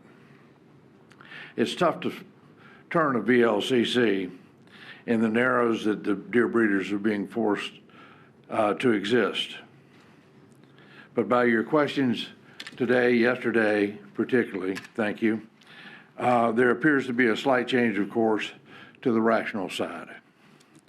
We intended to be present, as Alice said yesterday, but we got some calls that we had to attend to Washington and others here in Austin. But that's perhaps all for the best, because I'm not really good to, it's just an audience participant only. I probably would have shown too much emotion or pulled a Joe Wilson had I been here. As you said with your businesses, you depend on your staff for 100% honesty with the answers to your questions. You don't get them. Nothing is to be withheld for the record. Nothing is to be misleading or only partial truths told to you. Sometimes all you get is their narrative. How else are you to make good decisions unless you get good, honest answers? If your staff does not answer your questions, or when they do, you only get their spin or an incomplete response, not the whole truth. Imagine our world where the regulators don't answer you for months, sometimes, well, weeks, sometimes months. When they do, their demands are completely unreasonable and unyielding. Yet there's nowhere for us to turn. There's no one to appeal to that's a rational thinker. There's no one to mediate an untenable position. All you have is an umpire who's calling balls and strikes and who's going to call you out regardless of what you do. But if you swing at a strike or a ball and you're called out, your farm team must give up all of their best prospects, but yet you've got to pay their salaries, but you don't get any gate revenue. Imagine that. So we're here having Randy Johnson fastballs thrown in our head without anywhere to move. Policies and procedures and herd plans are clearly discriminatory. These staffers are not trying to help white-tailed deer in Texas. You know what they're out for? They're on a mission to seek and destroy all deer breeders. Don't take my word for it. Look at the contradicting policies, read a herd plan, look at the science, get input that you can trust. All right, thank you, Mr. Chairman. Thank you. Mr. Letts.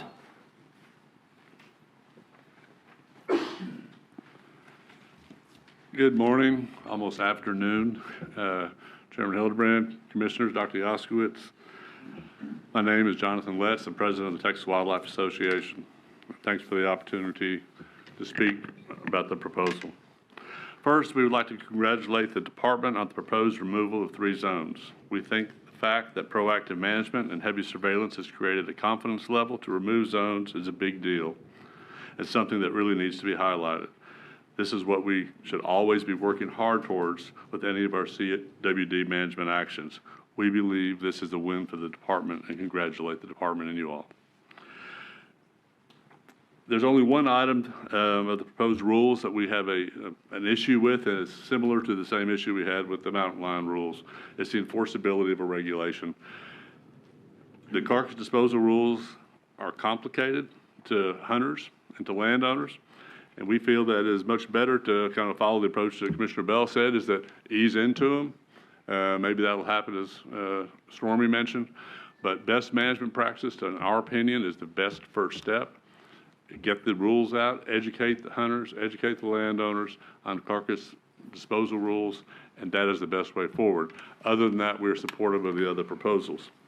I would like to take a moment to go back to something Chairman Hildebrand said yesterday, and that was that Texas is pro-business. We're friendly to business, and I agree with that 100%.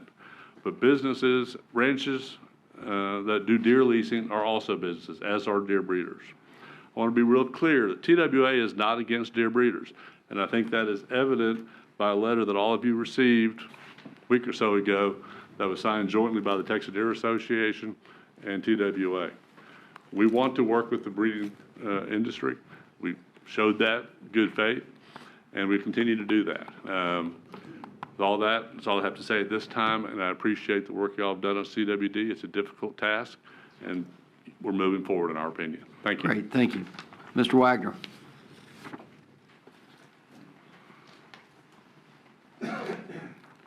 Chairman Hildebrand and Commission members, I'm Matt Wagner, Executive Director of the Texas Chapter of the Wildlife Society. We applaud the department for their efforts to manage this complex and ever-changing disease. Each year, the agency continues to invest more resources, money, and staff hours into managing CWD to protect the state's $6 million deer and $4.6 billion deer hunting economy. And where do these dollars come from? Not from the public taxpayer, as some have alleged. These are hunter dollars. paid for from the sale of hunting licenses and Pittman-Robertson funds from the sale of firearms and ammunition, a federal tax that's been established since 1936. Given the amount of resources the department has dedicated to managing CWD, we understand the need to reduce the extent of the surveillance zones, especially where breeder cooperation is good. In the Panhandle, however, where CWD has been detected in wild mule deer, it's prudent to expand the surveillance zone in order to determine the extent of the disease in the local deer population. In addition, as we shrink zones and reduce testing requirements, we believe it's necessary to require visible ID on all deer released from breeder facilities. We thank you for your continued hard work of the Commission and the staff to manage CWD while accommodating the needs of deer breeders. And thank you for the opportunity to comment. Thank you. Mr. Davis. Good afternoon, Chairman Hildebrand, Commissioners, Dr. Yaskowitz. Thank you for the opportunity to speak. For the record, my name is Kevin Davis with Texas Deer Association. I'll be brief. I'm standing before you today to happily say we support most of this proposal. Our only concern with the proposal is while we're appreciative of the reduction in zone size and we're appreciative of the removal of 3 of the surveillance zones, we do believe that when surveillance zones were created in 2012, the tools to mitigate disease risk and management weren't available as they are today, And so, since 21, this commission and this staff has made proposals and changes to regulations that moved the deer breeder testing requirement to 100% of 100, meaning we test 100% of mortalities, 100% of any animal prior to movement.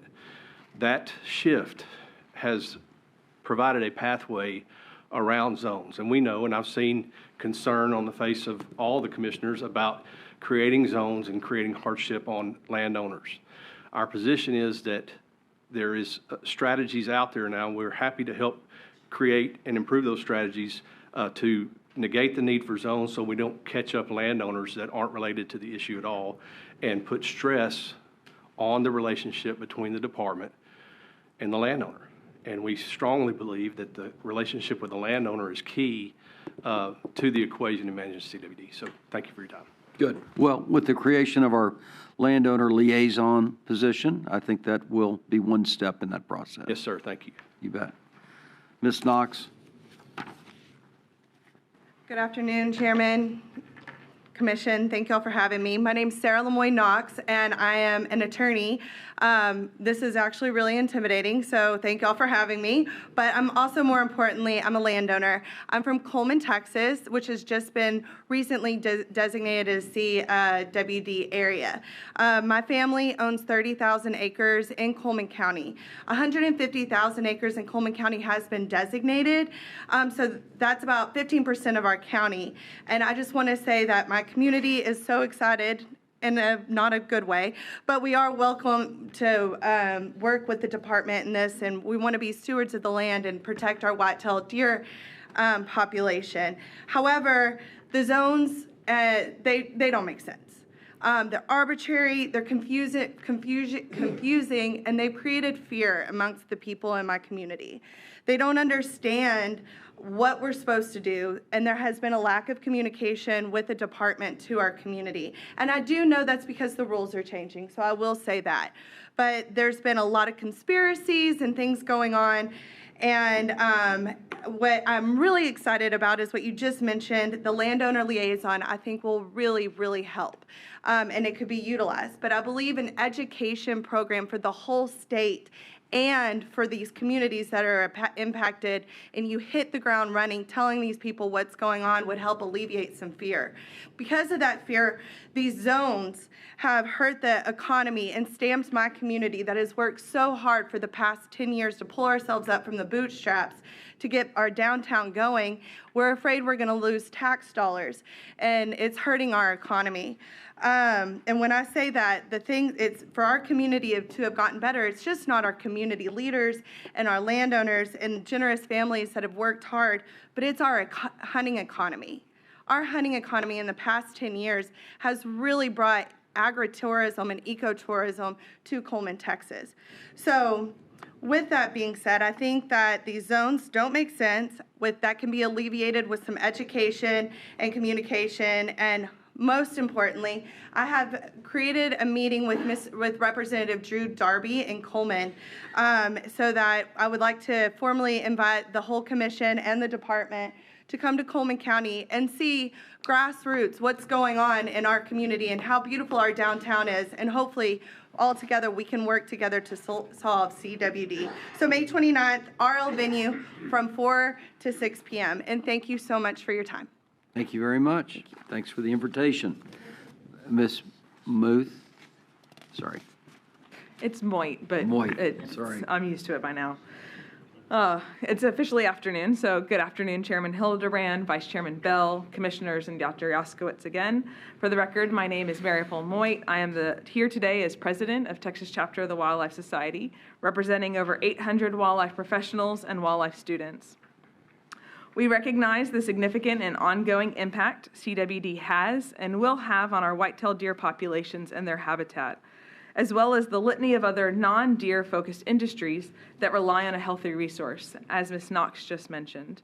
As stated in previous testimonies, but worthy of reminding this commission again, the deer hunting in Texas done on both these individual deer breeder release sites we're discussing today, but also on millions of other privately owned acres that are not in relation to the deer breeding industry is worth over $9.6 billion to the Texas economy. Texas Chapter supports the measures recommended by staff for managing chronic wasting disease in our state as proposed yesterday. We want to continue to stress to the Commission to recognize the different regulations needed for the disease management with our free-ranging herds and the disease management protocols slated for our breeder facility held deer populations. If warranted, to continue avoiding confusion, please consider splitting future proposals based on these two different realities, as Dr. Reed said, free-ranging populations and breeder-contained populations. Additionally, as Tier 1 facilities are being considered next, Texas Chapter urges the best management practice of retained visible ID for all breeder deer, both while in pens and once set on release sites. We commend the dedication of Texas Parks and Wildlife Department staff and leadership to stewarding our natural and cultural resources. Their recommendations are grounded in science and offer tangible solutions while considering the broader impacts on our ecosystems. On a personal note, I want to acknowledge the tireless efforts of our Parks and Wildlife biologists, our game wardens, our veterinarians, and our disease specialists tasked with implementing disease management protocols and initiatives. Their commitment to wildlife conservation is commendable, and we as Texas Chapter stand in solidarity in support of them. Thank you. Ms. Price.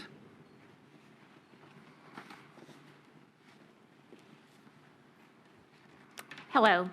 My name is Riley Ann Price. I come from West Texas. I'm always proud to say that I'm an agriculturalist at heart. I am a conservationist, and I'm a wildlife enthusiast. I like to say that I'm rooted in agriculture and committed to conservation. My family obtains 100% of their income from agriculture.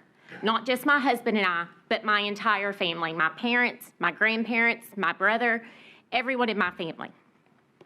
Agriculture, wildlife, those things are important to the great state that we live in. Previously, when I spoke here, I encouraged you to put this situation in the hands of the producers. And I just want to tell you thank you. Thank you for allowing the producers to be involved in that. I will assure you that there is no one more motivated than the producers to solve this problem. And by y'all giving them the opportunity to do that, you've put each of yourself in a position to be part of the solution rather than part of the problem. With that said, I will say that these zones have problems, guys. That someone drawing a line on a map is not going to solve a problem. I have a 12-year-old daughter. A couple of years ago, her dad and her went to the local feed store to get some cat food, come home with a deer stand. She spends a lot of time in that deer stand, during deer season and outside of deer season. She enjoys sitting in there in the afternoons and watching the wildlife with her binoculars. She'll come home and tell me the things she saw and the things she enjoyed. I want that for my child. I want my child to feel safe when she's observing her natural resource. Frankly, these zones, containment, what that says in cursive, what that translates to is contamination. I don't want a child being raised in fear. Fear of her natural resource, fear of hunting. These containment zones are deterring hunters, and it's spreading fear amongst the public, and truthfully, they're not containing anything. From someone who's fried enough backstrap and a skillet to feed a small army, someone drawing a line on a map doesn't scare me about my deer. I believe that you guys are smart enough, and y'all realize that the data is there, and that the deer breeders are containing behind the fence. We don't need lines on maps, and they're not containing anything. Thank you for the opportunity to be here. Thank you for the opportunity to provide my child with the opportunity to love the outdoors, love her natural resource, and all young hunters alike. Thank you so much. Thank you. Ms. Phillips. Hello, Jody Phillips, President of the Texas Deer Association. Good morning, Chairman and Dr. Yaskowitz, Commission. It's hard to follow the Scurry County Cotton Queen, but I'll do my best. There was a question brought up yesterday regarding practices, good practices behind the fence. And I'd like to point out something that, I mean, you don't know unless someone tells you, but most deer breeders are double fenced. It's a common practice. That's done because of the mindset of we don't want the outside deer to touch the deer behind our fence because ours are tested, the ones outside aren't. So the double fence is something that's been happening for a long time without regulation to have the fence just because of the regulation that we have. So the zones were created long before we had the tools that we do now with all of the testing. And we all know the 100% mortality, et cetera. Now that we have all that, I feel like zones were a valid argument before we had those tools. We had deer moving across the state. I'll give that to anyone who argued that. It was true. We had deer moving across the state that weren't tested. But now they're tested. They're tested before they move from a breeder. They're tested before they're removed to a release site. The zones, as far as landowners go, there's no reason for them outside of a breeder pen. If there's a CWD positive breeder pen, obviously we know that. Those deer aren't moving. They're going to be tested or depopulated, whatever the herd plan established, and there really should be no zone around it if it's double fenced. It just creates an animosity between the landowner and the deer breeder, and between the landowner and Parks and Wildlife. It's just not needed. My second point is, what happens to the deer breeder that's inside of a surveillance zone or a voluntary testing area if we get a CWD positive outside of that area? You have a deer breeder behind a fence who's doing everything right. Testing, everything. Can't move before you test, all the things. What happens then to the deer breeder? So it doesn't really give you incentive to test outside of that fence. So I do feel like this is chicken and egg kind of thing, but I do feel like there's a reasonable way to work around zones for landowners and for deer breeders. And with that, I'll conclude. Appreciate Thank you very guys. much. Mr. Yates. Sir, Mr. Chairman, Commission, for the record, my name is David Yates. I'm a member of the CWD Task Force and the White-tailed Deer Advisory Committee. And I'm here on my personal behalf. Over the years, I've spent a lot of professional and volunteer time working on this issue. It's never ceases to amaze me. Staff, commission, advisory committee members, people that are neck deep in this stuff can still get kind of confused because they are very complex. I'm here to, I guess, call into question the utility of a zone approach. In 2012, in that Habitat Island out in the Waco Mountains, it makes perfect sense. With the initial detection in Medina County at a breeder facility in 2015, it made perfect sense. We now have 30-something positive locations. We're taking, some zones are done in a radius, some are done by county roads, some are where we have the highest prevalence are now going to be voluntary sampling. The statement was made by Dr. Reed yesterday. It's really important to know to find out where it is. I submit that given the number of trace out release sites around the state and, kind of head scratching discoveries like in Coleman County, it's like, how in the world did it get there? How in the world is it showing up in new breeding facilities year over year over year? I submit that we don't really know, and therefore we should be taking a broader approach. I think that it makes perfect sense to, I'm not suggesting backing down in any way, shape, or form, but I think a statewide approach would allow the department to allocate staff resources to kind of pulse around to look where we think it might be, but we don't know. And that can be done without tangling up landowners, impairing property values, impacting local economies, and creating stigmas. So the term innovation has been thrown around a lot over the last couple of days.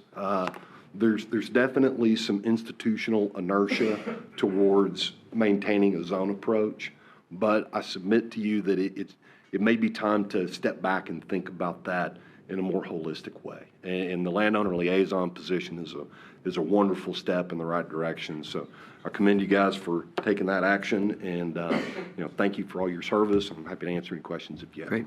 Thank you, Mr. Yates. Yes, sir. Thank you. Ms. Malatek.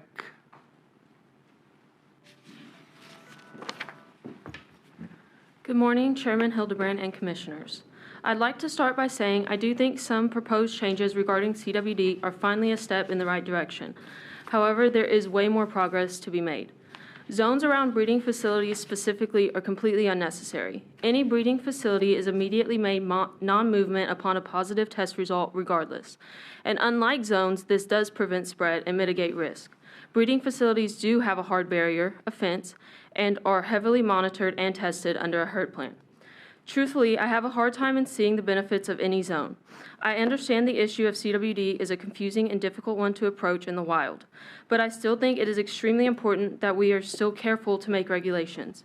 In this case, place zones for the sake of just appearing to have a solution, especially when those regulations can have such negative effects.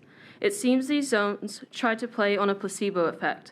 They are presented in a way that at surface level try to make it seem like they solve an issue to mitigate risk or contain, but they don't. However, when you look a little deeper, the negative effects are very apparent and real. These don't seem to be given near as much consideration, though. A few of these include the fear and pressure they put on landowners and hunters. Land values, businesses, and the hunting culture in Texas will undoubtedly suffer. I'd also like to make a quick point on the inconsistency in the voluntary and mandatory requirements for different zones, once again making it increasingly confusing and discouraging for hunters. One comment that stuck out to me from yesterday was that there doesn't need to be as much testing in an area because we already know it's there. To that I ask, then what's the real point? Because that's the only thing a zone does is potentially increase testing. I think a simple pros and cons list on these zones would make it apparent just how unneeded and, quite frankly, detrimental they are. So I ask that you please continue to focus more on what these zones do when implemented and not simply how they are presented on the screen. Thank you for your time. Thank you very much. Ms. Du Bois. Good afternoon. Thank you, Chairman Hildebrand and Commissioners. My name is Megan Du Bois. My husband and I work for PBR Whitetails in Bullard, Texas. I think listening to the workshop yesterday, I am more confused about containment and surveillance zones than I was before. I think average hunters will be very confused. In the My Texas Hunt Harvest app, it just shows CW zones. It doesn't say containment or surveillance. So I think just the whole situation for everybody is very confusing. I was pretty taken aback also about Dr. Reed's comment yesterday that testing in certain zones, moving from mandatory to voluntary. Working in the deer breeding industry, I can imagine Dr. Reed telling a positive facility the tests aren't necessary anymore because we know CWD is there. The double standard is apparent in that. I do think sharing best practices is a good idea. I am cautious of more regulation, though. I think helpful and innovative ideas are important for any industry. The proposal to remove tiers is a big step in the right direction for our industry. I hope the commission and staff follow this example with other confusing regulations. I appreciate the comments and questions asked by commissioners yesterday. It's clear you are working on solutions for all stakeholders. Thank you for the opportunity for talking. Great. Thank you very much. Ms. Schmidt.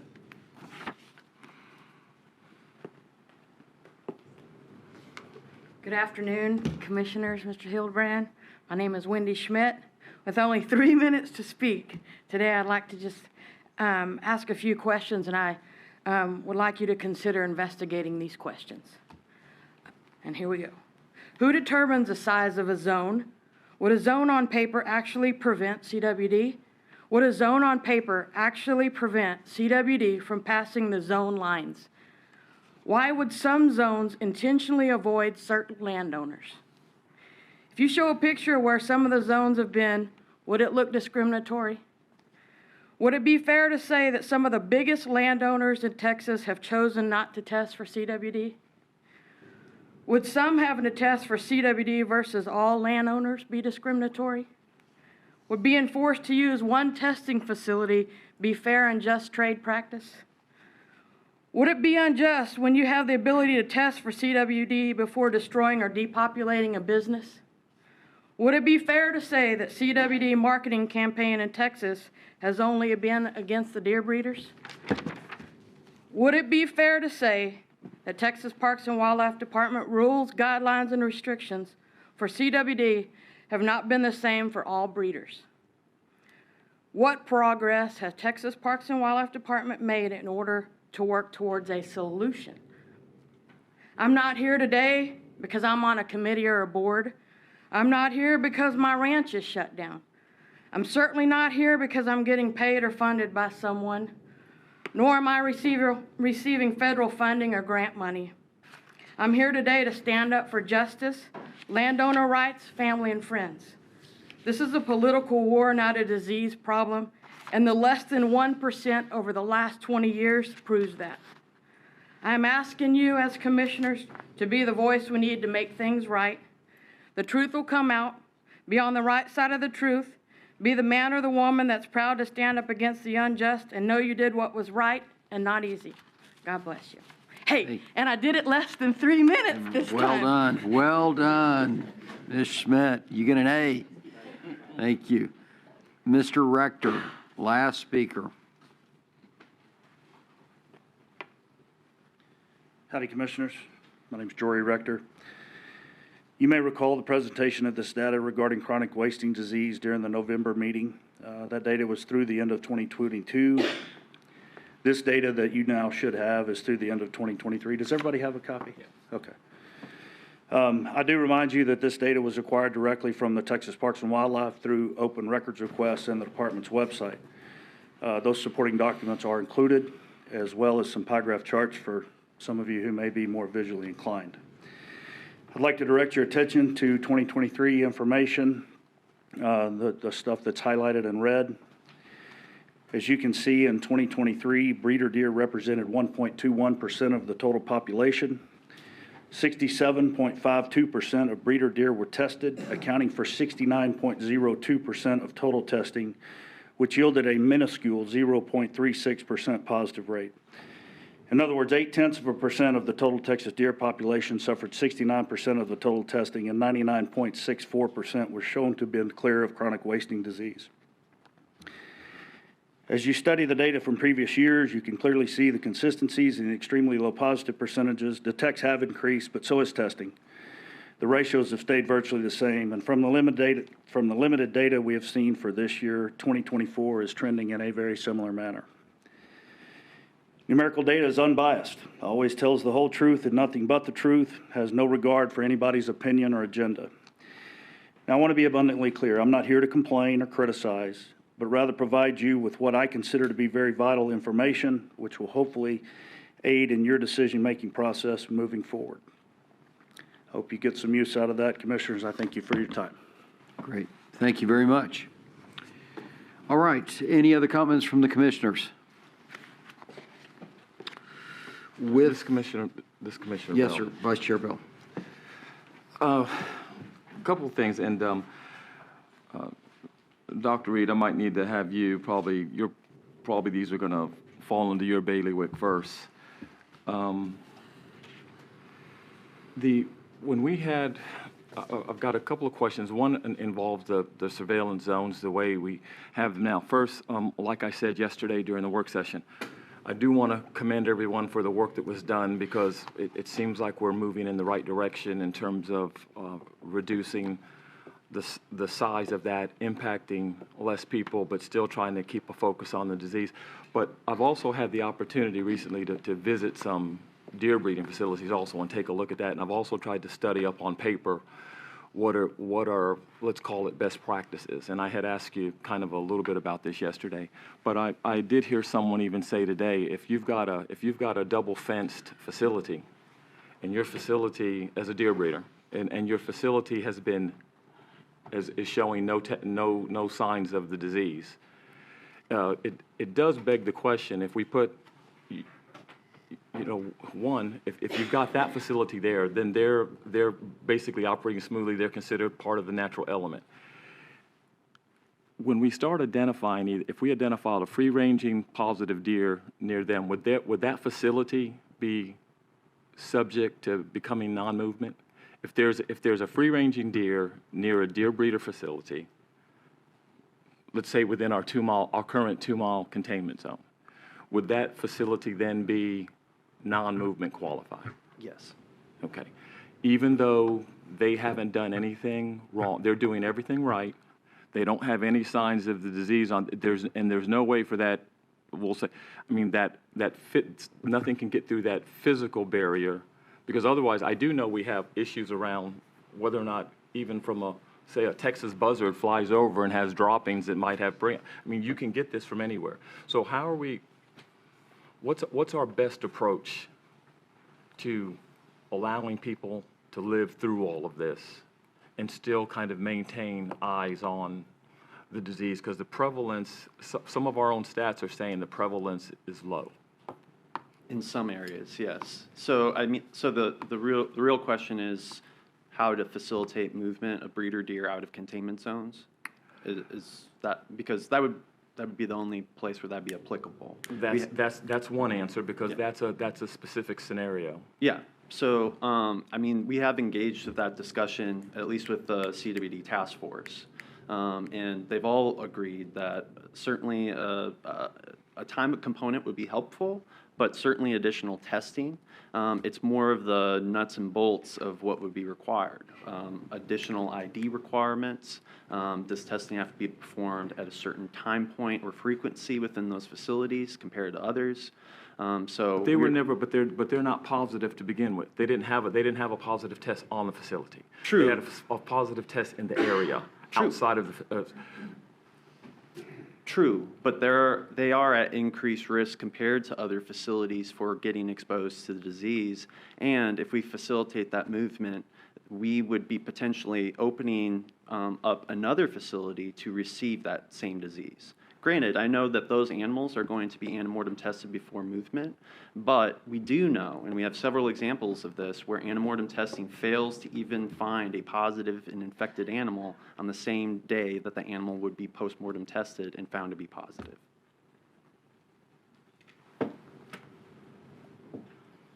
It seems like we're stretching on that.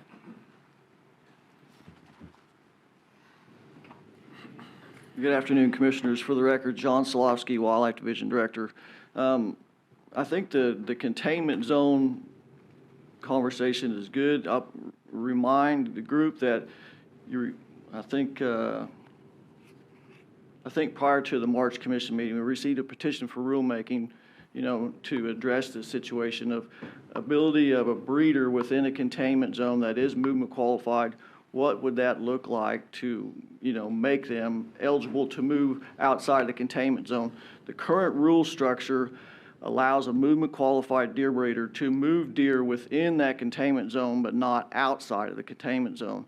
The petition for rulemaking that the commission and we received was to further address, opportunities at some point in the future to address, like some have said today, the additional rules that we have in place, the additional testing. Do we, as an agency, as a group, feel safe moving deer out of a containment zone? We had that discussion at length with that particular individual, our various advisory committees, where staff continues to work through that process now, what that would look like to change our existing rule structure that would allow movement from a containment zone from a movement qualified deer breeder. Because I'm starting to question if a facility is double fenced, and I'm not pro deer breeder, I'm not anti deer breeder. I'm just kind of pro. Let's get the right information out here. Let's get the data. But if you've got a facility and that facility has done everything correctly, let's say there's a positive on that facility. I even understand shutting down that facility. How big a buffer do we need to put around? Do we need to have? It's double fenced already. It got in there. It got in there somehow. I don't know how it got in, but it is. How arbitrary are we being, or are we appearing to be to people?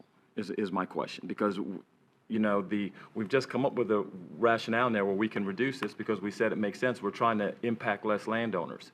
Should we be trying to impact even less landowners, like only the person that was actually impacted by the test? Because it's going to lead me to my next question about that 6 million acre zone we have up in the Panhandle, right? That's a lot of land to take out.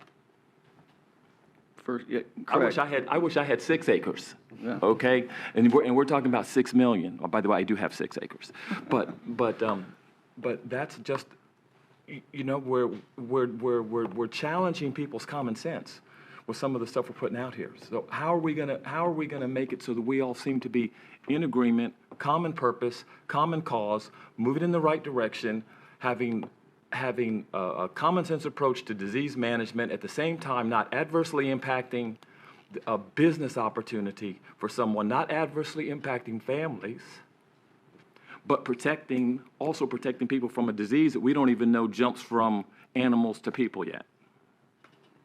Yeah. So I guess my 2 cents on it is that what we're trying to do, and a lot of the rules that we have move forward with, especially since 2021, is to be more proactive and preventative in how we're moving deer, and we're moving deer in a more risk mitigated fashion.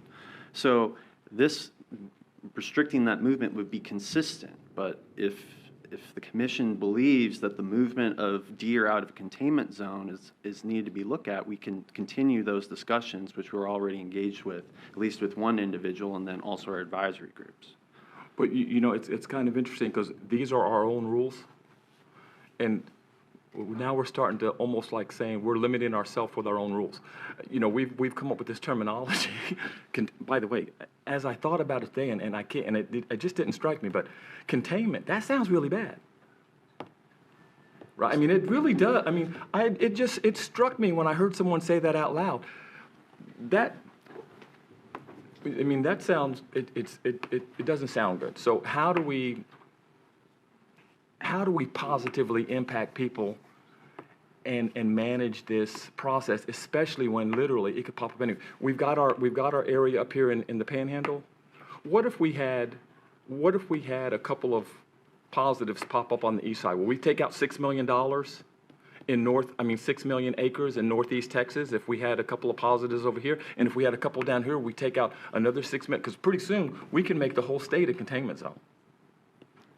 So, Commissioner Bell, what I'm trying to say here, I mean, the places that you're talking about have completely different species that are involved. So we adapt our containment and surveillance zones to fit the species in those areas. We understand that there are movement restrictions related to breeder deer when we're talking about free-ranging zones, but the fact of the matter is the greatest risk of transferring this disease is the movement of animals, live animals. And we're trying to acknowledge that risk with these rules. But with with the free-ranging deer, we have no control over their movement, correct? True, but they're not going to be put on a trailer or possibly exposed in another facility, which well, in itself will also be able to transfer deer across the state or even internationally. I'll hold for a second in case anybody else has a question. I have to think. I've got a question. So with the carcass disposal rules that we're contemplating today, doesn't that mitigate the risk substantially of the spread of it in the free-ranging environment? Because there is a distinction, breeding facilities versus free range, and I think 6 million acres versus a 2-acre radius or 2-mile radius. That's a huge difference. And so all around this free ranging and creating these containment zones, what are we really doing other than requiring testing? Because you're not moving deer only through carcasses. So kind of how does that interplay work? Carcass disposal and the creation of these zones. So, yes, I would say that carcass disposal does continue to mitigate some of that threat of zones. I think the biggest, or threat of movement of carcasses that could be infected within zones. I think the greatest benefit, though, of carcass disposal rules statewide is that it is in areas outside of zones. So we already know that CWD can be an incredibly difficult disease to find initially, especially when at low prevalence or a very recent introduction. That is where we're being more proactive in managing in the areas where we know that there might be a detection of the disease that we're missing. So, I mean, I do get that really our options are limited with the containment or control of CWD and free-ranging deer, but that's not a problem just specific here in Texas. That's a problem everywhere throughout the United States. And I would say that we don't implement the same types of procedures that other states have implemented, such as bait bans and target. All right, hypothetically, if we did away with containment zones and surveillance zones for free-ranging deer, what's the impact of that? Well, we really, hunters would not know where we would actually really have infected deer present. That's something that hunters should know, especially from public health guidance from international and national organizations. But then also, we use these zones to really help target and, inform our decisions about what the population status is, at least for white-tailed deer and mule deer.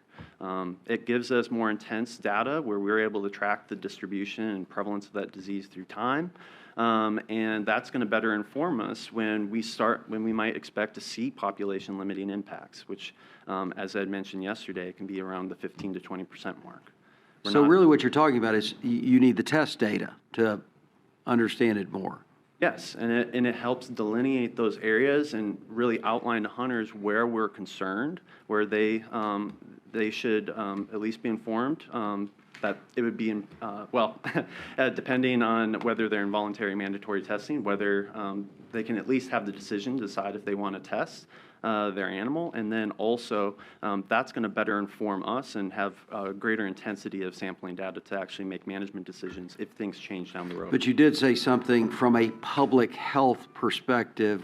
I mean, the data has demonstrated that there is no transfer from the animal to humans and that there has been no negative effects on the eating of venison on an infected deer, correct? There are no confirmed cases Correct. of this in humans, but the public health recommendation is to test animals in areas affected by this disease. Understand.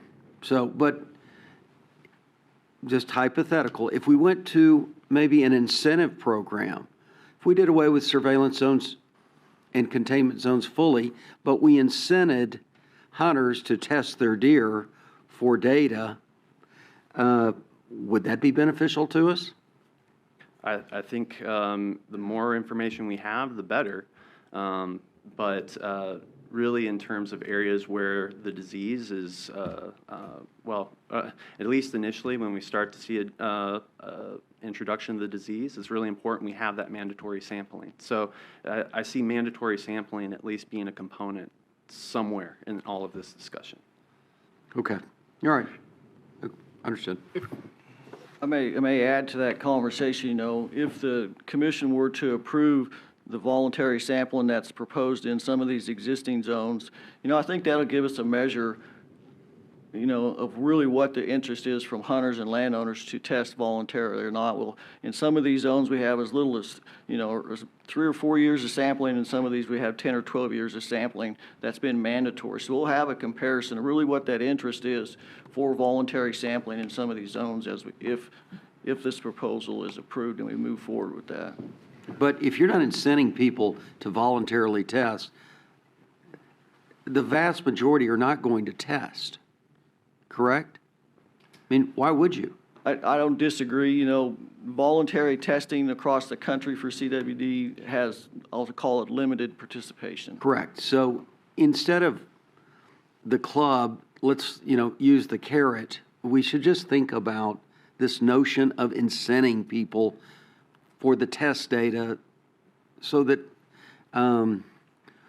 we extract, a better subset of information. So we're not going to solve this today. We're here to talk about this motion.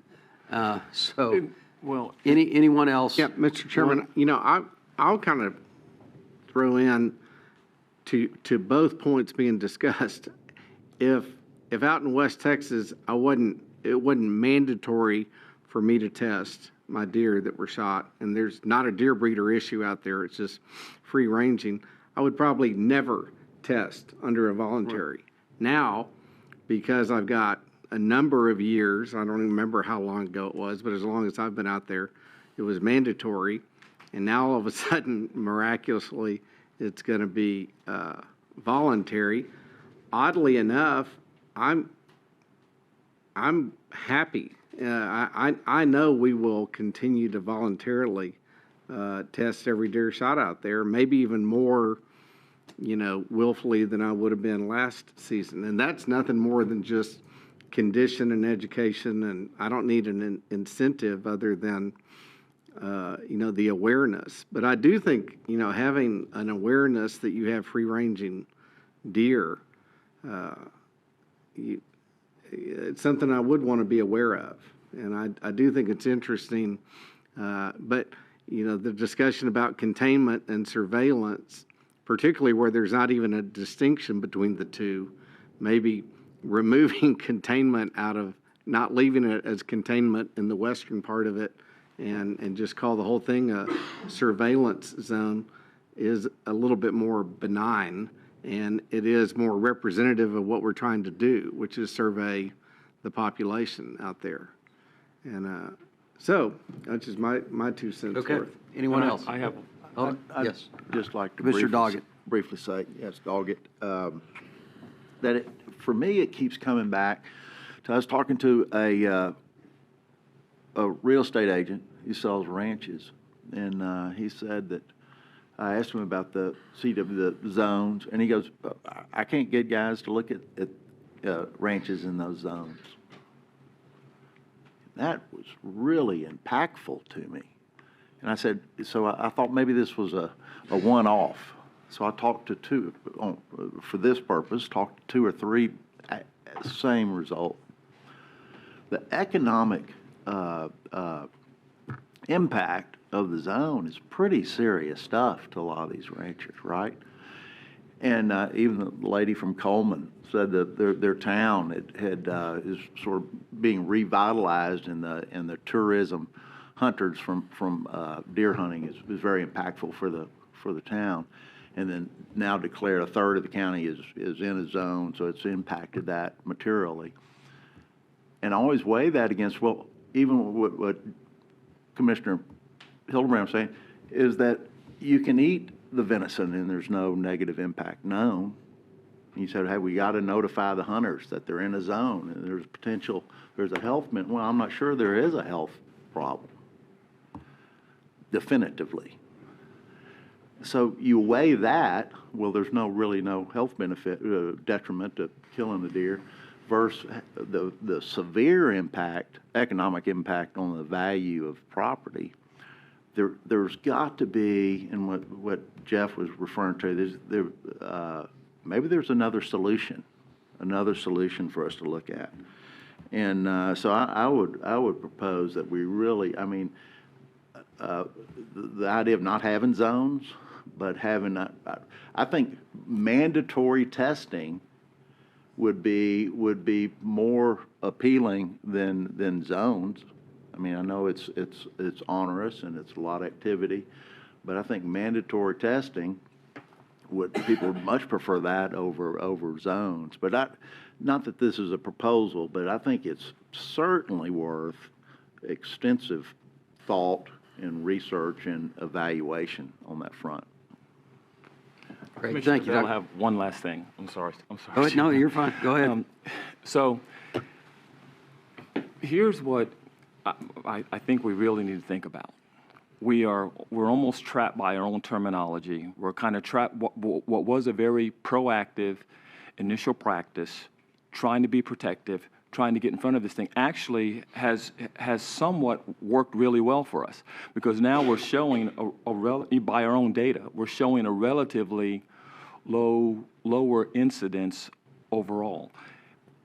Maybe what we need, instead of surveillance and containment, we need communication. And if we have a point of contact in each county, whether that's our own, but we can tell if we have some, we can still have the information flowing. But now we tell folks, we get out there and say, hey, you do know that you had this in your area, and come up with whatever that innovative program is, so that people are aware, they can test. But the prevalence, I mean, we're all still trying to learn this. We know it's going to be higher on a breeder facility if it happens, because it's a closed loop, right? But when the other, I don't know how many million acres we got in Texas that stuff is running over, we're just not finding it like that. So what other thing could we come up with, Dr. Hunter, here that would make this livable for everyone? What other idea is there besides the proposal we have on the table today? What could you recommend? I mean, that's a hard question. I don't think I could design a surveillance system on the spot right now. But I mean, we can look at options to solicit greater statewide sampling. But I'm kind of urge that it's really important that we continue to monitor the disease where we've detected it. So we can do a better job, perhaps, of trying to get voluntary sampling opportunities or greater awareness amongst those that are not outside CWD zones. We know we have areas in the state that we need greater sampling. I think there's avenues to do that. But at least as it pertains to the items today for how we're surrounding deer breeding facilities, and at least in free-ranging zones, continuing to have some component of mandatory sampling there is really important. And because of the two different epidemiological realities that we're trying to assess. But do we have to be married to zones? I have to be married to my wife because, one, I love her, wonderful, and she will do terrible things to me if I try to leave.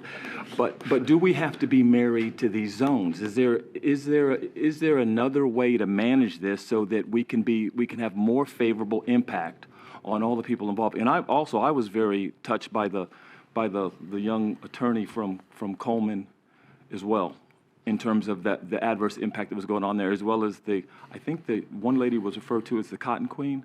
Was that her comments about her kids and whatnot? So, how do we make this livable for everyone? So, I stand firm in the fact that I think that we have to have at least some sort of delineation, letting hunters know where we would expect that disease to exist. I can tell you that for those that perceive this to be somehow detracting to hunting and scaring people from hunting, I can tell you that there are also a side of the equation where people want every deer they test, or every deer they harvest, tested by the department. And they're not in a zone, or they might be in a zone, and they might already be required to, but they're doing it because of their own concern. That can be completely independent of any sort of public health argument that someone would want to make. That's because they want to know, at least on their ranch, or at least in their population of white-tailed deer. Chairman, can I maybe make a suggestion? Absolutely. Okay. So what I'm hearing, I think, from the commission, I'm going to kind of encapsulate this is, and it started yesterday with your recommendation, Vice Chairman, about what are best practices in breeding facilities, and let's look at that. And that was brought up a bit today in the discussion. So, double fencing, use of equipment, et cetera, the rules that we have in place. And then that leads to thinking about then what does a zone look like? And that's what I'm hearing today is what does a zone look like that we can move forward after today? Because the commission does need to consider today's action moving forward today.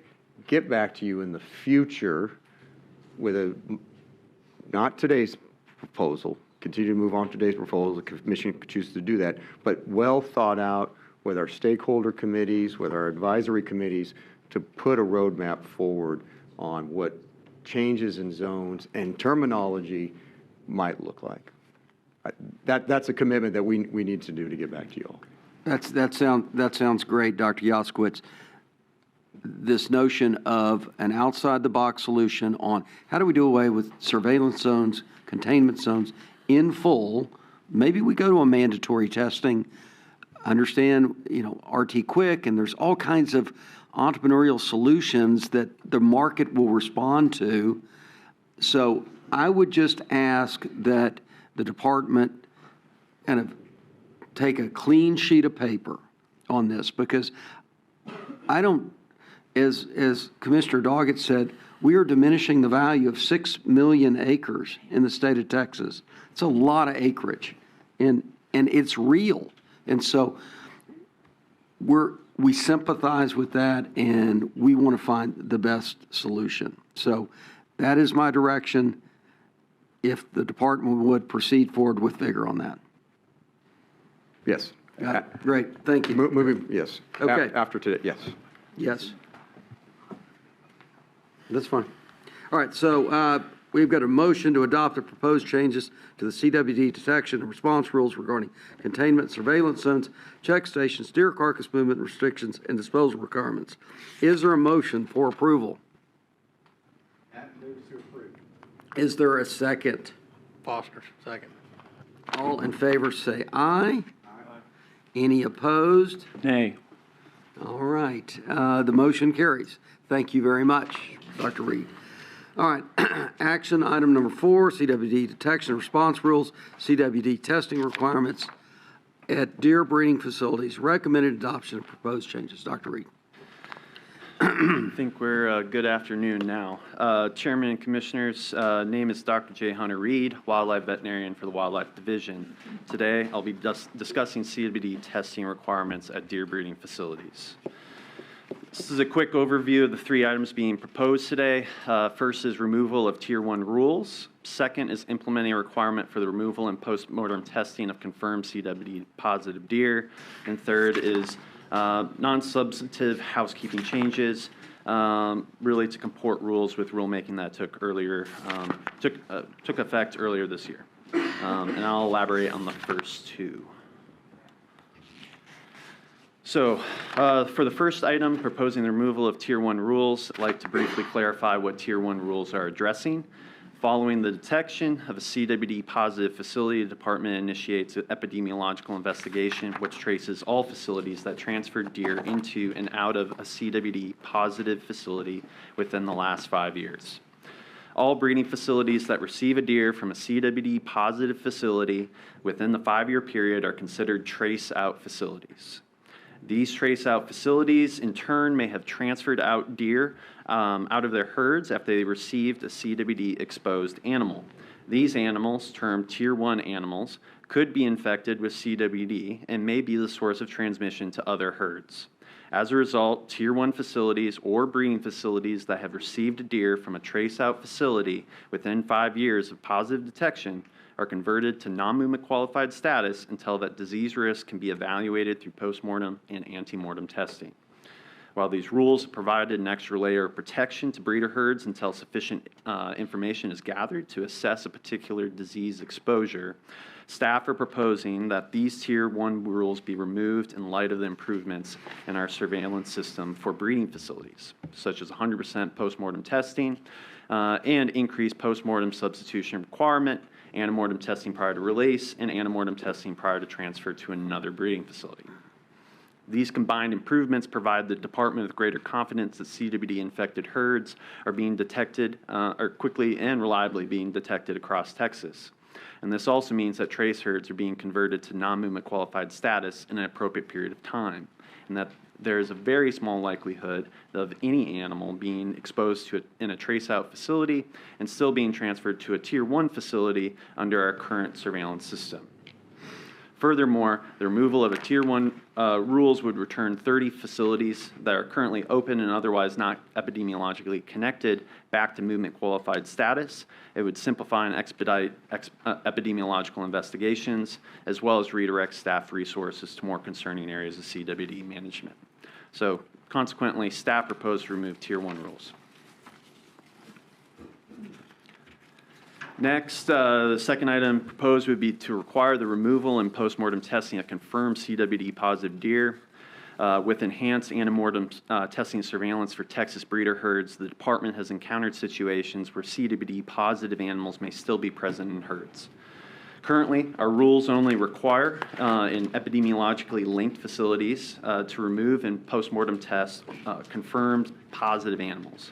And additionally, herd plans developed in cooperation with THC, or Texas Animal Health Commission, Parks and Wildlife, and United States Department of Agriculture and the facility owner require removal and postmortem testing of confirmed CWD positive animals. However, there's no requirement for the removal and postmortem testing of confirmed CWD positive animals if they're not epidemiologically linked or have yet to sign a herd plan. So staff proposed to address this gap to reduce the risk of CWD transmission within and outside the breeding facility. And the last item was to address non-substantive changes transferring rule text from transition provisions to other sections. As of this morning, received 233 public comments. 91% of those were in favor, 6% disagreed with the proposal, and 3% disagreed specifically with the proposal. Those that disagreed specifically with the proposal thought that Tier 1 testing should continue. Others thought that requiring visible ID on deer released from Tier 1 facilities should be required. Texas Wildlife Association also submitted formal comment. They agree but recommend that retained ID be required for all released deer, especially for Tier 1 deer. Texas Deer Association agrees with the removal of both items, and Deer Breeder Corps also agrees with the removal of both items, or removal of Tier 1 rules and removal of CWD positive deer, as does Texas Deer Association. So, subsequently, staff recommends that the commission adopt the following motion, as seen on this slide. And thank you for your attention. Great. Thank you, Dr. Reed. Any questions of Dr. Reed? You'll have a chance as well after the speakers. All right, so we've got several signed up. Michelle McBride on the phone. Ms. McBride, you'll get points for being quick. So. Hello again, Commissioners. Michelle McBride of Kerr County with McBride Private Consulting Service. I stand against proposed amendment to CWD Comprehensive Rules, Agenda Action Item Number 4, for many reasons. Basis on my opinion. Firstly, the first order of business must be to address the tabled, not postponed, agenda items as listed from November's Commission meeting.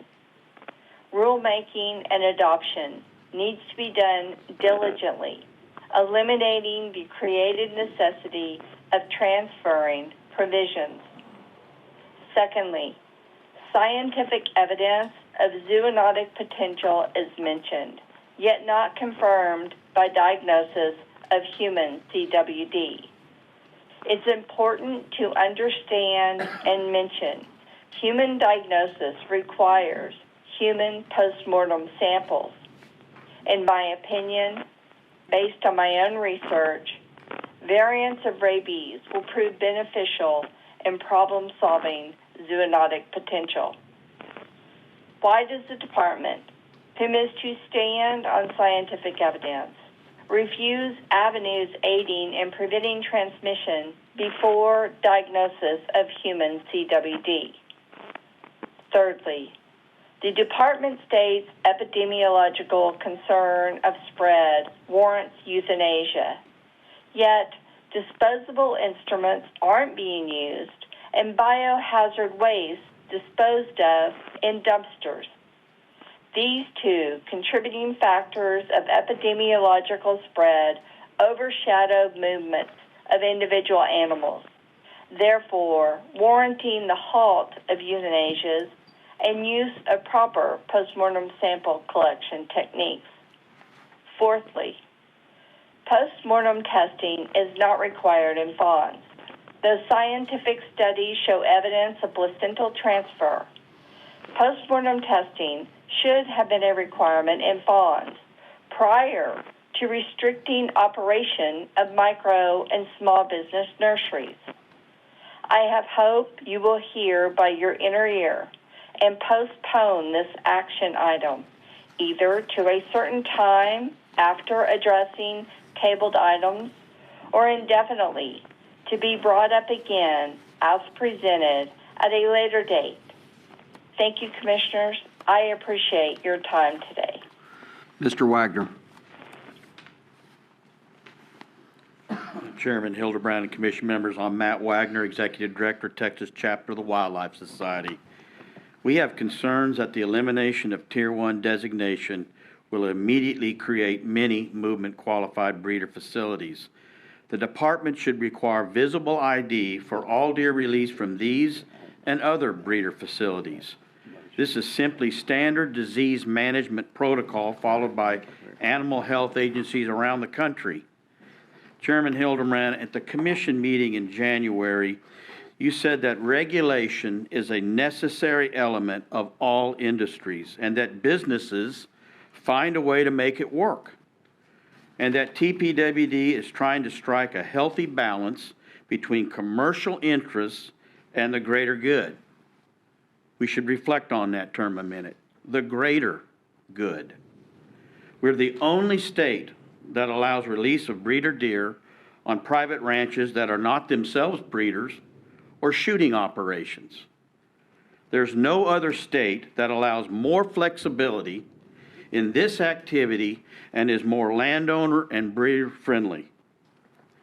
White-tailed deer are a public resource that have been commercialized for private gain, and when you overlay a complex disease like CWD on top of this relationship, shouldn't we do everything we can to stop the artificial spread of this disease? Thank you for the opportunity. Thank you, Mr. Wagner. Mr. Davis. Good afternoon again, Chairman Hildebrand, Commissioners, Dr. Yaskowitz. For the record, again, my name is Kevin Davis with the Texas Deer Association. I just want to state the Texas Deer Association's support for this proposal. I want to acknowledge that this proposal was brought forward by TPWD staff. Dr. Yaskowitz, thank you for you and your staff bringing this proposal forward. It's an important one, scientifically supported, and we appreciate it. I want to take just a second. Dr. Wagner is my friend. We've been colleagues for over 25 years working at Parks and Wildlife. I'd just like to, acknowledge his comment about visible ID and just remind everyone that that is a decision for the state legislature to make. With that, I'll close. Great. Thank you very much. Mr. Chansey.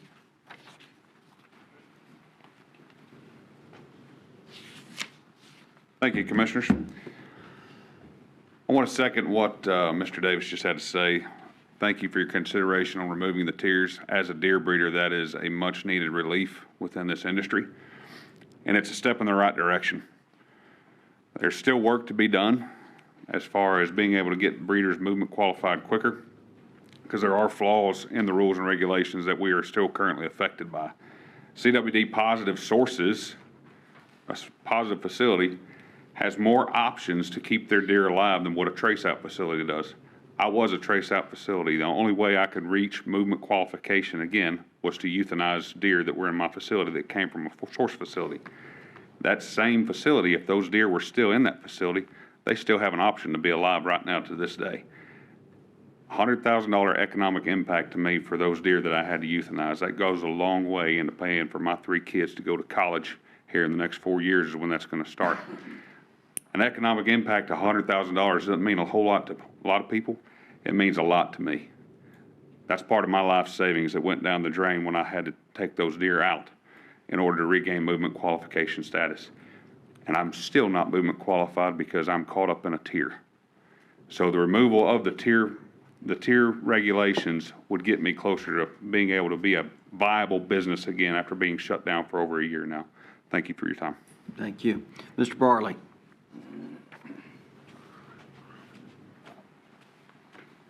How's everybody doing today? Thank you for having us here, Commissioners, Chairmen. I'm actually going to give you my executive summary of the tier system. Thank you for putting it on the docket to remove. I've got facilities A, I'm A, B, and C. Okay, I did business with B. They're shut down because they did business with C. In the middle of all this, as a proactive breeder, I have purposefully removed my animals, and working with B, who I'm also tied up with directly, they have removed their animals. And then C, I have never done business with C. So removing this is going to help me very much in getting back to making an income, hopefully, off of this adventure, that's a different story. Anyways, I'm in favor of removing the tier and trace statuses. Thank you all very much. And like Ms. Coleman said, this is very intimidating. All right. Thank you very much. All right, Commissioners, any follow-up questions, comments? All right. If not, is there a motion for approval? Able, so moved. Is there a second? Bell, second. All in favor, please say aye. Aye. Any opposed? Hearing none, motion carries. Thank you. Dr. Yaskowitz, on item 3, just a clarification, I was referring surveillance zones on the free ranging element of it and mandatory testing and, okay. All right. Thank you. All right. Action item number 5, disease management, special take authorization rule, recommended adoption of proposed rule. Mr. Stormy King, please make your presentation. Okay, again, for the record, Stormy King, Assistant Commander, Wildlife Enforcement for the Law Enforcement Division. Good afternoon, Chairman and Commissioners. I'm here today on behalf of staff to recommend adoption of proposed amendments to the Texas Register related to special take authorizations associated with disease management. During the 88th Texas legislative session, the Texas legislature passed House Bill 3065, which was signed into law by the governor and became effective on September 1st, 2023. The resulting amendments to Parks and Wildlife Code allow the take of wildlife by persons authorized by TPWD as part of a program or event designated by the executive director to be for purposes of the diagnosis, management, or prevention of a disease in wildlife. These authorizations will facilitate the more timely and efficient collection of wildlife that historically would have had to have been conducted either by TPWD staff or under the provisions of a recreational hunting season and in accordance with bag limits, means and methods restrictions, tagging requirements, etc. Such authorizations can be of benefit to both the department and to landowners by, for example, providing for the quicker clearance of a release site in a trace scenario. House Bill 3065 granted the Commission authority to adopt rules to implement provisions of the new law. While many species can legally be taken year-round, day or night, by licensed hunters, this is obviously not the case with our deer in Texas. It is obvious that, at least at the current time, deer also present the most likely need by the Department to address a disease concern and as such pose the most likely need to provide a special take authorization to a landowner. As perhaps the most iconic of Texas wildlife, it is imperative that we develop rules to govern these authorizations that reflect the economic and cultural value of deer to the state. The rules as proposed would create processes for application and issuance of authorizations, specify requirements for disease testing and reporting, and provide reasonable limits on activity conducted under the authorizations to protect the integrity of the intended purpose and provide accountability via enforcement action for noncompliance. As of this morning, We still had 32 comments from the public on this item, with 69% agreeing completely, 28% disagreeing completely, and 3% disagreeing with a specific element of the proposal. There were a total of 8 written comments summarized as follows. 2 conveyed support based on the opinion that the proposal would facilitate disease management and data collection. 6 written comments were either not germane to the proposed regulation or raised a concern that is addressed in the proposal. With that, staff recommend that the commission adopt the following motion. The Texas Parks and Wildlife Commission adopts new 31 Texas Administrative Code 65.907 concerning special take authorization, whitetail, and mule deer as listed in Exhibit A, with changes as necessary to the proposed text as published in the April 19th, 2024 issue of the Texas Register. Thank you, Mr. King. Any questions? All right, we've got one speaker signed up, Ms. McBride. I am Michelle McBride, a birthright native of Kerr County. I will begin with clarity of stand, which is against department's rulemakings, not against our game wardens. I have the utmost respect for the work they do and truly feel they are our Texas Rangers of wildlife. My stand against action item number 5 is on basis of the same opinion as my March the 28th public comment stand against action item number 2, stating that first order of business must be the necessary requirement of immediate action needed on 5 provisions listed as tabled, not postponed, from action item number 5 during November's commission meeting.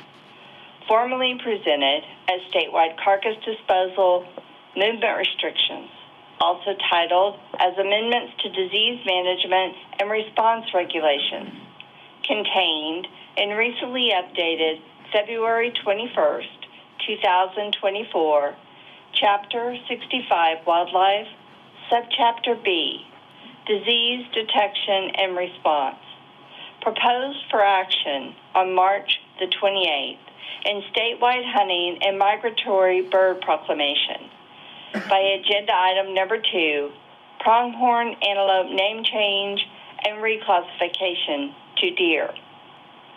Though modifications were made after publicly adopting March 28th action item number 2, the same attempted interjection of November's tabled items are being proposed in special authorization to take provision by new subsections G and I. The newly proposed subsection J, restricting recording, hinders the documentation process of proper postmortem sample collection techniques used by McBride Private Consulting Service. Furthermore, I believe this proposal is written for assistance and compliance with former rules, which are hindering game wardens' abilities of enforcement. I believe it's necessary to address the hindering rules as written to achieve resolve, not propose new rules, which will lead to further confusion and escalation of controversy, eventually involving other entities of law enforcement. I pray you will seek the Lord's guidance in consideration of my request for first order of business to be action on tabled items as listed in November's commission meeting. Thank you. Is there a motion for approval? Able, so moved. And second? Bell, second. All in favor, please say aye. Aye. Any opposed? Hearing none, motion carries. Thank you. Action item 6, public hunting program, establishment of an open season on public hunting lands, approval of public hunting activities on state parks. Mr. Kevin Moat. Chairman, Commissioners, for the record, my name's Kevin Moat. I'm the Private Lands Public Hunting Program Director in the Wildlife Division. Today I'll be requesting your approval of 2 items related to the public hunting program. In order to provide hunting activities on public hunting land, the Commission must provide for an open season For this purpose, staff requests your approval to establish an open season on public hunting lands that will run from September 1st, 2024 to August 31st, 2025. The commission is also asked to approve specific hunting activities on units of the state park system detailed in the corrected version of your Exhibit A included in your briefing materials. As of this morning, the department has received a total of 15 comments. 80% agree completely, 0 disagree, and 20% disagree specifically on a particular item. Staff recommends the commission adopt these proposed motions. Number one, the Texas Parks and Wildlife Commission authorizes an open season on public hunting lands to run from September 1st, 2024 to August 31st, 2025. And the second, the Texas Parks and Wildlife Commission authorizes the public hunting activities described in Exhibit A, in corrected Exhibit A, to take place on units of the state park system. And that concludes my presentation. If you have any questions. Thank you, Mr. Moat. Any questions? So motion one, Texas Parks and Wildlife Commission authorizes an open season on public hunting lands to run from September 1st, 2024 to August 31st, 2025. Do I have a motion for approval? Commissioner Bell, so moved. All right, is there a second? Bell, second then. All right, all in favor, please say aye. Aye. Any opposed? Hearing none, motion carries. Motion two is the Texas Parks and Wildlife Commission authorizes the public hunting activities described in Exhibit A to take place on units of the state park system. Is there a motion for approval? Foster, move. Is there a second? All in favor, please say aye. Aye. Any opposed? Hearing none, motion carries. Action item 7, Texas statewide recreational trail grants funding, recommended approval of trail construction, renovation, and acquisition projects. Mr. Chris Sheffield. Good afternoon, Mr. Chairman and Commissioners. For the record, my name is Chris Sheffield. I serve as the State Park Trails Coordinator in our Recreation Grants Office. For the record, this is Chris Sheffield, State Parks Trail Coordinator for the Recreation Grants Office. This afternoon, I have our recommendations for funding for the 2024 round of recreational trail grants. These are derived from the fuel tax that off-highway vehicle users pay when they fill up their tank. Those are returned to the states to support recreational trails. Our 2024 apportionment is $3,954,874. We'll spend $279,630 of that for program administration. We have an additional $900,000 available from prior year projects that came in under budget or were canceled. We have also $1 million in state sporting goods sales tax that are marked for the Recreational Trail Fund, and we stand ready to fund further down this list if additional funds become available. 46 projects were presented for us to review, totaling over $10 million in requests. We have a State Trails Advisory Board that's made up of representatives of the various trail user groups, like the equestrian community, motorized, hiking, mountain bikers. They score that, and we present the recommendations to you. Some of the criteria they use are presented here. We also, as we've done in prior years, have used that $900,000 in project savings on our own state park sites to fund trail improvements. Some of those sites slated for improvements are also presented here. We've received 5 comments as a gift to you. They are all in agreement with our recommendations here. And we have 2 motions for you. The first one to approve the 16 projects in the amount of $3,671,666 as listed in Exhibit A, and for those state park trail improvements in the amount of $900,000. And then a second motion approving funding for projects listed in Exhibit A and the amount of additional rec trails funding that would be made available. And I can answer any questions. Great, thank you. Any questions for Mr. Moat? All right, we've got one speaker on the phone, Ms. Stanley. They are not on the line. Oh, she's not on the line. Okay. We'll move on. I believe that's it. Elizabeth Carrera.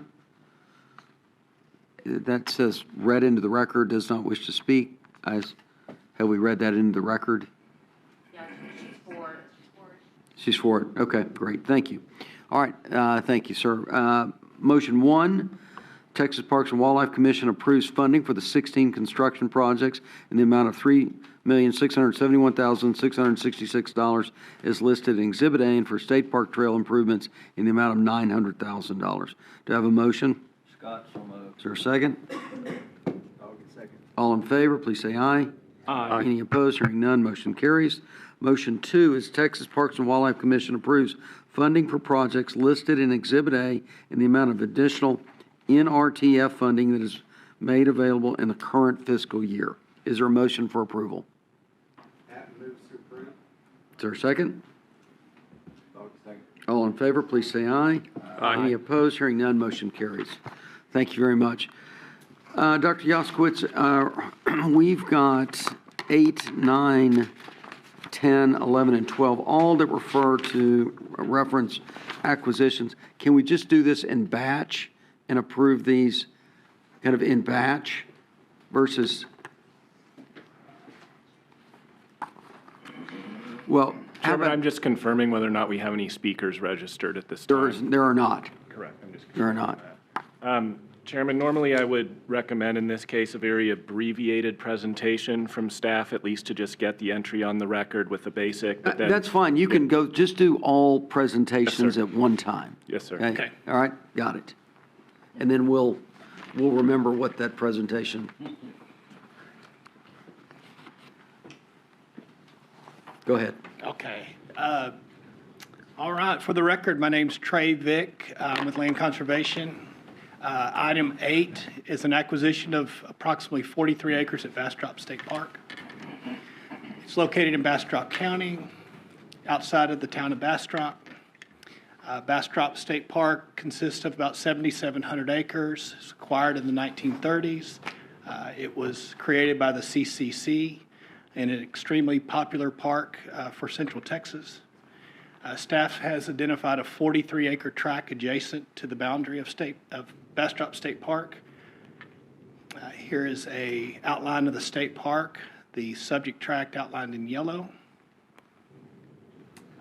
As of this morning, we've had 17 responses, 17 in favor, 1 opposed.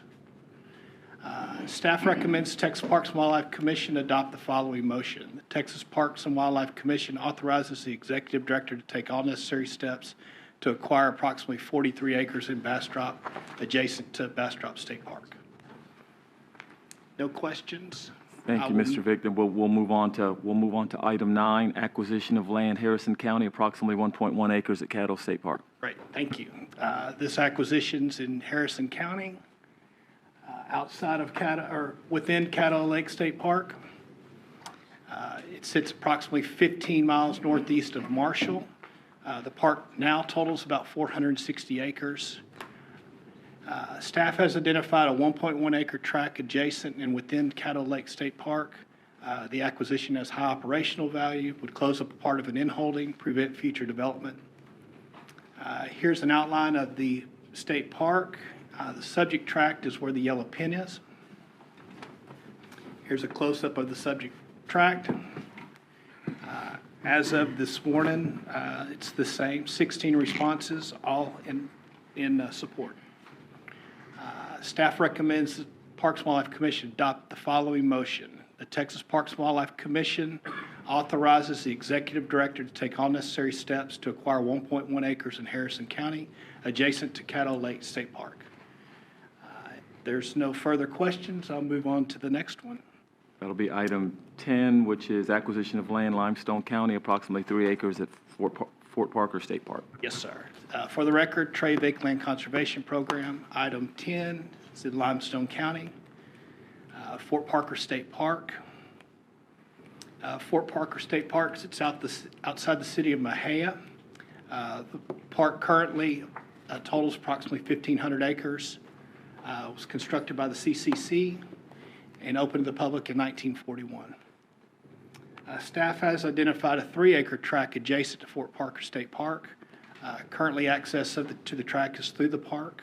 Acquisition of the subject tract would eliminate potential access issues, plus add future development to the park. Here is a map of the state park. The subject is identified at the yellow pin. Same as of this morning, 28 responses, all in support. Staff recommends Parks and Wildlife Commission authorizes the executive director to take all necessary steps to acquire approximately 3 acres in Limestone County adjacent to Fort Parker State Park. If there's no questions, I'll move on to the last item. Item 11. Back up. Item 11 is acceptance of a donation of land in Bastrop County, approximately 49 acres at Bastrop State Park. For the record, Trey Vick, Land Conservation Program, Bastrop State Park again, outside of Bastrop. 7,700 acre park. We're always looking for in-holdings and adjacent properties. Staff has, the owner of a tract of land adjacent to the south boundary of Bastrop State Park totaling 49 acres approached staff with the intent to donate the tract to Texas Parks and Wildlife. Acquisition of this property will fill a gap in the park and join 2 recently acquired tracts. Here's an outline of the park. The subject tract is identified in yellow. Here, as of this morning, we've received 15 responses, 14 in support, 1 in opposition. The motion today for this one would be the Texas Parks and Wildlife Commission accepts the donation of approximately 49 acres in Bastrop County adjacent to Bastrop State Park. Any questions? Nope. Let's see, action item 12, acquisition of land, Anderson County, 6,900 acres, Middle Trinity River ecosystem. Good afternoon. For the record, my name is Jason Estrella with the Land Conservation Program. And today is talking about acquisition of land, 6,900 acres in Anderson County, northeast Texas. Here we see a map of the 4 other WMAs comprising the Middle Trinity River Ecosystem Project. And the green star is a subject tract for the proposed acquisition. MTREP was created to compensate for habitat losses associated with the construction of Richland Chambers Reservoir. As I mentioned, MTREP consists of 4 WMAs within the Middle Trinity River: Richland Creek, Gus Angling, Big Lake Bottom, and Keachai Creek. The subject tract has been owned by the same family for many decades. The acquisition would keep a very large parcel of land intact in perpetuity. The acquisition would also add valuable native habitat and strategic operational value to the project area, and staff do regard this property as a high priority. As of last count, we have received 32 responses, 30 in support, 2 in opposition. So staff recommends that the commission adopt the following motion. Parks and Wildlife Commission authorizes the executive director to take all necessary steps to acquire approximately 6,900 acres of land in Anderson County for addition to the Middle Trinity River Ecosystem Project. Great. Any questions? Great piece of property. What are we going to do with the 6,900 acres? Well, you want to answer that, John? Commission, for the record, John Solofsky, Wildlife Division Director. As you saw on the maps that Jason presented, it's going to be a part of a complex there. There's significant wetland potential development on this site, as well as bottomland hardwood restoration. There is, about 1,000 acres that's really considered upland that doesn't typically flood, but the flood frequency on the rest of that property is significantly high. So best opportunity is going to be for wetland management, waterfowl, shorebirds, things like that. And are we going to allow the general public on the property? Yes, sir. Absolutely. Okay, good. Yeah. All right, perfect. All right, thank you. Patton, just to clarify, it's going to be is it going to be a WMA, a state park, or an SNA, or some other? Right, it's a wildlife management area. Right, WMA, yeah, great. All right, perfect, thank you. Can we approve all of the motions in batch? Yes, sir. If you'd like to have one motion for approval of all of those in a second. All right, is there a motion for approval for action items number 8 through 12? Do I have a motion? Commissioner Bell makes a motion, approval of items 8 through 12. Is there a second? Able, present. All in favor? Second. Okay, all in favor, please say aye. Aye. Any Aye. opposed? Hearing none, motion carries. I think that's it. Dr. Yostowitz, I think we had some good conversation today. And look, let's iterate, let's get better, let's try to get a better handle on CWD and all the issues we talked about, and challenge the staff to think outside the box in that regard. That's right, Chairman. Continuous improvement. Okay, great, absolutely. Get better every day.